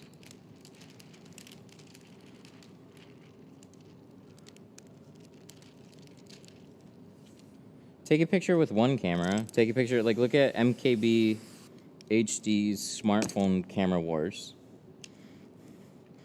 And, like, comparing side by side by side by side by side, there was a clear image that most people preferred when put side by side against somebody else's. But the truth is they all took pretty damn good pictures. And they got even better the higher they would go. And it's so nuanced. And generally not a true-to-life picture that everybody liked. And then it also depends on how the platform compresses it. So, like, same thing with films. It's just like, just a matter of price and availability to the public. Yeah, exactly.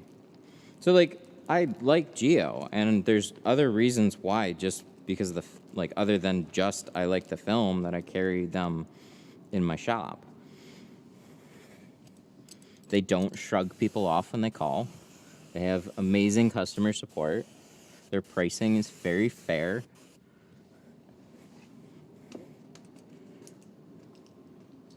And they root for the underdog.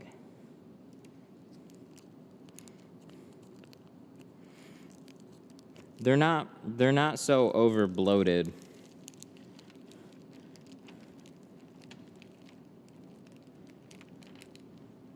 that it's like hard to get in touch with somebody. Basically anybody could call and get in touch with the two owners of the company.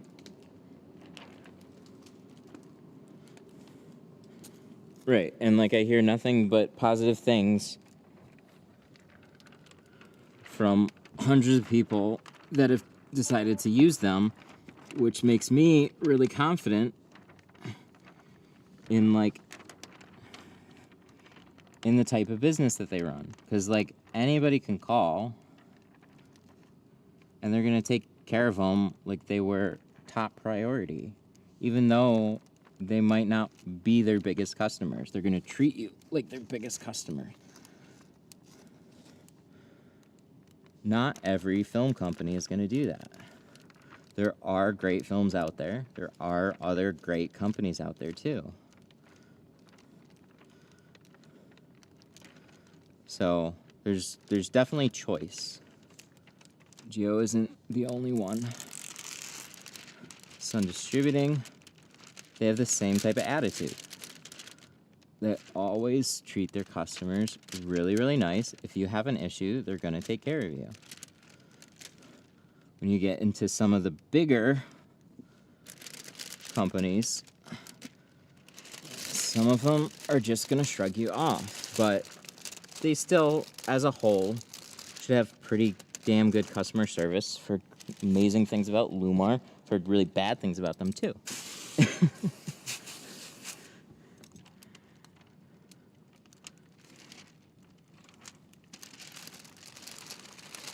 They think very highly of you? Yeah, I like them. They're good. I'd hope so. But no, they are. They're good people. They care. I can't believe the amount of attention that they've put into the community. They're not just like, oh yeah, that's cool. We got other things to do.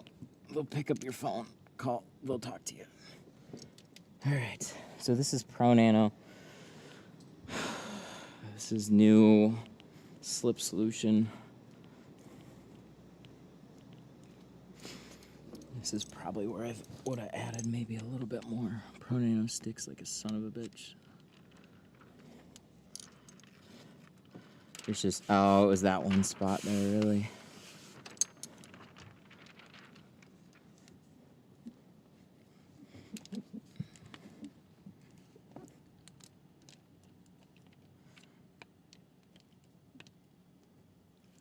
Well, maybe not.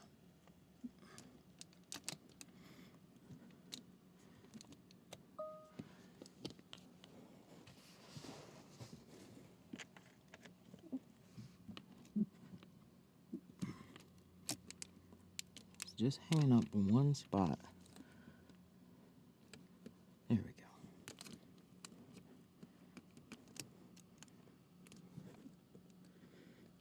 Explain to me how that works. Say this is Pro Nano's biggest downfall.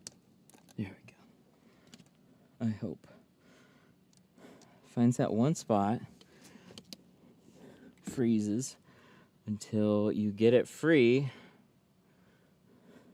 and then the whole thing skates around the windshield like it never had a problem. Get the fuck out of here.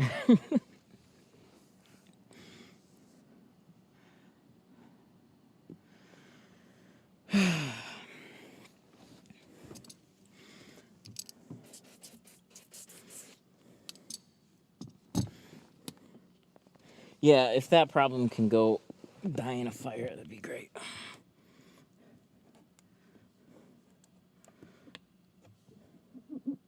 But hope if you guys understood anything here, not all films are going to be perfect. You're going to have headaches with some of them. And, you know, as much as I'd love them all to be sunshine and rainbows, I have yet to find one that's all completely sunshine and rainbows across the board.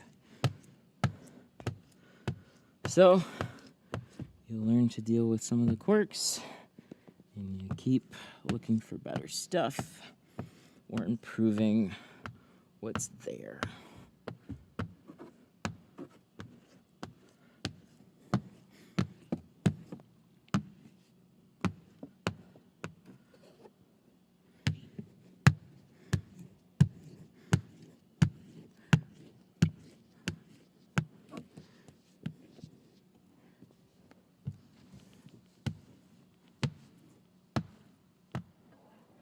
What did I say though? I had half a bottle. I wish I added 4 ounces. I didn't have 4 ounces left.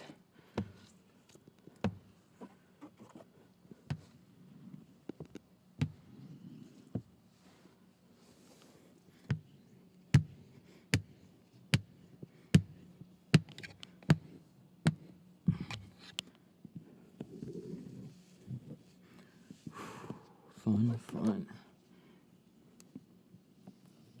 Oh. Well, shit.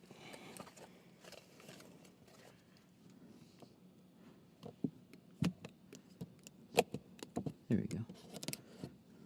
Right up against that panel.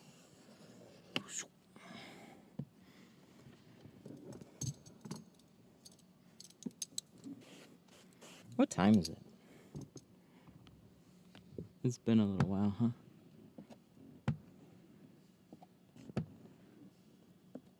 Yep, so after I press out water the first time, spray it again, a little bit of a harder pass.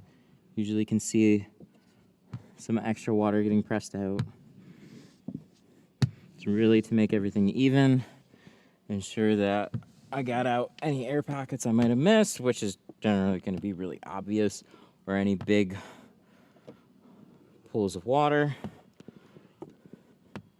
And then just let the rest figure itself out, because it'll dry out. Like, we'll still do a couple little touch-ups, but the rest will sort itself out.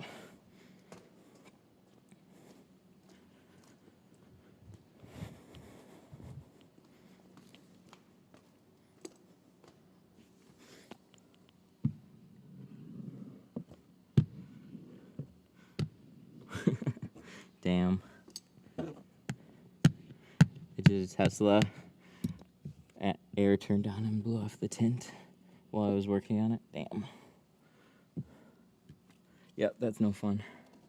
That is one of the problems I'd like to avoid. That's why I put one of these big sun distributing towels over that.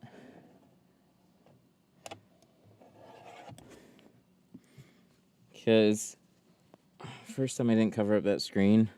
Yep, little water drips start making the screen do some stuff, and then you might bump it. Yep, just cover it up. Cover it up with some extra rags for sure.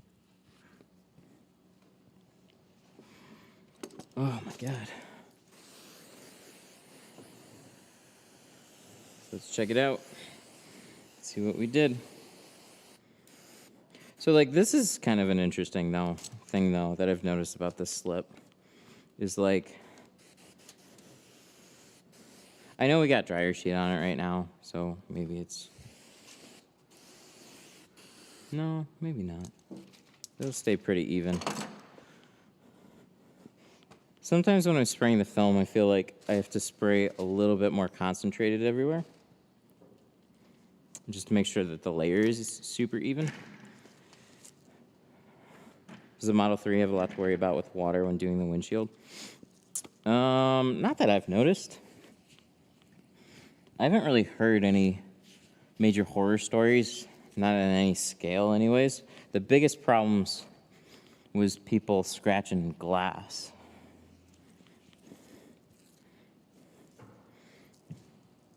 It's really just make sure everything is thoroughly covered up, which is pretty in line with what I do on most cars. So the towel, the soak shield, it's a nice dense towel. And then I put an extra one over the screen area too. And then I put a couple seat covers on.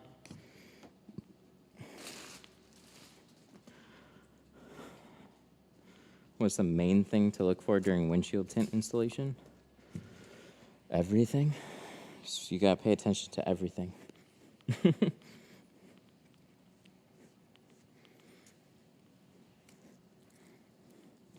Oh yeah, you're right. GeoShield's new slip isn't soap-based. It didn't foam up when you scrubbed it. You're right. It didn't foam up near as much as any of the other ones that we've done. Everything else suds up, 100%. Damn, how did I not even notice that? No, you're 100% right. It does.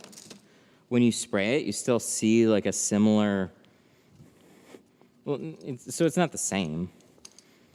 But like when let me just spray it on the board again. I don't want to spray anywhere. I just, whatever. So when I do this, step it.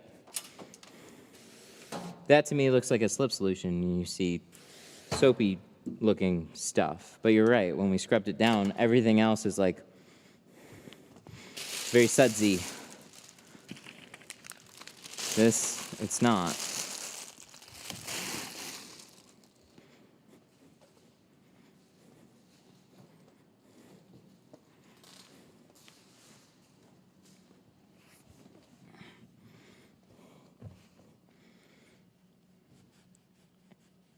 And I've been saying for a long time now, I don't know what you need to fix or what you need to change,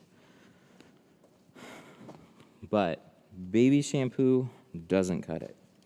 You need something.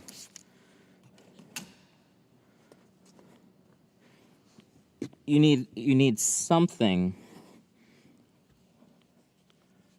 from the that's in dish soap essentially, and I'm not saying dish soap specifically, but there's something on what were we saying? There's some chemical in there that when it's mixed with, just added to your baby shampoo mix, that helps it glide a little bit more. It's not that it's more soapy, it's that it's like, just helps even it out a little bit more.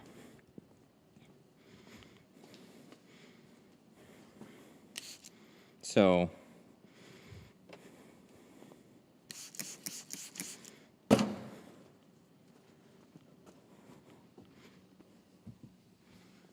it's nice to see. Nice to see whatever they changed seems to be working. But I would definitely like to add more, probably if I was using Pro Nano on a windshield, just a little bit. Most of it was good. There's a couple little spots that it got hung up in. Sometimes that's the way it lays and beads across the glass. I don't know. I'm not making excuses, I just want it to be better. Oh no, my headphone died. Oh, I get another earbud, don't I? Wonder if it'll work. I like the suds, throw a bit in there.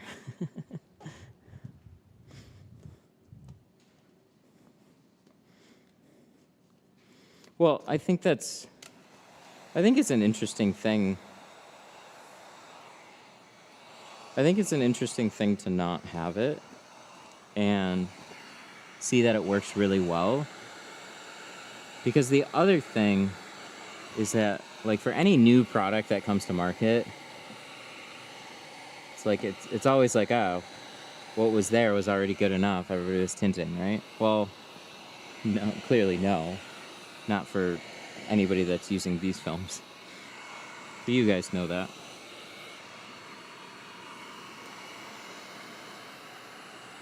But when everything looks very similar, it's like, oh, well, everybody's like, oh, well, is this that, or is this that thing? Clearly, no. They're doing something completely different from what any of the other ones are doing. So that's good. It's not more soap. It's do something different.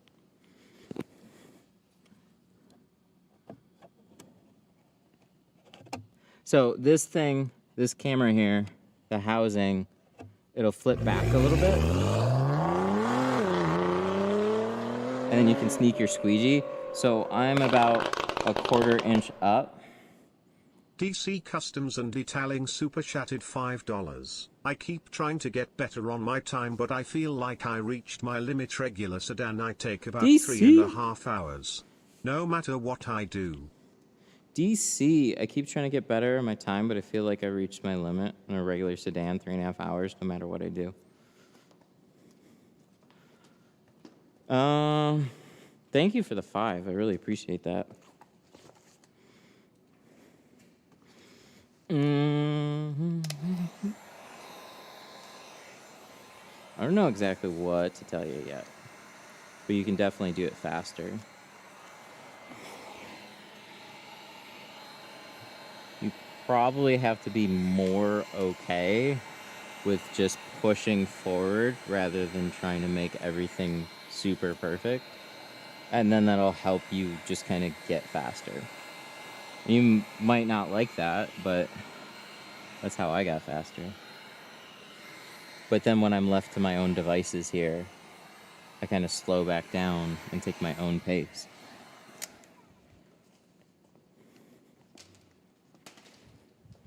But I can kick it into gear. If I'm like, oh shoot, I have to get this appointment done before this one, and I just push myself to go faster, not worry about it so much, just move on. I very rarely ever do that, but there's times that, yeah, I've definitely done that. When I was tinting for, like, Tint Squad symbol, all those places. It's like they don't care. Well, okay, like I say Tint Squad, yes, they care. But you know what I mean? Like they've got, like, suck it up, Buttercup, get moving. You know what I mean? And sometimes that's good. As a tinter, that'll drive you crazy, but then you don't think of some of the downtime that you get too. So it's like, yeah, there's times that I definitely like would bitch about it, but there's other times that I was like, yeah, it's been slow. You gotta hustle while the work's there and just make it happen. Learning to accept good. Yeah. Yeah, and I don't think that's a bad thing. Like, to be honest, it's like there's a healthy amount of criticism on your own work, but when you have a set of fresh eyes look at your own work, they're not going to notice every little thing that you do. They have to, like, hunt for things. That's just kind of how it is. And that usually means that it's good enough. But a lot of people, a lot of shops, they'll put out work, they'll throw things at the wall, and then when it doesn't stick, it doesn't stick. And it'll come back and they have to fix something. But it doesn't mean they put out a bad job. It just means, like, maybe one or two things had to be fixed on a window. Like, so one door window had to be fixed, or this had to be fixed. How many more cars did you do during that time that, you know, you wouldn't have done otherwise? You got to consider those things. But I learned some of those lessons from really just working for other companies, and they didn't give me time to care.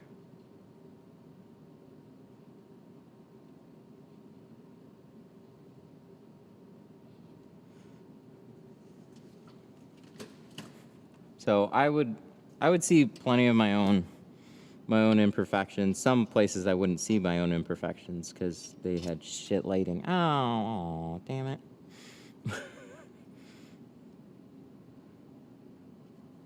I hate when that happens. My bad. It's not a bad one. It's like a nick, but it was done with a very, very sharp blade. So it's gonna bleed for a while.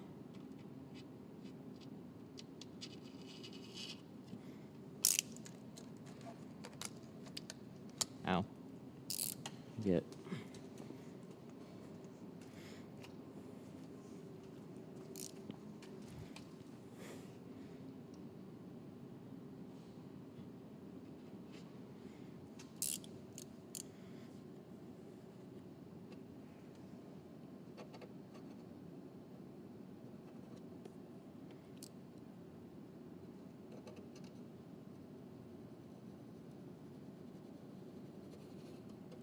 Yep, just cut myself a little bit. It's fine.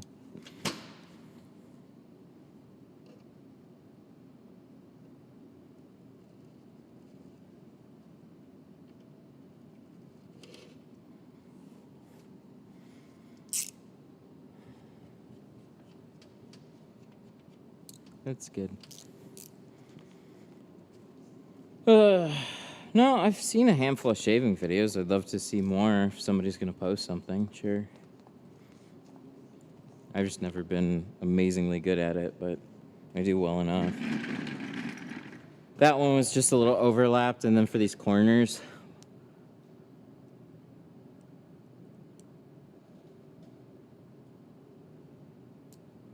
I haven't seen you cut yourself before. Yeah, not accidentally. If anything, it was like you put your finger over, like, the top of the tint, and then slice your finger that way. I don't think I've done it with a blade anytime soon.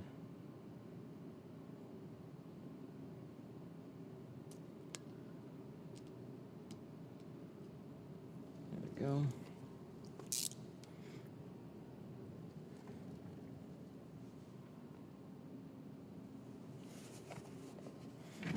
Nice. Yeah, it was mostly the back ones. You need to really... No, I always shake. That's normal. When you're close to this, like, you guys might not realize, My hands do that all the time. Like, if I just hold them out, they have a natural little, like, shake to them. It's just how they always are.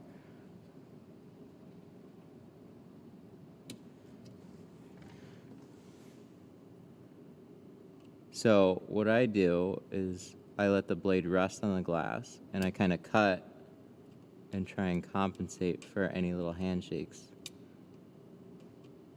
I think everybody's hands are a little shaky to some extent.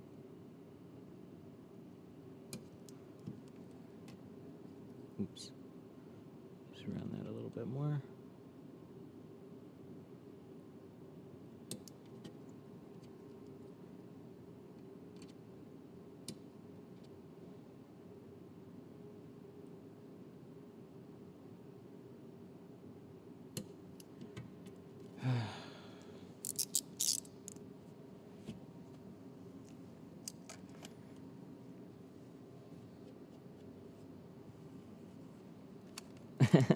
As a file guy, you're making it hard on yourself.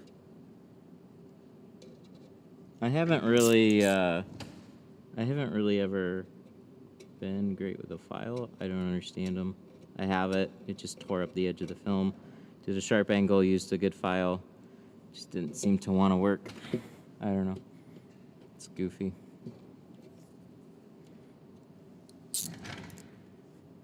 But fuck. I think I just screwed this one up though. I shouldn't have done that like that.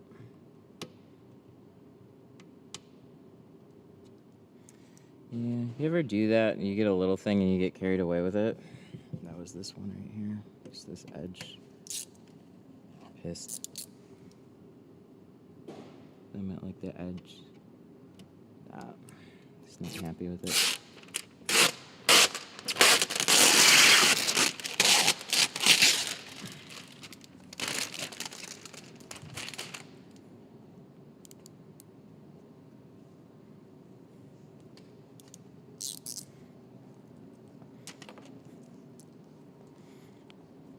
Can't be using those giant chainsaw files. Why does everybody recommend it? I tried a small hobby file. It got gunked up so fast it didn't seem to work. The belt sander, I need to buy a better one. Tried the belt sander. It's awesome, believe it or not.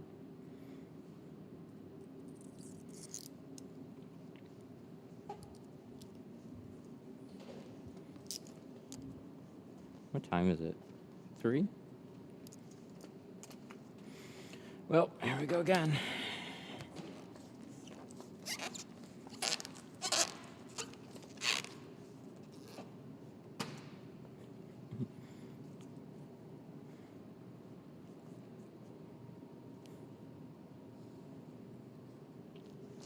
That's gonna be super annoying.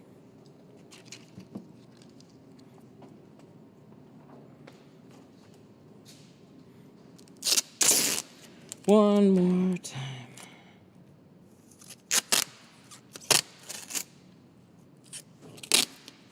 Yeah, belt sander, believe it or not, super smart, works really well, and is probably going to change filing when more people find out about it. I bought one, and the issue that I had was the belt kept skipping off.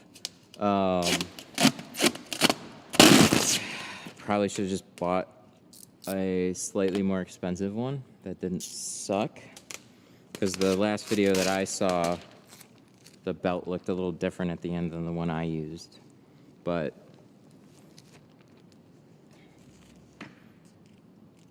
they're actually really cool. It does exactly what it shows in the video. You like literally just buzz off the edge of your window. No problem. How much PSI in your tank? 90. I start with 90.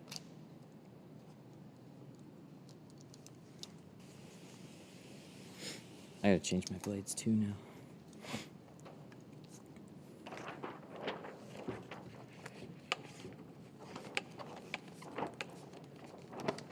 Can you ship film to Poland? I don't do anything international, contact Geo.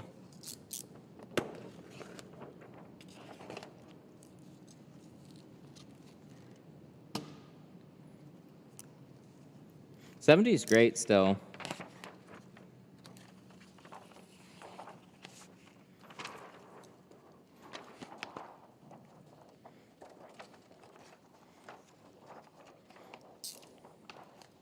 Try new skin or liquid Band-Aid.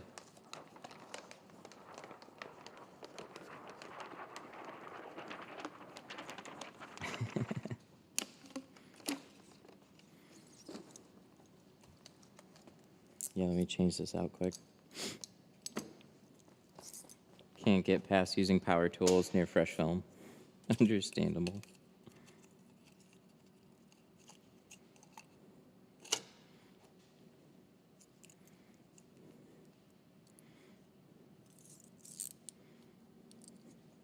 But what's crazy is it was still wet. Like, so I squeegeed it down, buzzed it, and best I can figure is like the heat basically like squeegeed and dried it as you were like going across. It's kind of nuts. Like some of these things, they sound real crazy.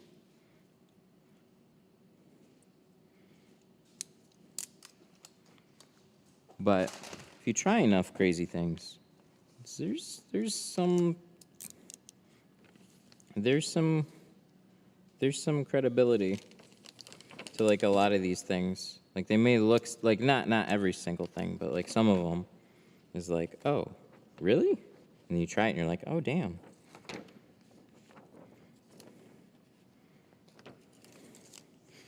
Yeah, so like squeegeed it out. It wasn't fully dry. Buzzed the end off, and it was just like super easy to. No, it wasn't even skillful. It was just easy. You just hold it up there and let the machine do the work. Just makes it real straightforward. That's why I think it's got the potential. I just got to spend money on a better one. It's got potential to completely change the way people file. It's like a new thing that a lot of people are like, whoa, that looks crazy. Kind of like torches. But you get the right one, the right blade on it, or the right sandpaper. I ordered it. I tried it. It worked great.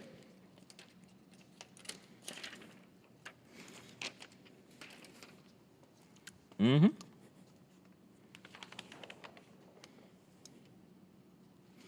But don't be scared of it.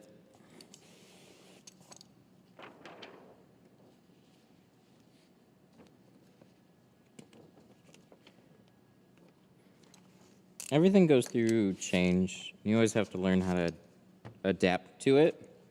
I mean, you don't have to do it that way, but just think. If it's a faster, easier way to do it, people are going to do it. And then all of a sudden, what was very skillful gets commoditized. And that's just the way of everything. I remember when air conditioning was new in cars. Stuff like that. It's a premium feature until it's just the standard. But with that, it's not the end. People are always figuring out new things. So like right now, tint blocks out heat.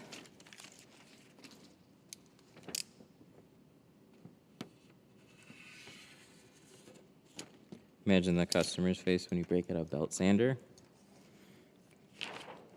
True. Their faces would probably be pretty funny at first, but when you see it, it's also really impressive too. Because very quickly, it's like you pick it up, you start it up, and you just see the edge of that tint. It looks almost as impressive as filing does. Just as you see the end come off, it doesn't like, personally, I'm not like, oh shit, they're screwing up that window, or like, what the fuck? It's not like when I saw somebody take out a torch. And with that torch, I was like, oh, what? That's crazy. A lot of people were shocked, and they're like, oh, you're gonna burn the car. Like, no, relax. But with like the mini belt sanders, it's just kind of like, it looks like a tool. You take it up to the glass, and then you see the ends start peeling away. And it's just like, oh, look at how perfect that looks. They've been around for a long time, too. I think they've been like a European thing, though. They haven't been an American thing. Because when I looked for it, like I saw a video years and years ago, and I looked for one, and nobody had it. No US. So I just like thought it was a crazy video. But you're going to see them. Betcha with the right kind of attention, they'll be commonplace. I bought one. It was like from Northern Tools or something. I found it on Amazon. It was like $80 or something as a plug-in one. I didn't care. But when I also bought some like replacement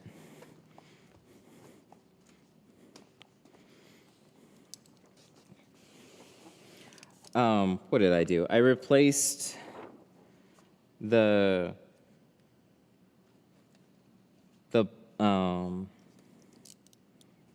I keep wanting to say blade. It's not a blade.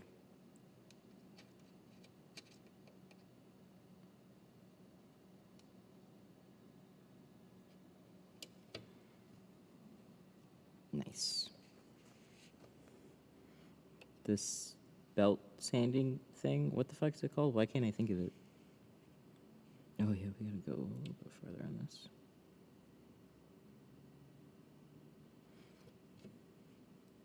The belt. Sanding belt. That. I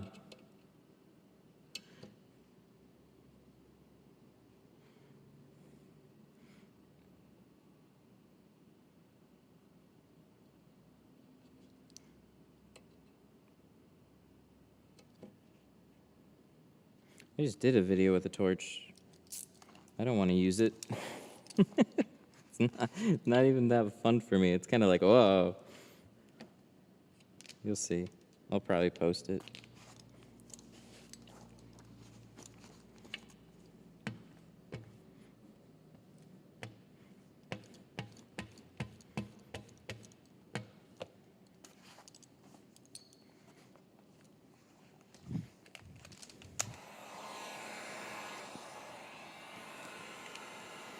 But anyways.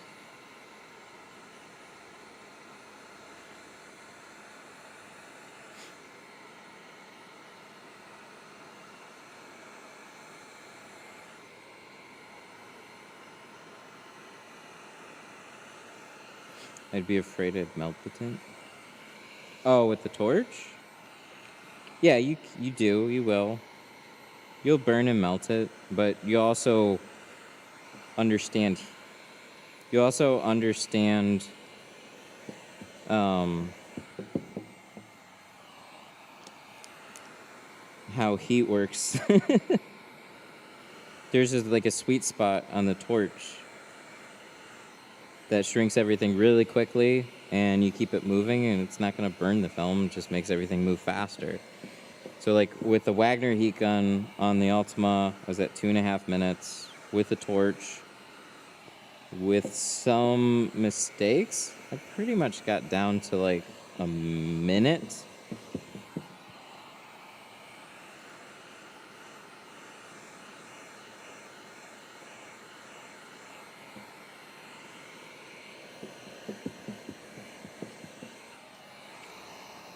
He works very good in the flame.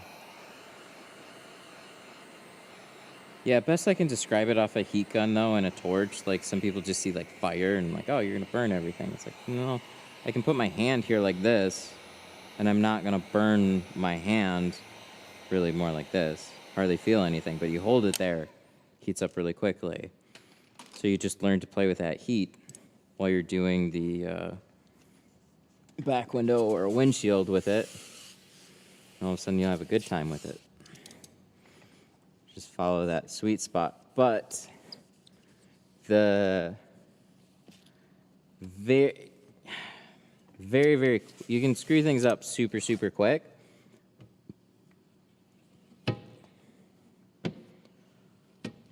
So if an intermediate back window is going to take me 2.5 minutes to shrink, there really is no benefit for me to learn using a torch. Not my day-to-day.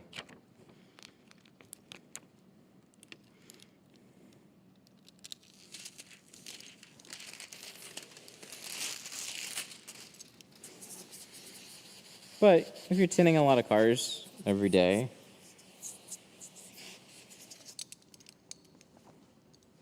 then it might be worth it. Like you'll save some time and do things faster, and you're also not fiddling with cords and stuff. Did you get the wrap that covers the door panel? Carpet shield.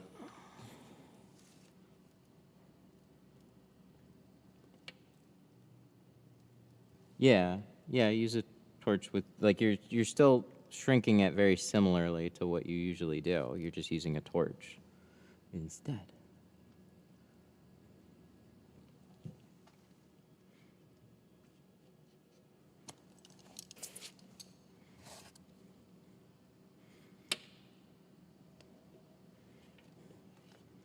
Seems like it would be impossible not to overheat. Yeah, it's until you start playing with it and seeing other people do it, and then you kind of understand the crazy there, and it's really not as crazy as what it seems. It's just like when you get super comfortable with using a heat gun, if anything, you want more heat out of that heat gun, because you got to put it extra close. The Wagner heat gun doesn't get hot enough. But I can still burn film with it. More heat will save a little bit of time, but it's like you're talking about going in the complete other direction with that.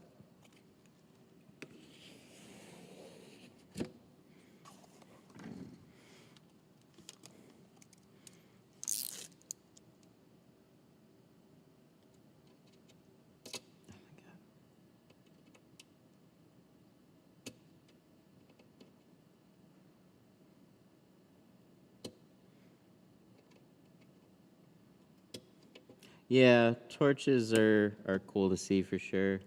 They'll freak some people out. Oh my god, my hand. There we go.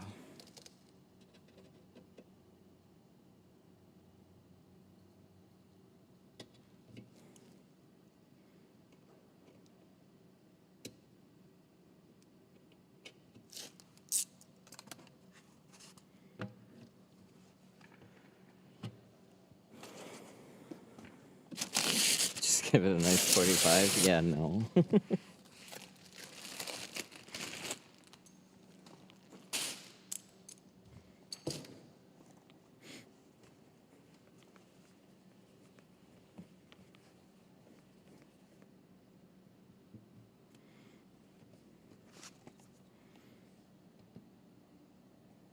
Bitch. What is that?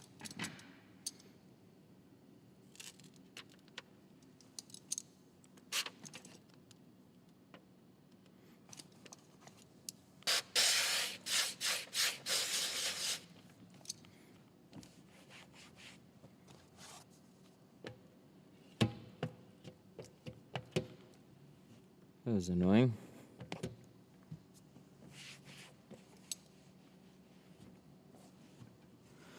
Okay, I think we're done.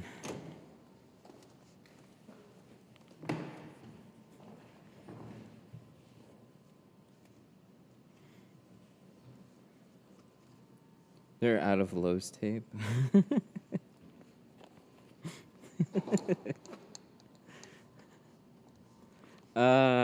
Check for some other hardware stores, but I'll have a tape here next week.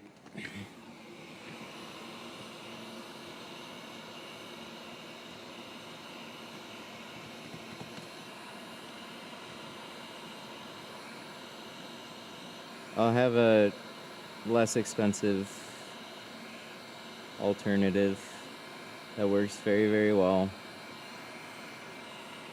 We're putting it under the glass aid line, just hang out for another week. You'll see it in the store. I'll unfortunately be gone, but we'll get it up there.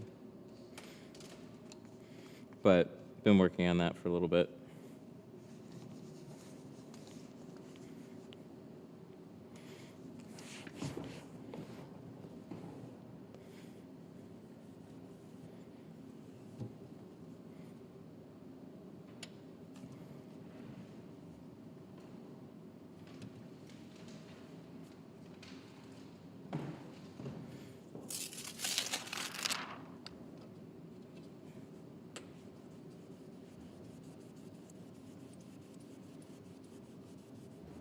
Just kidding.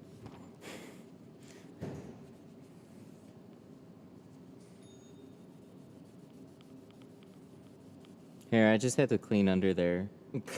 Sorry, this is where everything like falls apart.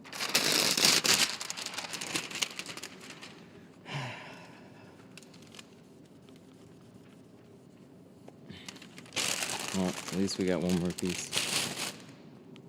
I should have just ended. Should have ended a while ago. Now when people ask, you won't have to sound bad since it's lowest tape. Yeah.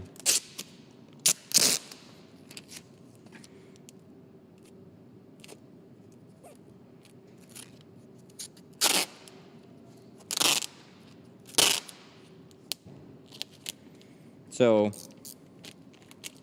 tuck tape, Tyvek. Tyvek's a little thin. It's not my favorite. Tuck tape's still good.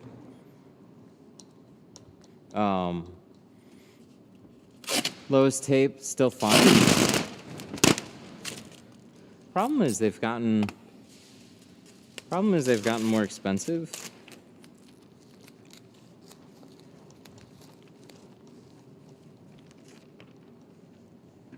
I don't know if I'll be done in time. Problem is they've gotten more expensive, and we don't really need them to do their job. We like the adhesive, and we like the water-resistant, plasticky nature of it. Like, it's just a great product for it. So, I tracked down the company. I talked to them. There's a rep that came out here. Talked to him. And if I wanted to pull it in as a product to actually, like, you know, have it in the store, so when people go like, hey, what tape do you use? They can actually, like, point them to, like, a tint company. Oh, I took my trash can. I can actually point it to a tint company rather than a hardware store where you may or may not find it. Still pretty widely available because of the industry it's in. So by all means, house rape tape, go nuts. That'll always be the case. But we're coming out with a solution here. It's essentially going to be the same thing, just cheaper.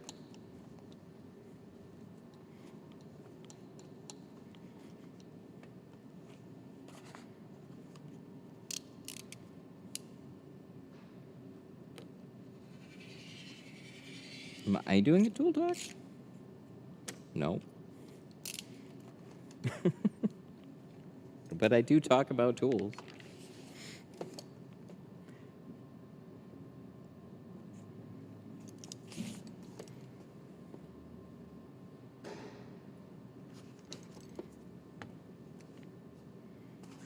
But yeah, so I tracked down, did some digging, sent some emails, made some phone calls, tracked down the makers of tuck tape. And interesting enough, tuck tape is a Canadian brand, and they got bought, and they're really never going to be anything more than a Canadian brand. So then I did some more digging because I was like, well, that's fine. Can I buy it and have it in the store? And they're like, no.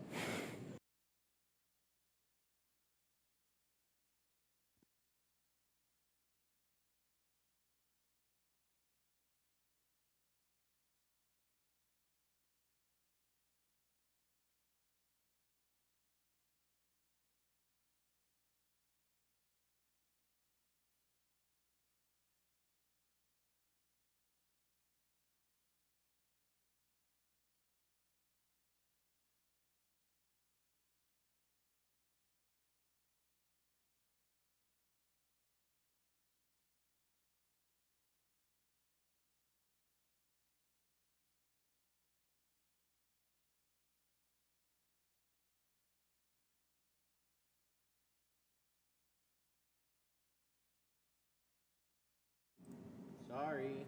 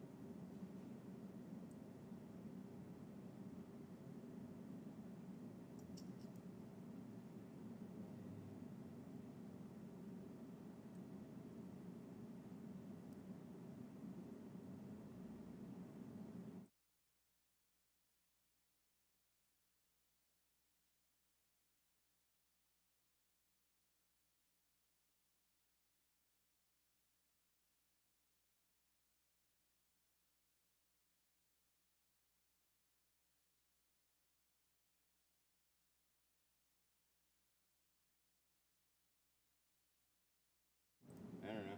Hang on. I'll finish this window. I'll be back.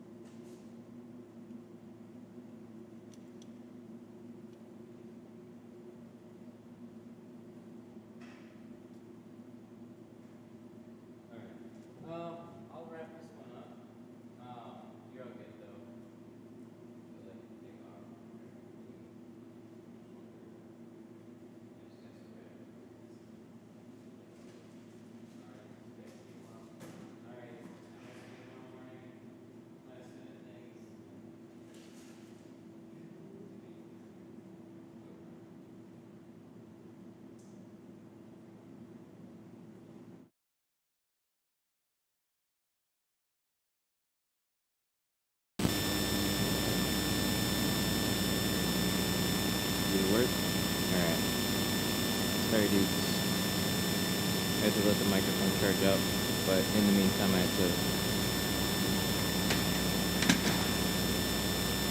had to wrap up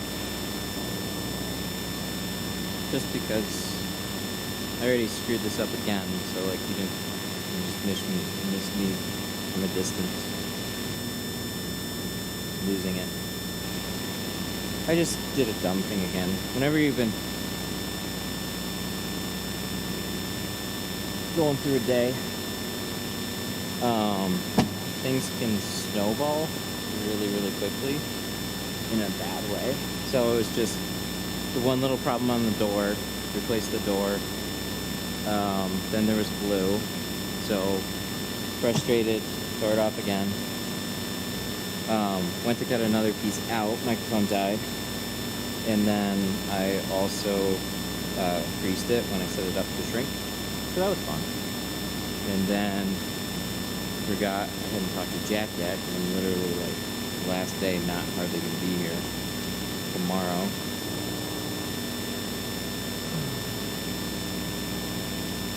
And like this obviously took a long time.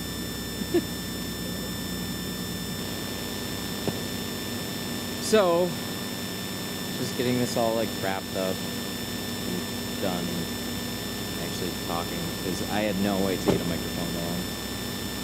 But obviously I want to make sure this one's as situated as I possibly can before I just say it's good. And then no problems happen. So should be good. The final close up. And I figured I have. Oh, do I get to do that? Like, come on. I gotta do that window down. Sorry, that's just a fun thing to wrap up my day. See, this is where I pay attention to Facebook groups. I really like them. Because I should have a fix for it. But, Sun Distributing's, I'll send you guys over there. Sun Distributing's, I'm going to do a live stream here, so the Sun Distributing YouTube channel, also a Facebook page. Who are they? They're really nice people. They sell film and tools. Rick is a long-time window tinter, so if you have like general questions, curious to hear more about the business, they do a live show every week and just talk to everybody. Usually come in with some type of topic, but nice people. Check them out. Let's see if we can fix this. Alright, so what do we got here?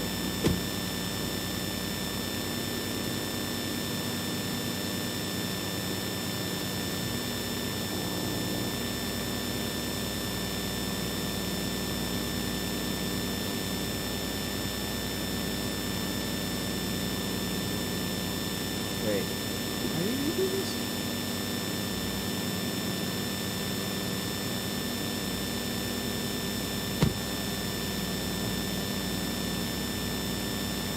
Maybe that.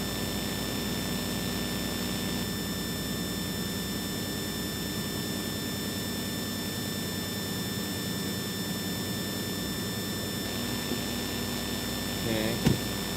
Okay, we fixed it. Cool. See? That's why I pay attention to the groups.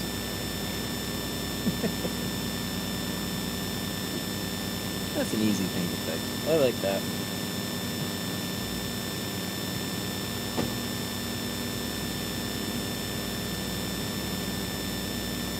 So window is rolled, like hit the top, rolls down. It's just something that can happen when the doors stay open for forever. Basically just shut it, roll the window back up, hold the switch. It basically reprograms the window to tell it that that's the top, as far as I understand, and then we go. So there we go. It's all good. Looks good. 50 on the windshield. 5 on the rest of it. I'd say we suffered.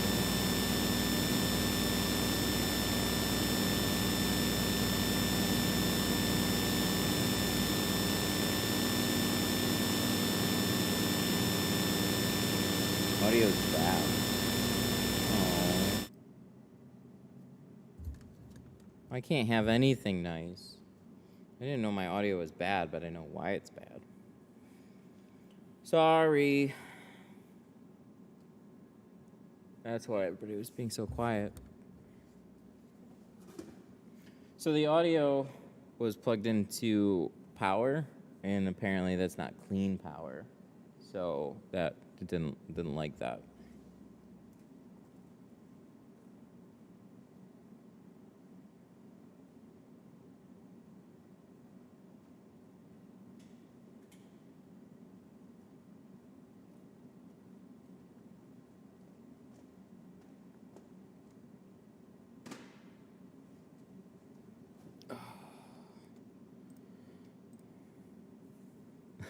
It reminds me of the old analog radio days. Yeah, that's not a good one.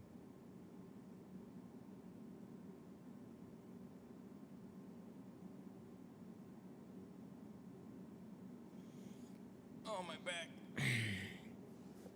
Yeah, it's nice. Turned out really nice, though. I don't know. It reminds me of some of the older streams where it was like no matter what we do, it would all end in some type of disaster, or we'd have some hang up that would just make me go friggin' crazy. That was that last door on there. Everything else actually went surprisingly well. So it's been a while. Been a while since I've done a Model 3, but I'll suffer through it. So you're going to private label the tape, 313 contamination control. It's going to be under, so it's going to be Seal Guard by Glassade. We're going to put it under the Glassade branding. It looks pretty friggin' awesome, though. I had my graphic designer do the label. And for those of you that suffered enough, I'll show you what it looks like from a distance on my phone.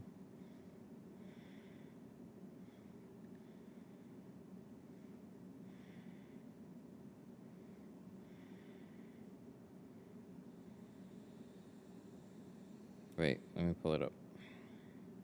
Where is it? Yeah, this one. Yeah,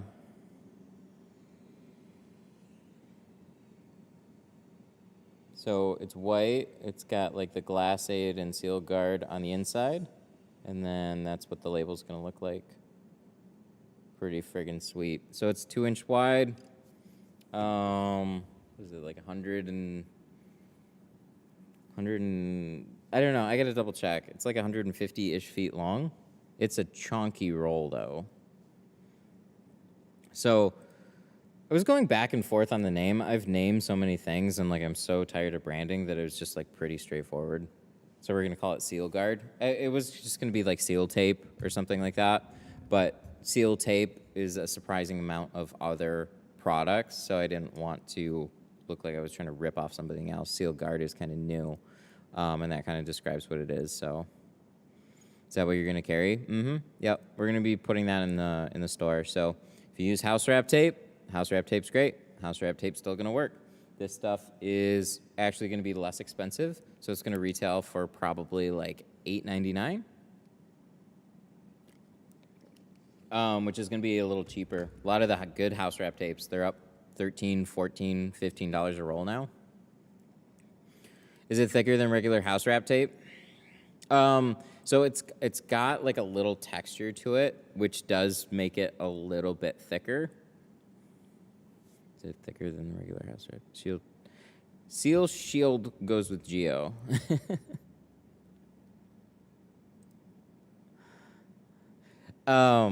But yeah, so it's got like a little texture, but that also helps so you can tear it off instead of just cutting it.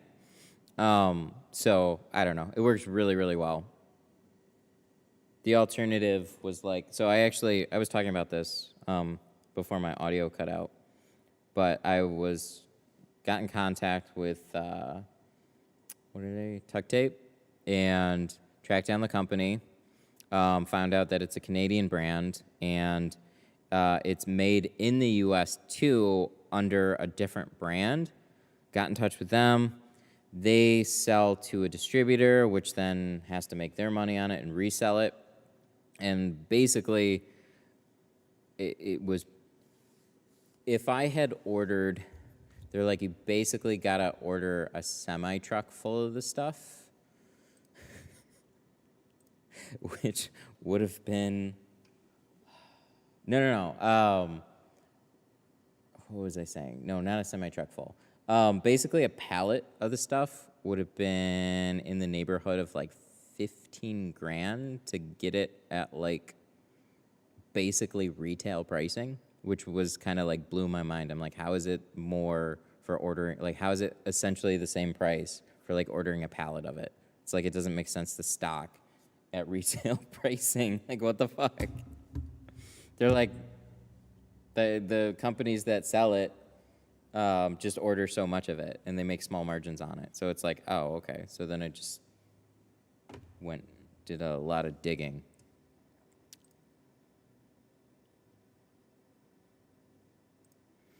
How much for the roll then? Oh, no, like $9 is like $8.99. That's what it's going to retail for.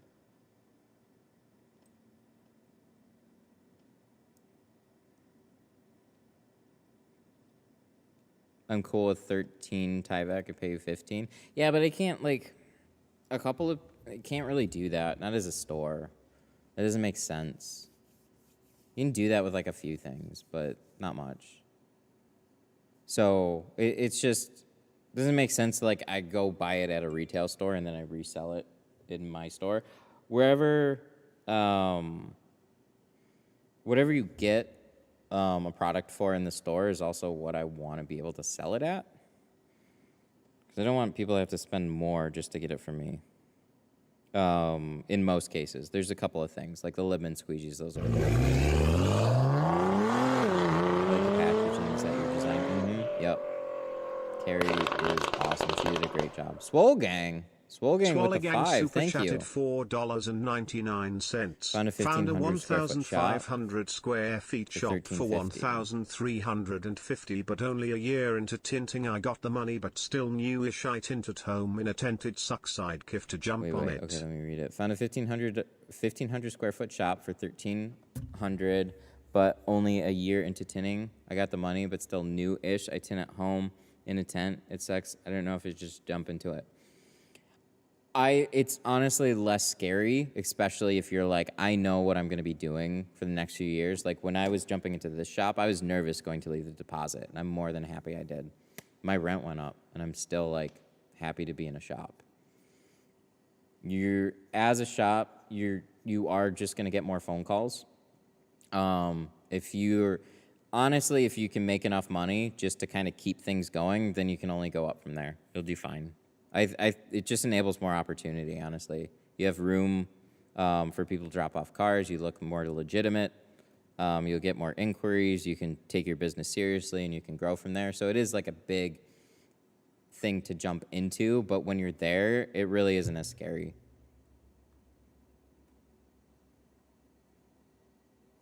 I'd add $1 to Seal Guard. 99 sounds good. Maybe we will.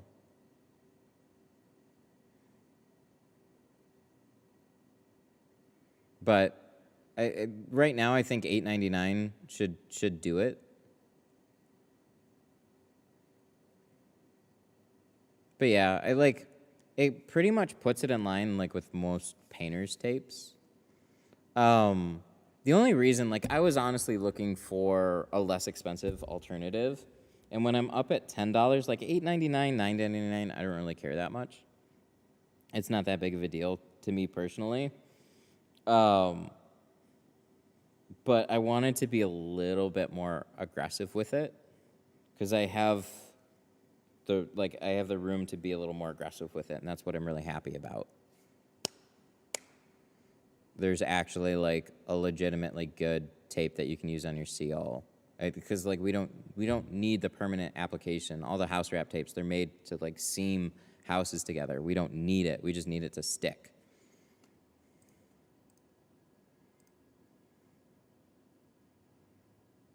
$29 Seal Guard anti-contamination. Yeah, no. I've been doing products for a little bit now. I kind of know. I look at it like, what would I be happy with paying? Like, one of the things I really like about house wrap tape is convenience. I can literally just drive to any store and find it.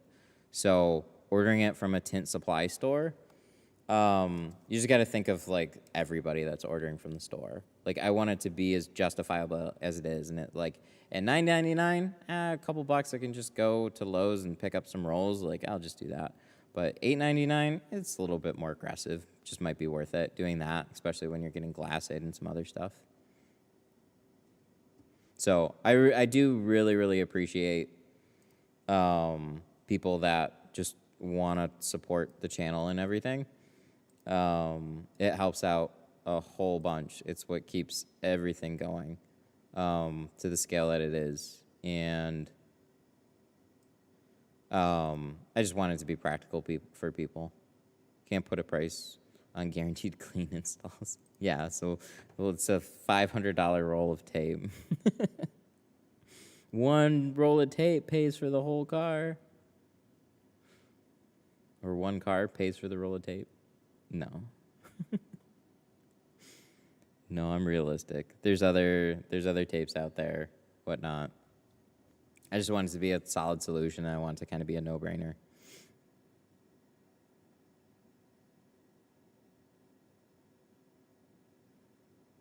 Honestly, the hardest thing to figure out is friggin' shipping, though. Because when you have, like, free shipping roped into it, and then when you have a chonky roll of tape there, like, look at that. That's a chunk. Ugh, if you order, like, 3 or 4 rolls of that stuff, it's going to take up some space. So I guess we got to do boxes and stuff now, too.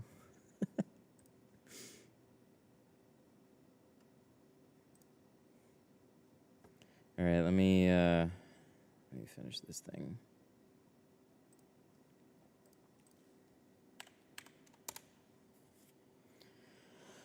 I'm happy that's the end. Oh my God, do I gotta log in again? Is this even the right email?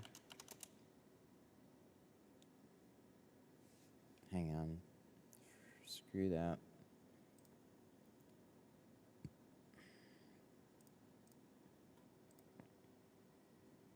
Have you ever worked with STAC? No. No, but they seem like a cool company.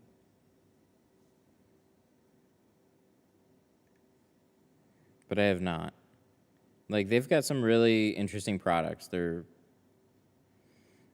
They sent me an email asking me to do a review of their film, and I told them I don't know how to do a review.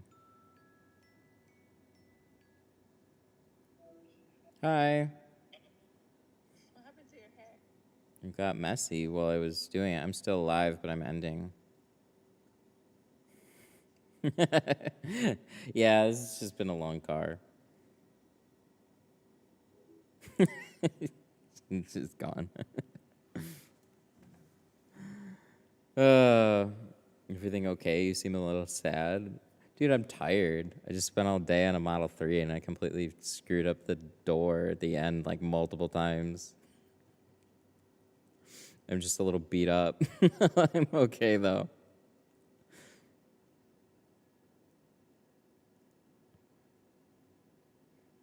It's what I sound like when I'm tired. I should have stopped streaming like a long time ago. But hang on, I'm messaging this guy. I was hoping this would be done by like 3. You look wasted. That's fair.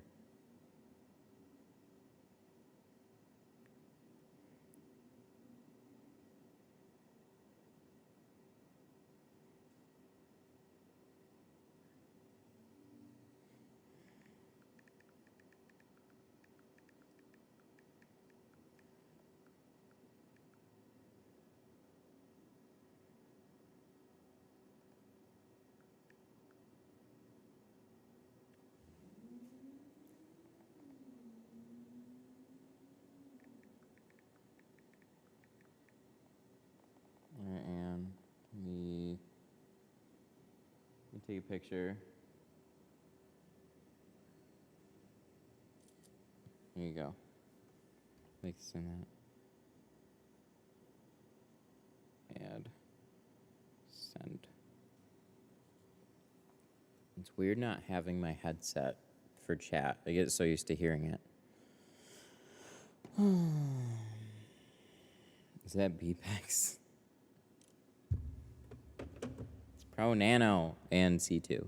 So, oh yeah, Pro Nano's on the windshield, 50, and then C2 5 is on the rest of it.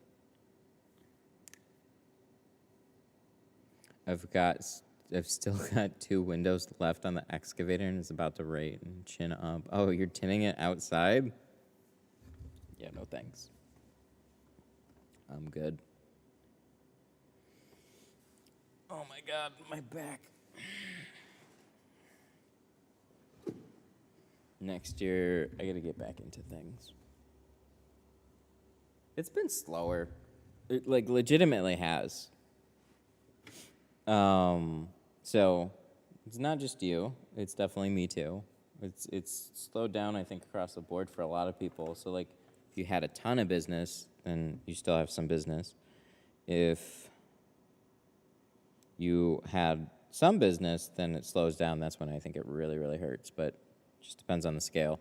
It's definitely been slower, but I've been working on other stuff too. So we've been making videos in the background, trying to film extra stuff. So when I leave, I have some extra stuff to edit and post and whatnot. So it's not going to look like I'm completely gone. I just noticed it's all black. Oh, yeah, it is. You're right. There's usually chrome around it. No, it looks good. Maybe it's just a package that you can pick now. It's nice.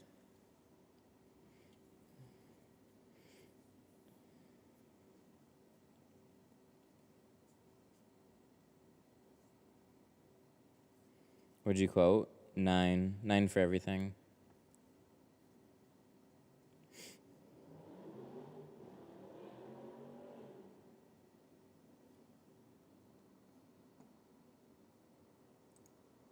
So, was happy to spend a long time on it. I always feel like, okay, it's 4 doors, then we do the back window, and then we just got a full windshield, and then the next thing I know, it's 4 o'clock in the afternoon, and I'm like, what did you do all day? A Tesla? Is that it? Damn. That's how I feel right now. I spent a long time on it. But it looks good.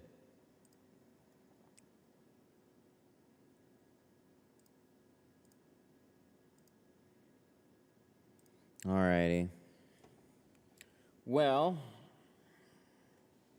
do you have anything else? No, I blocked the day off for this one. It's not like I had much to block off for today.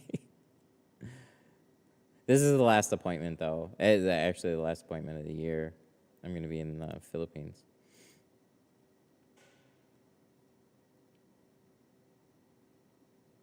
When you take longer than usual, do you usually tell customer and apologize, or you just tell them whenever the car is ready? I give them a good time frame. So most cars are like in 3 hours. With the windshield, I'll tell them 4. This one, I just said it'll be dropped off for like most of the day. And it turned out it just took a little longer even than I thought. But yeah, if there's like, if they're waiting and you get to like the 3-hour mark and you kind of told them it'd take about 3 hours to do, and then it's like going on 4 hours. Yeah, I'd apologize. You always want to like under promise and over deliver. But it's not a bad thing taking a little longer for making sure that the work turns out right. Because if you don't, then you're going to have the opposite problem, and you're going to have to spend way longer fixing it. What's the price difference between Carbon Plus and Pro Nano? I think it's like $50 for like a 36-inch roll. I think Carbon Plus is a little cheaper than Pro Nano, but it's pretty similar. It's supposed to be like a direct competitor to it. It's just made differently. Big reason for that was supply chains. When COVID hit, everything slowed way down. And it's just like, things started, like, production slowed down, and then things opened up a little bit, and then all of a sudden everybody was, like, overly busy and, just crazy busy. People couldn't get enough film, so they wanted some alternatives. So that's why it's, like, it's very comparable. Some people are going to like one more than the other, so... things I think are normalizing a lot more now because we're going in the other direction. How much do you charge for a car like that? So with the Model 3, it's just very time-consuming, as you saw, and especially with the back window. You special order an extra size roll that you kind of have to reserve for it. So on the sides and the rear, I just start at like $650 and go up from there, $650, and then add a full windshield. I charge regular pricing on that. So then it was like $650, $750, $800 for standard, and then so I did 800 for standard, 900 for carbon, and like 1,000 for ceramic. And since he went with like the whole thing and was doing the whole thing in carbon, then just doing a ceramic windshield, it's like the pricing then is like so comparable there. I'm just like, if you just want to do a ceramic windshield, let's just do it. You're already spending a lot on the car, it's fine.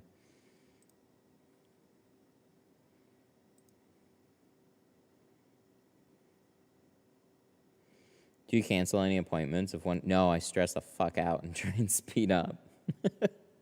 It's usually what happens because like things are reserved farther, so there might be like some inconvenient wait times and whatnot, but I try to manage everything and stick to appointments, and I can generally stick to them all. Somebody might have to wait a little bit longer.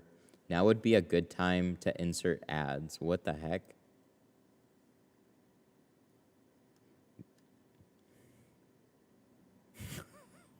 Oh my God. YouTube, what did you do? Create highlight video, add stream marker. Oh, I can add a stream marker? Oh, I didn't know that. Damn.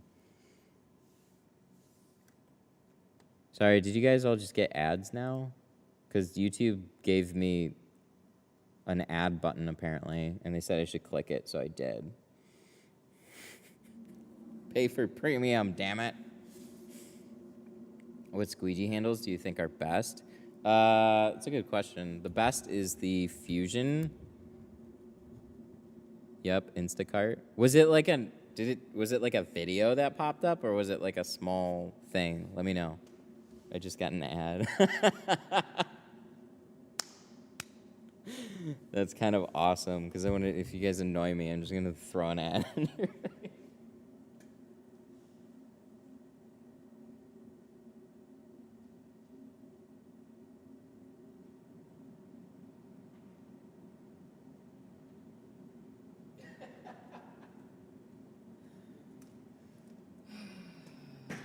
The link blocked the whole screen.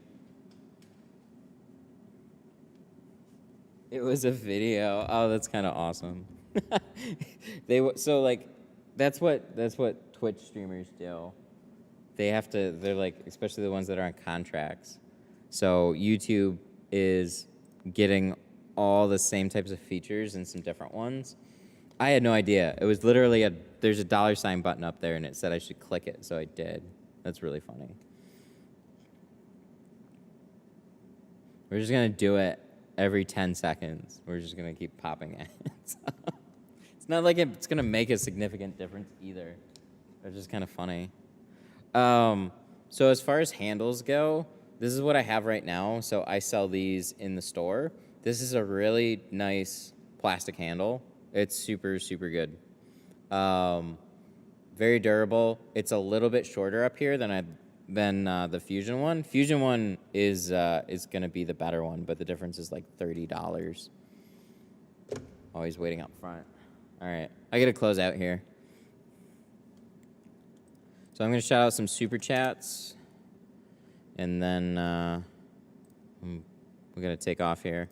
But yeah, the Fusion one I would definitely recommend. Above all of them, but the handle that I have now, it's like a generic plastic squeegee handle, but it's a very well made. I mean, I say generic. It's just like it doesn't have any branding on it. It's super good. I really like it. It's very comparable. It's not quite as good, but it's very, very comparable.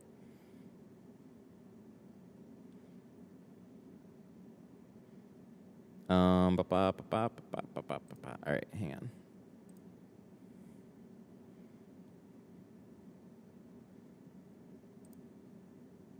Activity.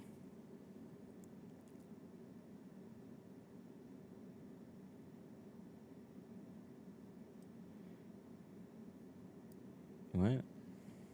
How do you get a plotter when you need a load dock? What do you mean? I have one. I like it. It's cheaper than Fusion, which I also have. Yeah, like, so great alternative. I think it's like, so if I were to use any squeegee handle at any price, it'd be the Fusion one. If it was a little more price conscious, it's a freaking good handle, man. All right, so big shout outs to Swole Gang, DC Customs, Ken Glass, Daniel Reyna. Daniel Reyna, thank you guys so much for the support. Thank you for everybody for hanging out as much as you did today. We had a long stream, but we got there. So, clients up front. I got to take off. I got stuff to do. I'll see you next year. Oh my God, my back.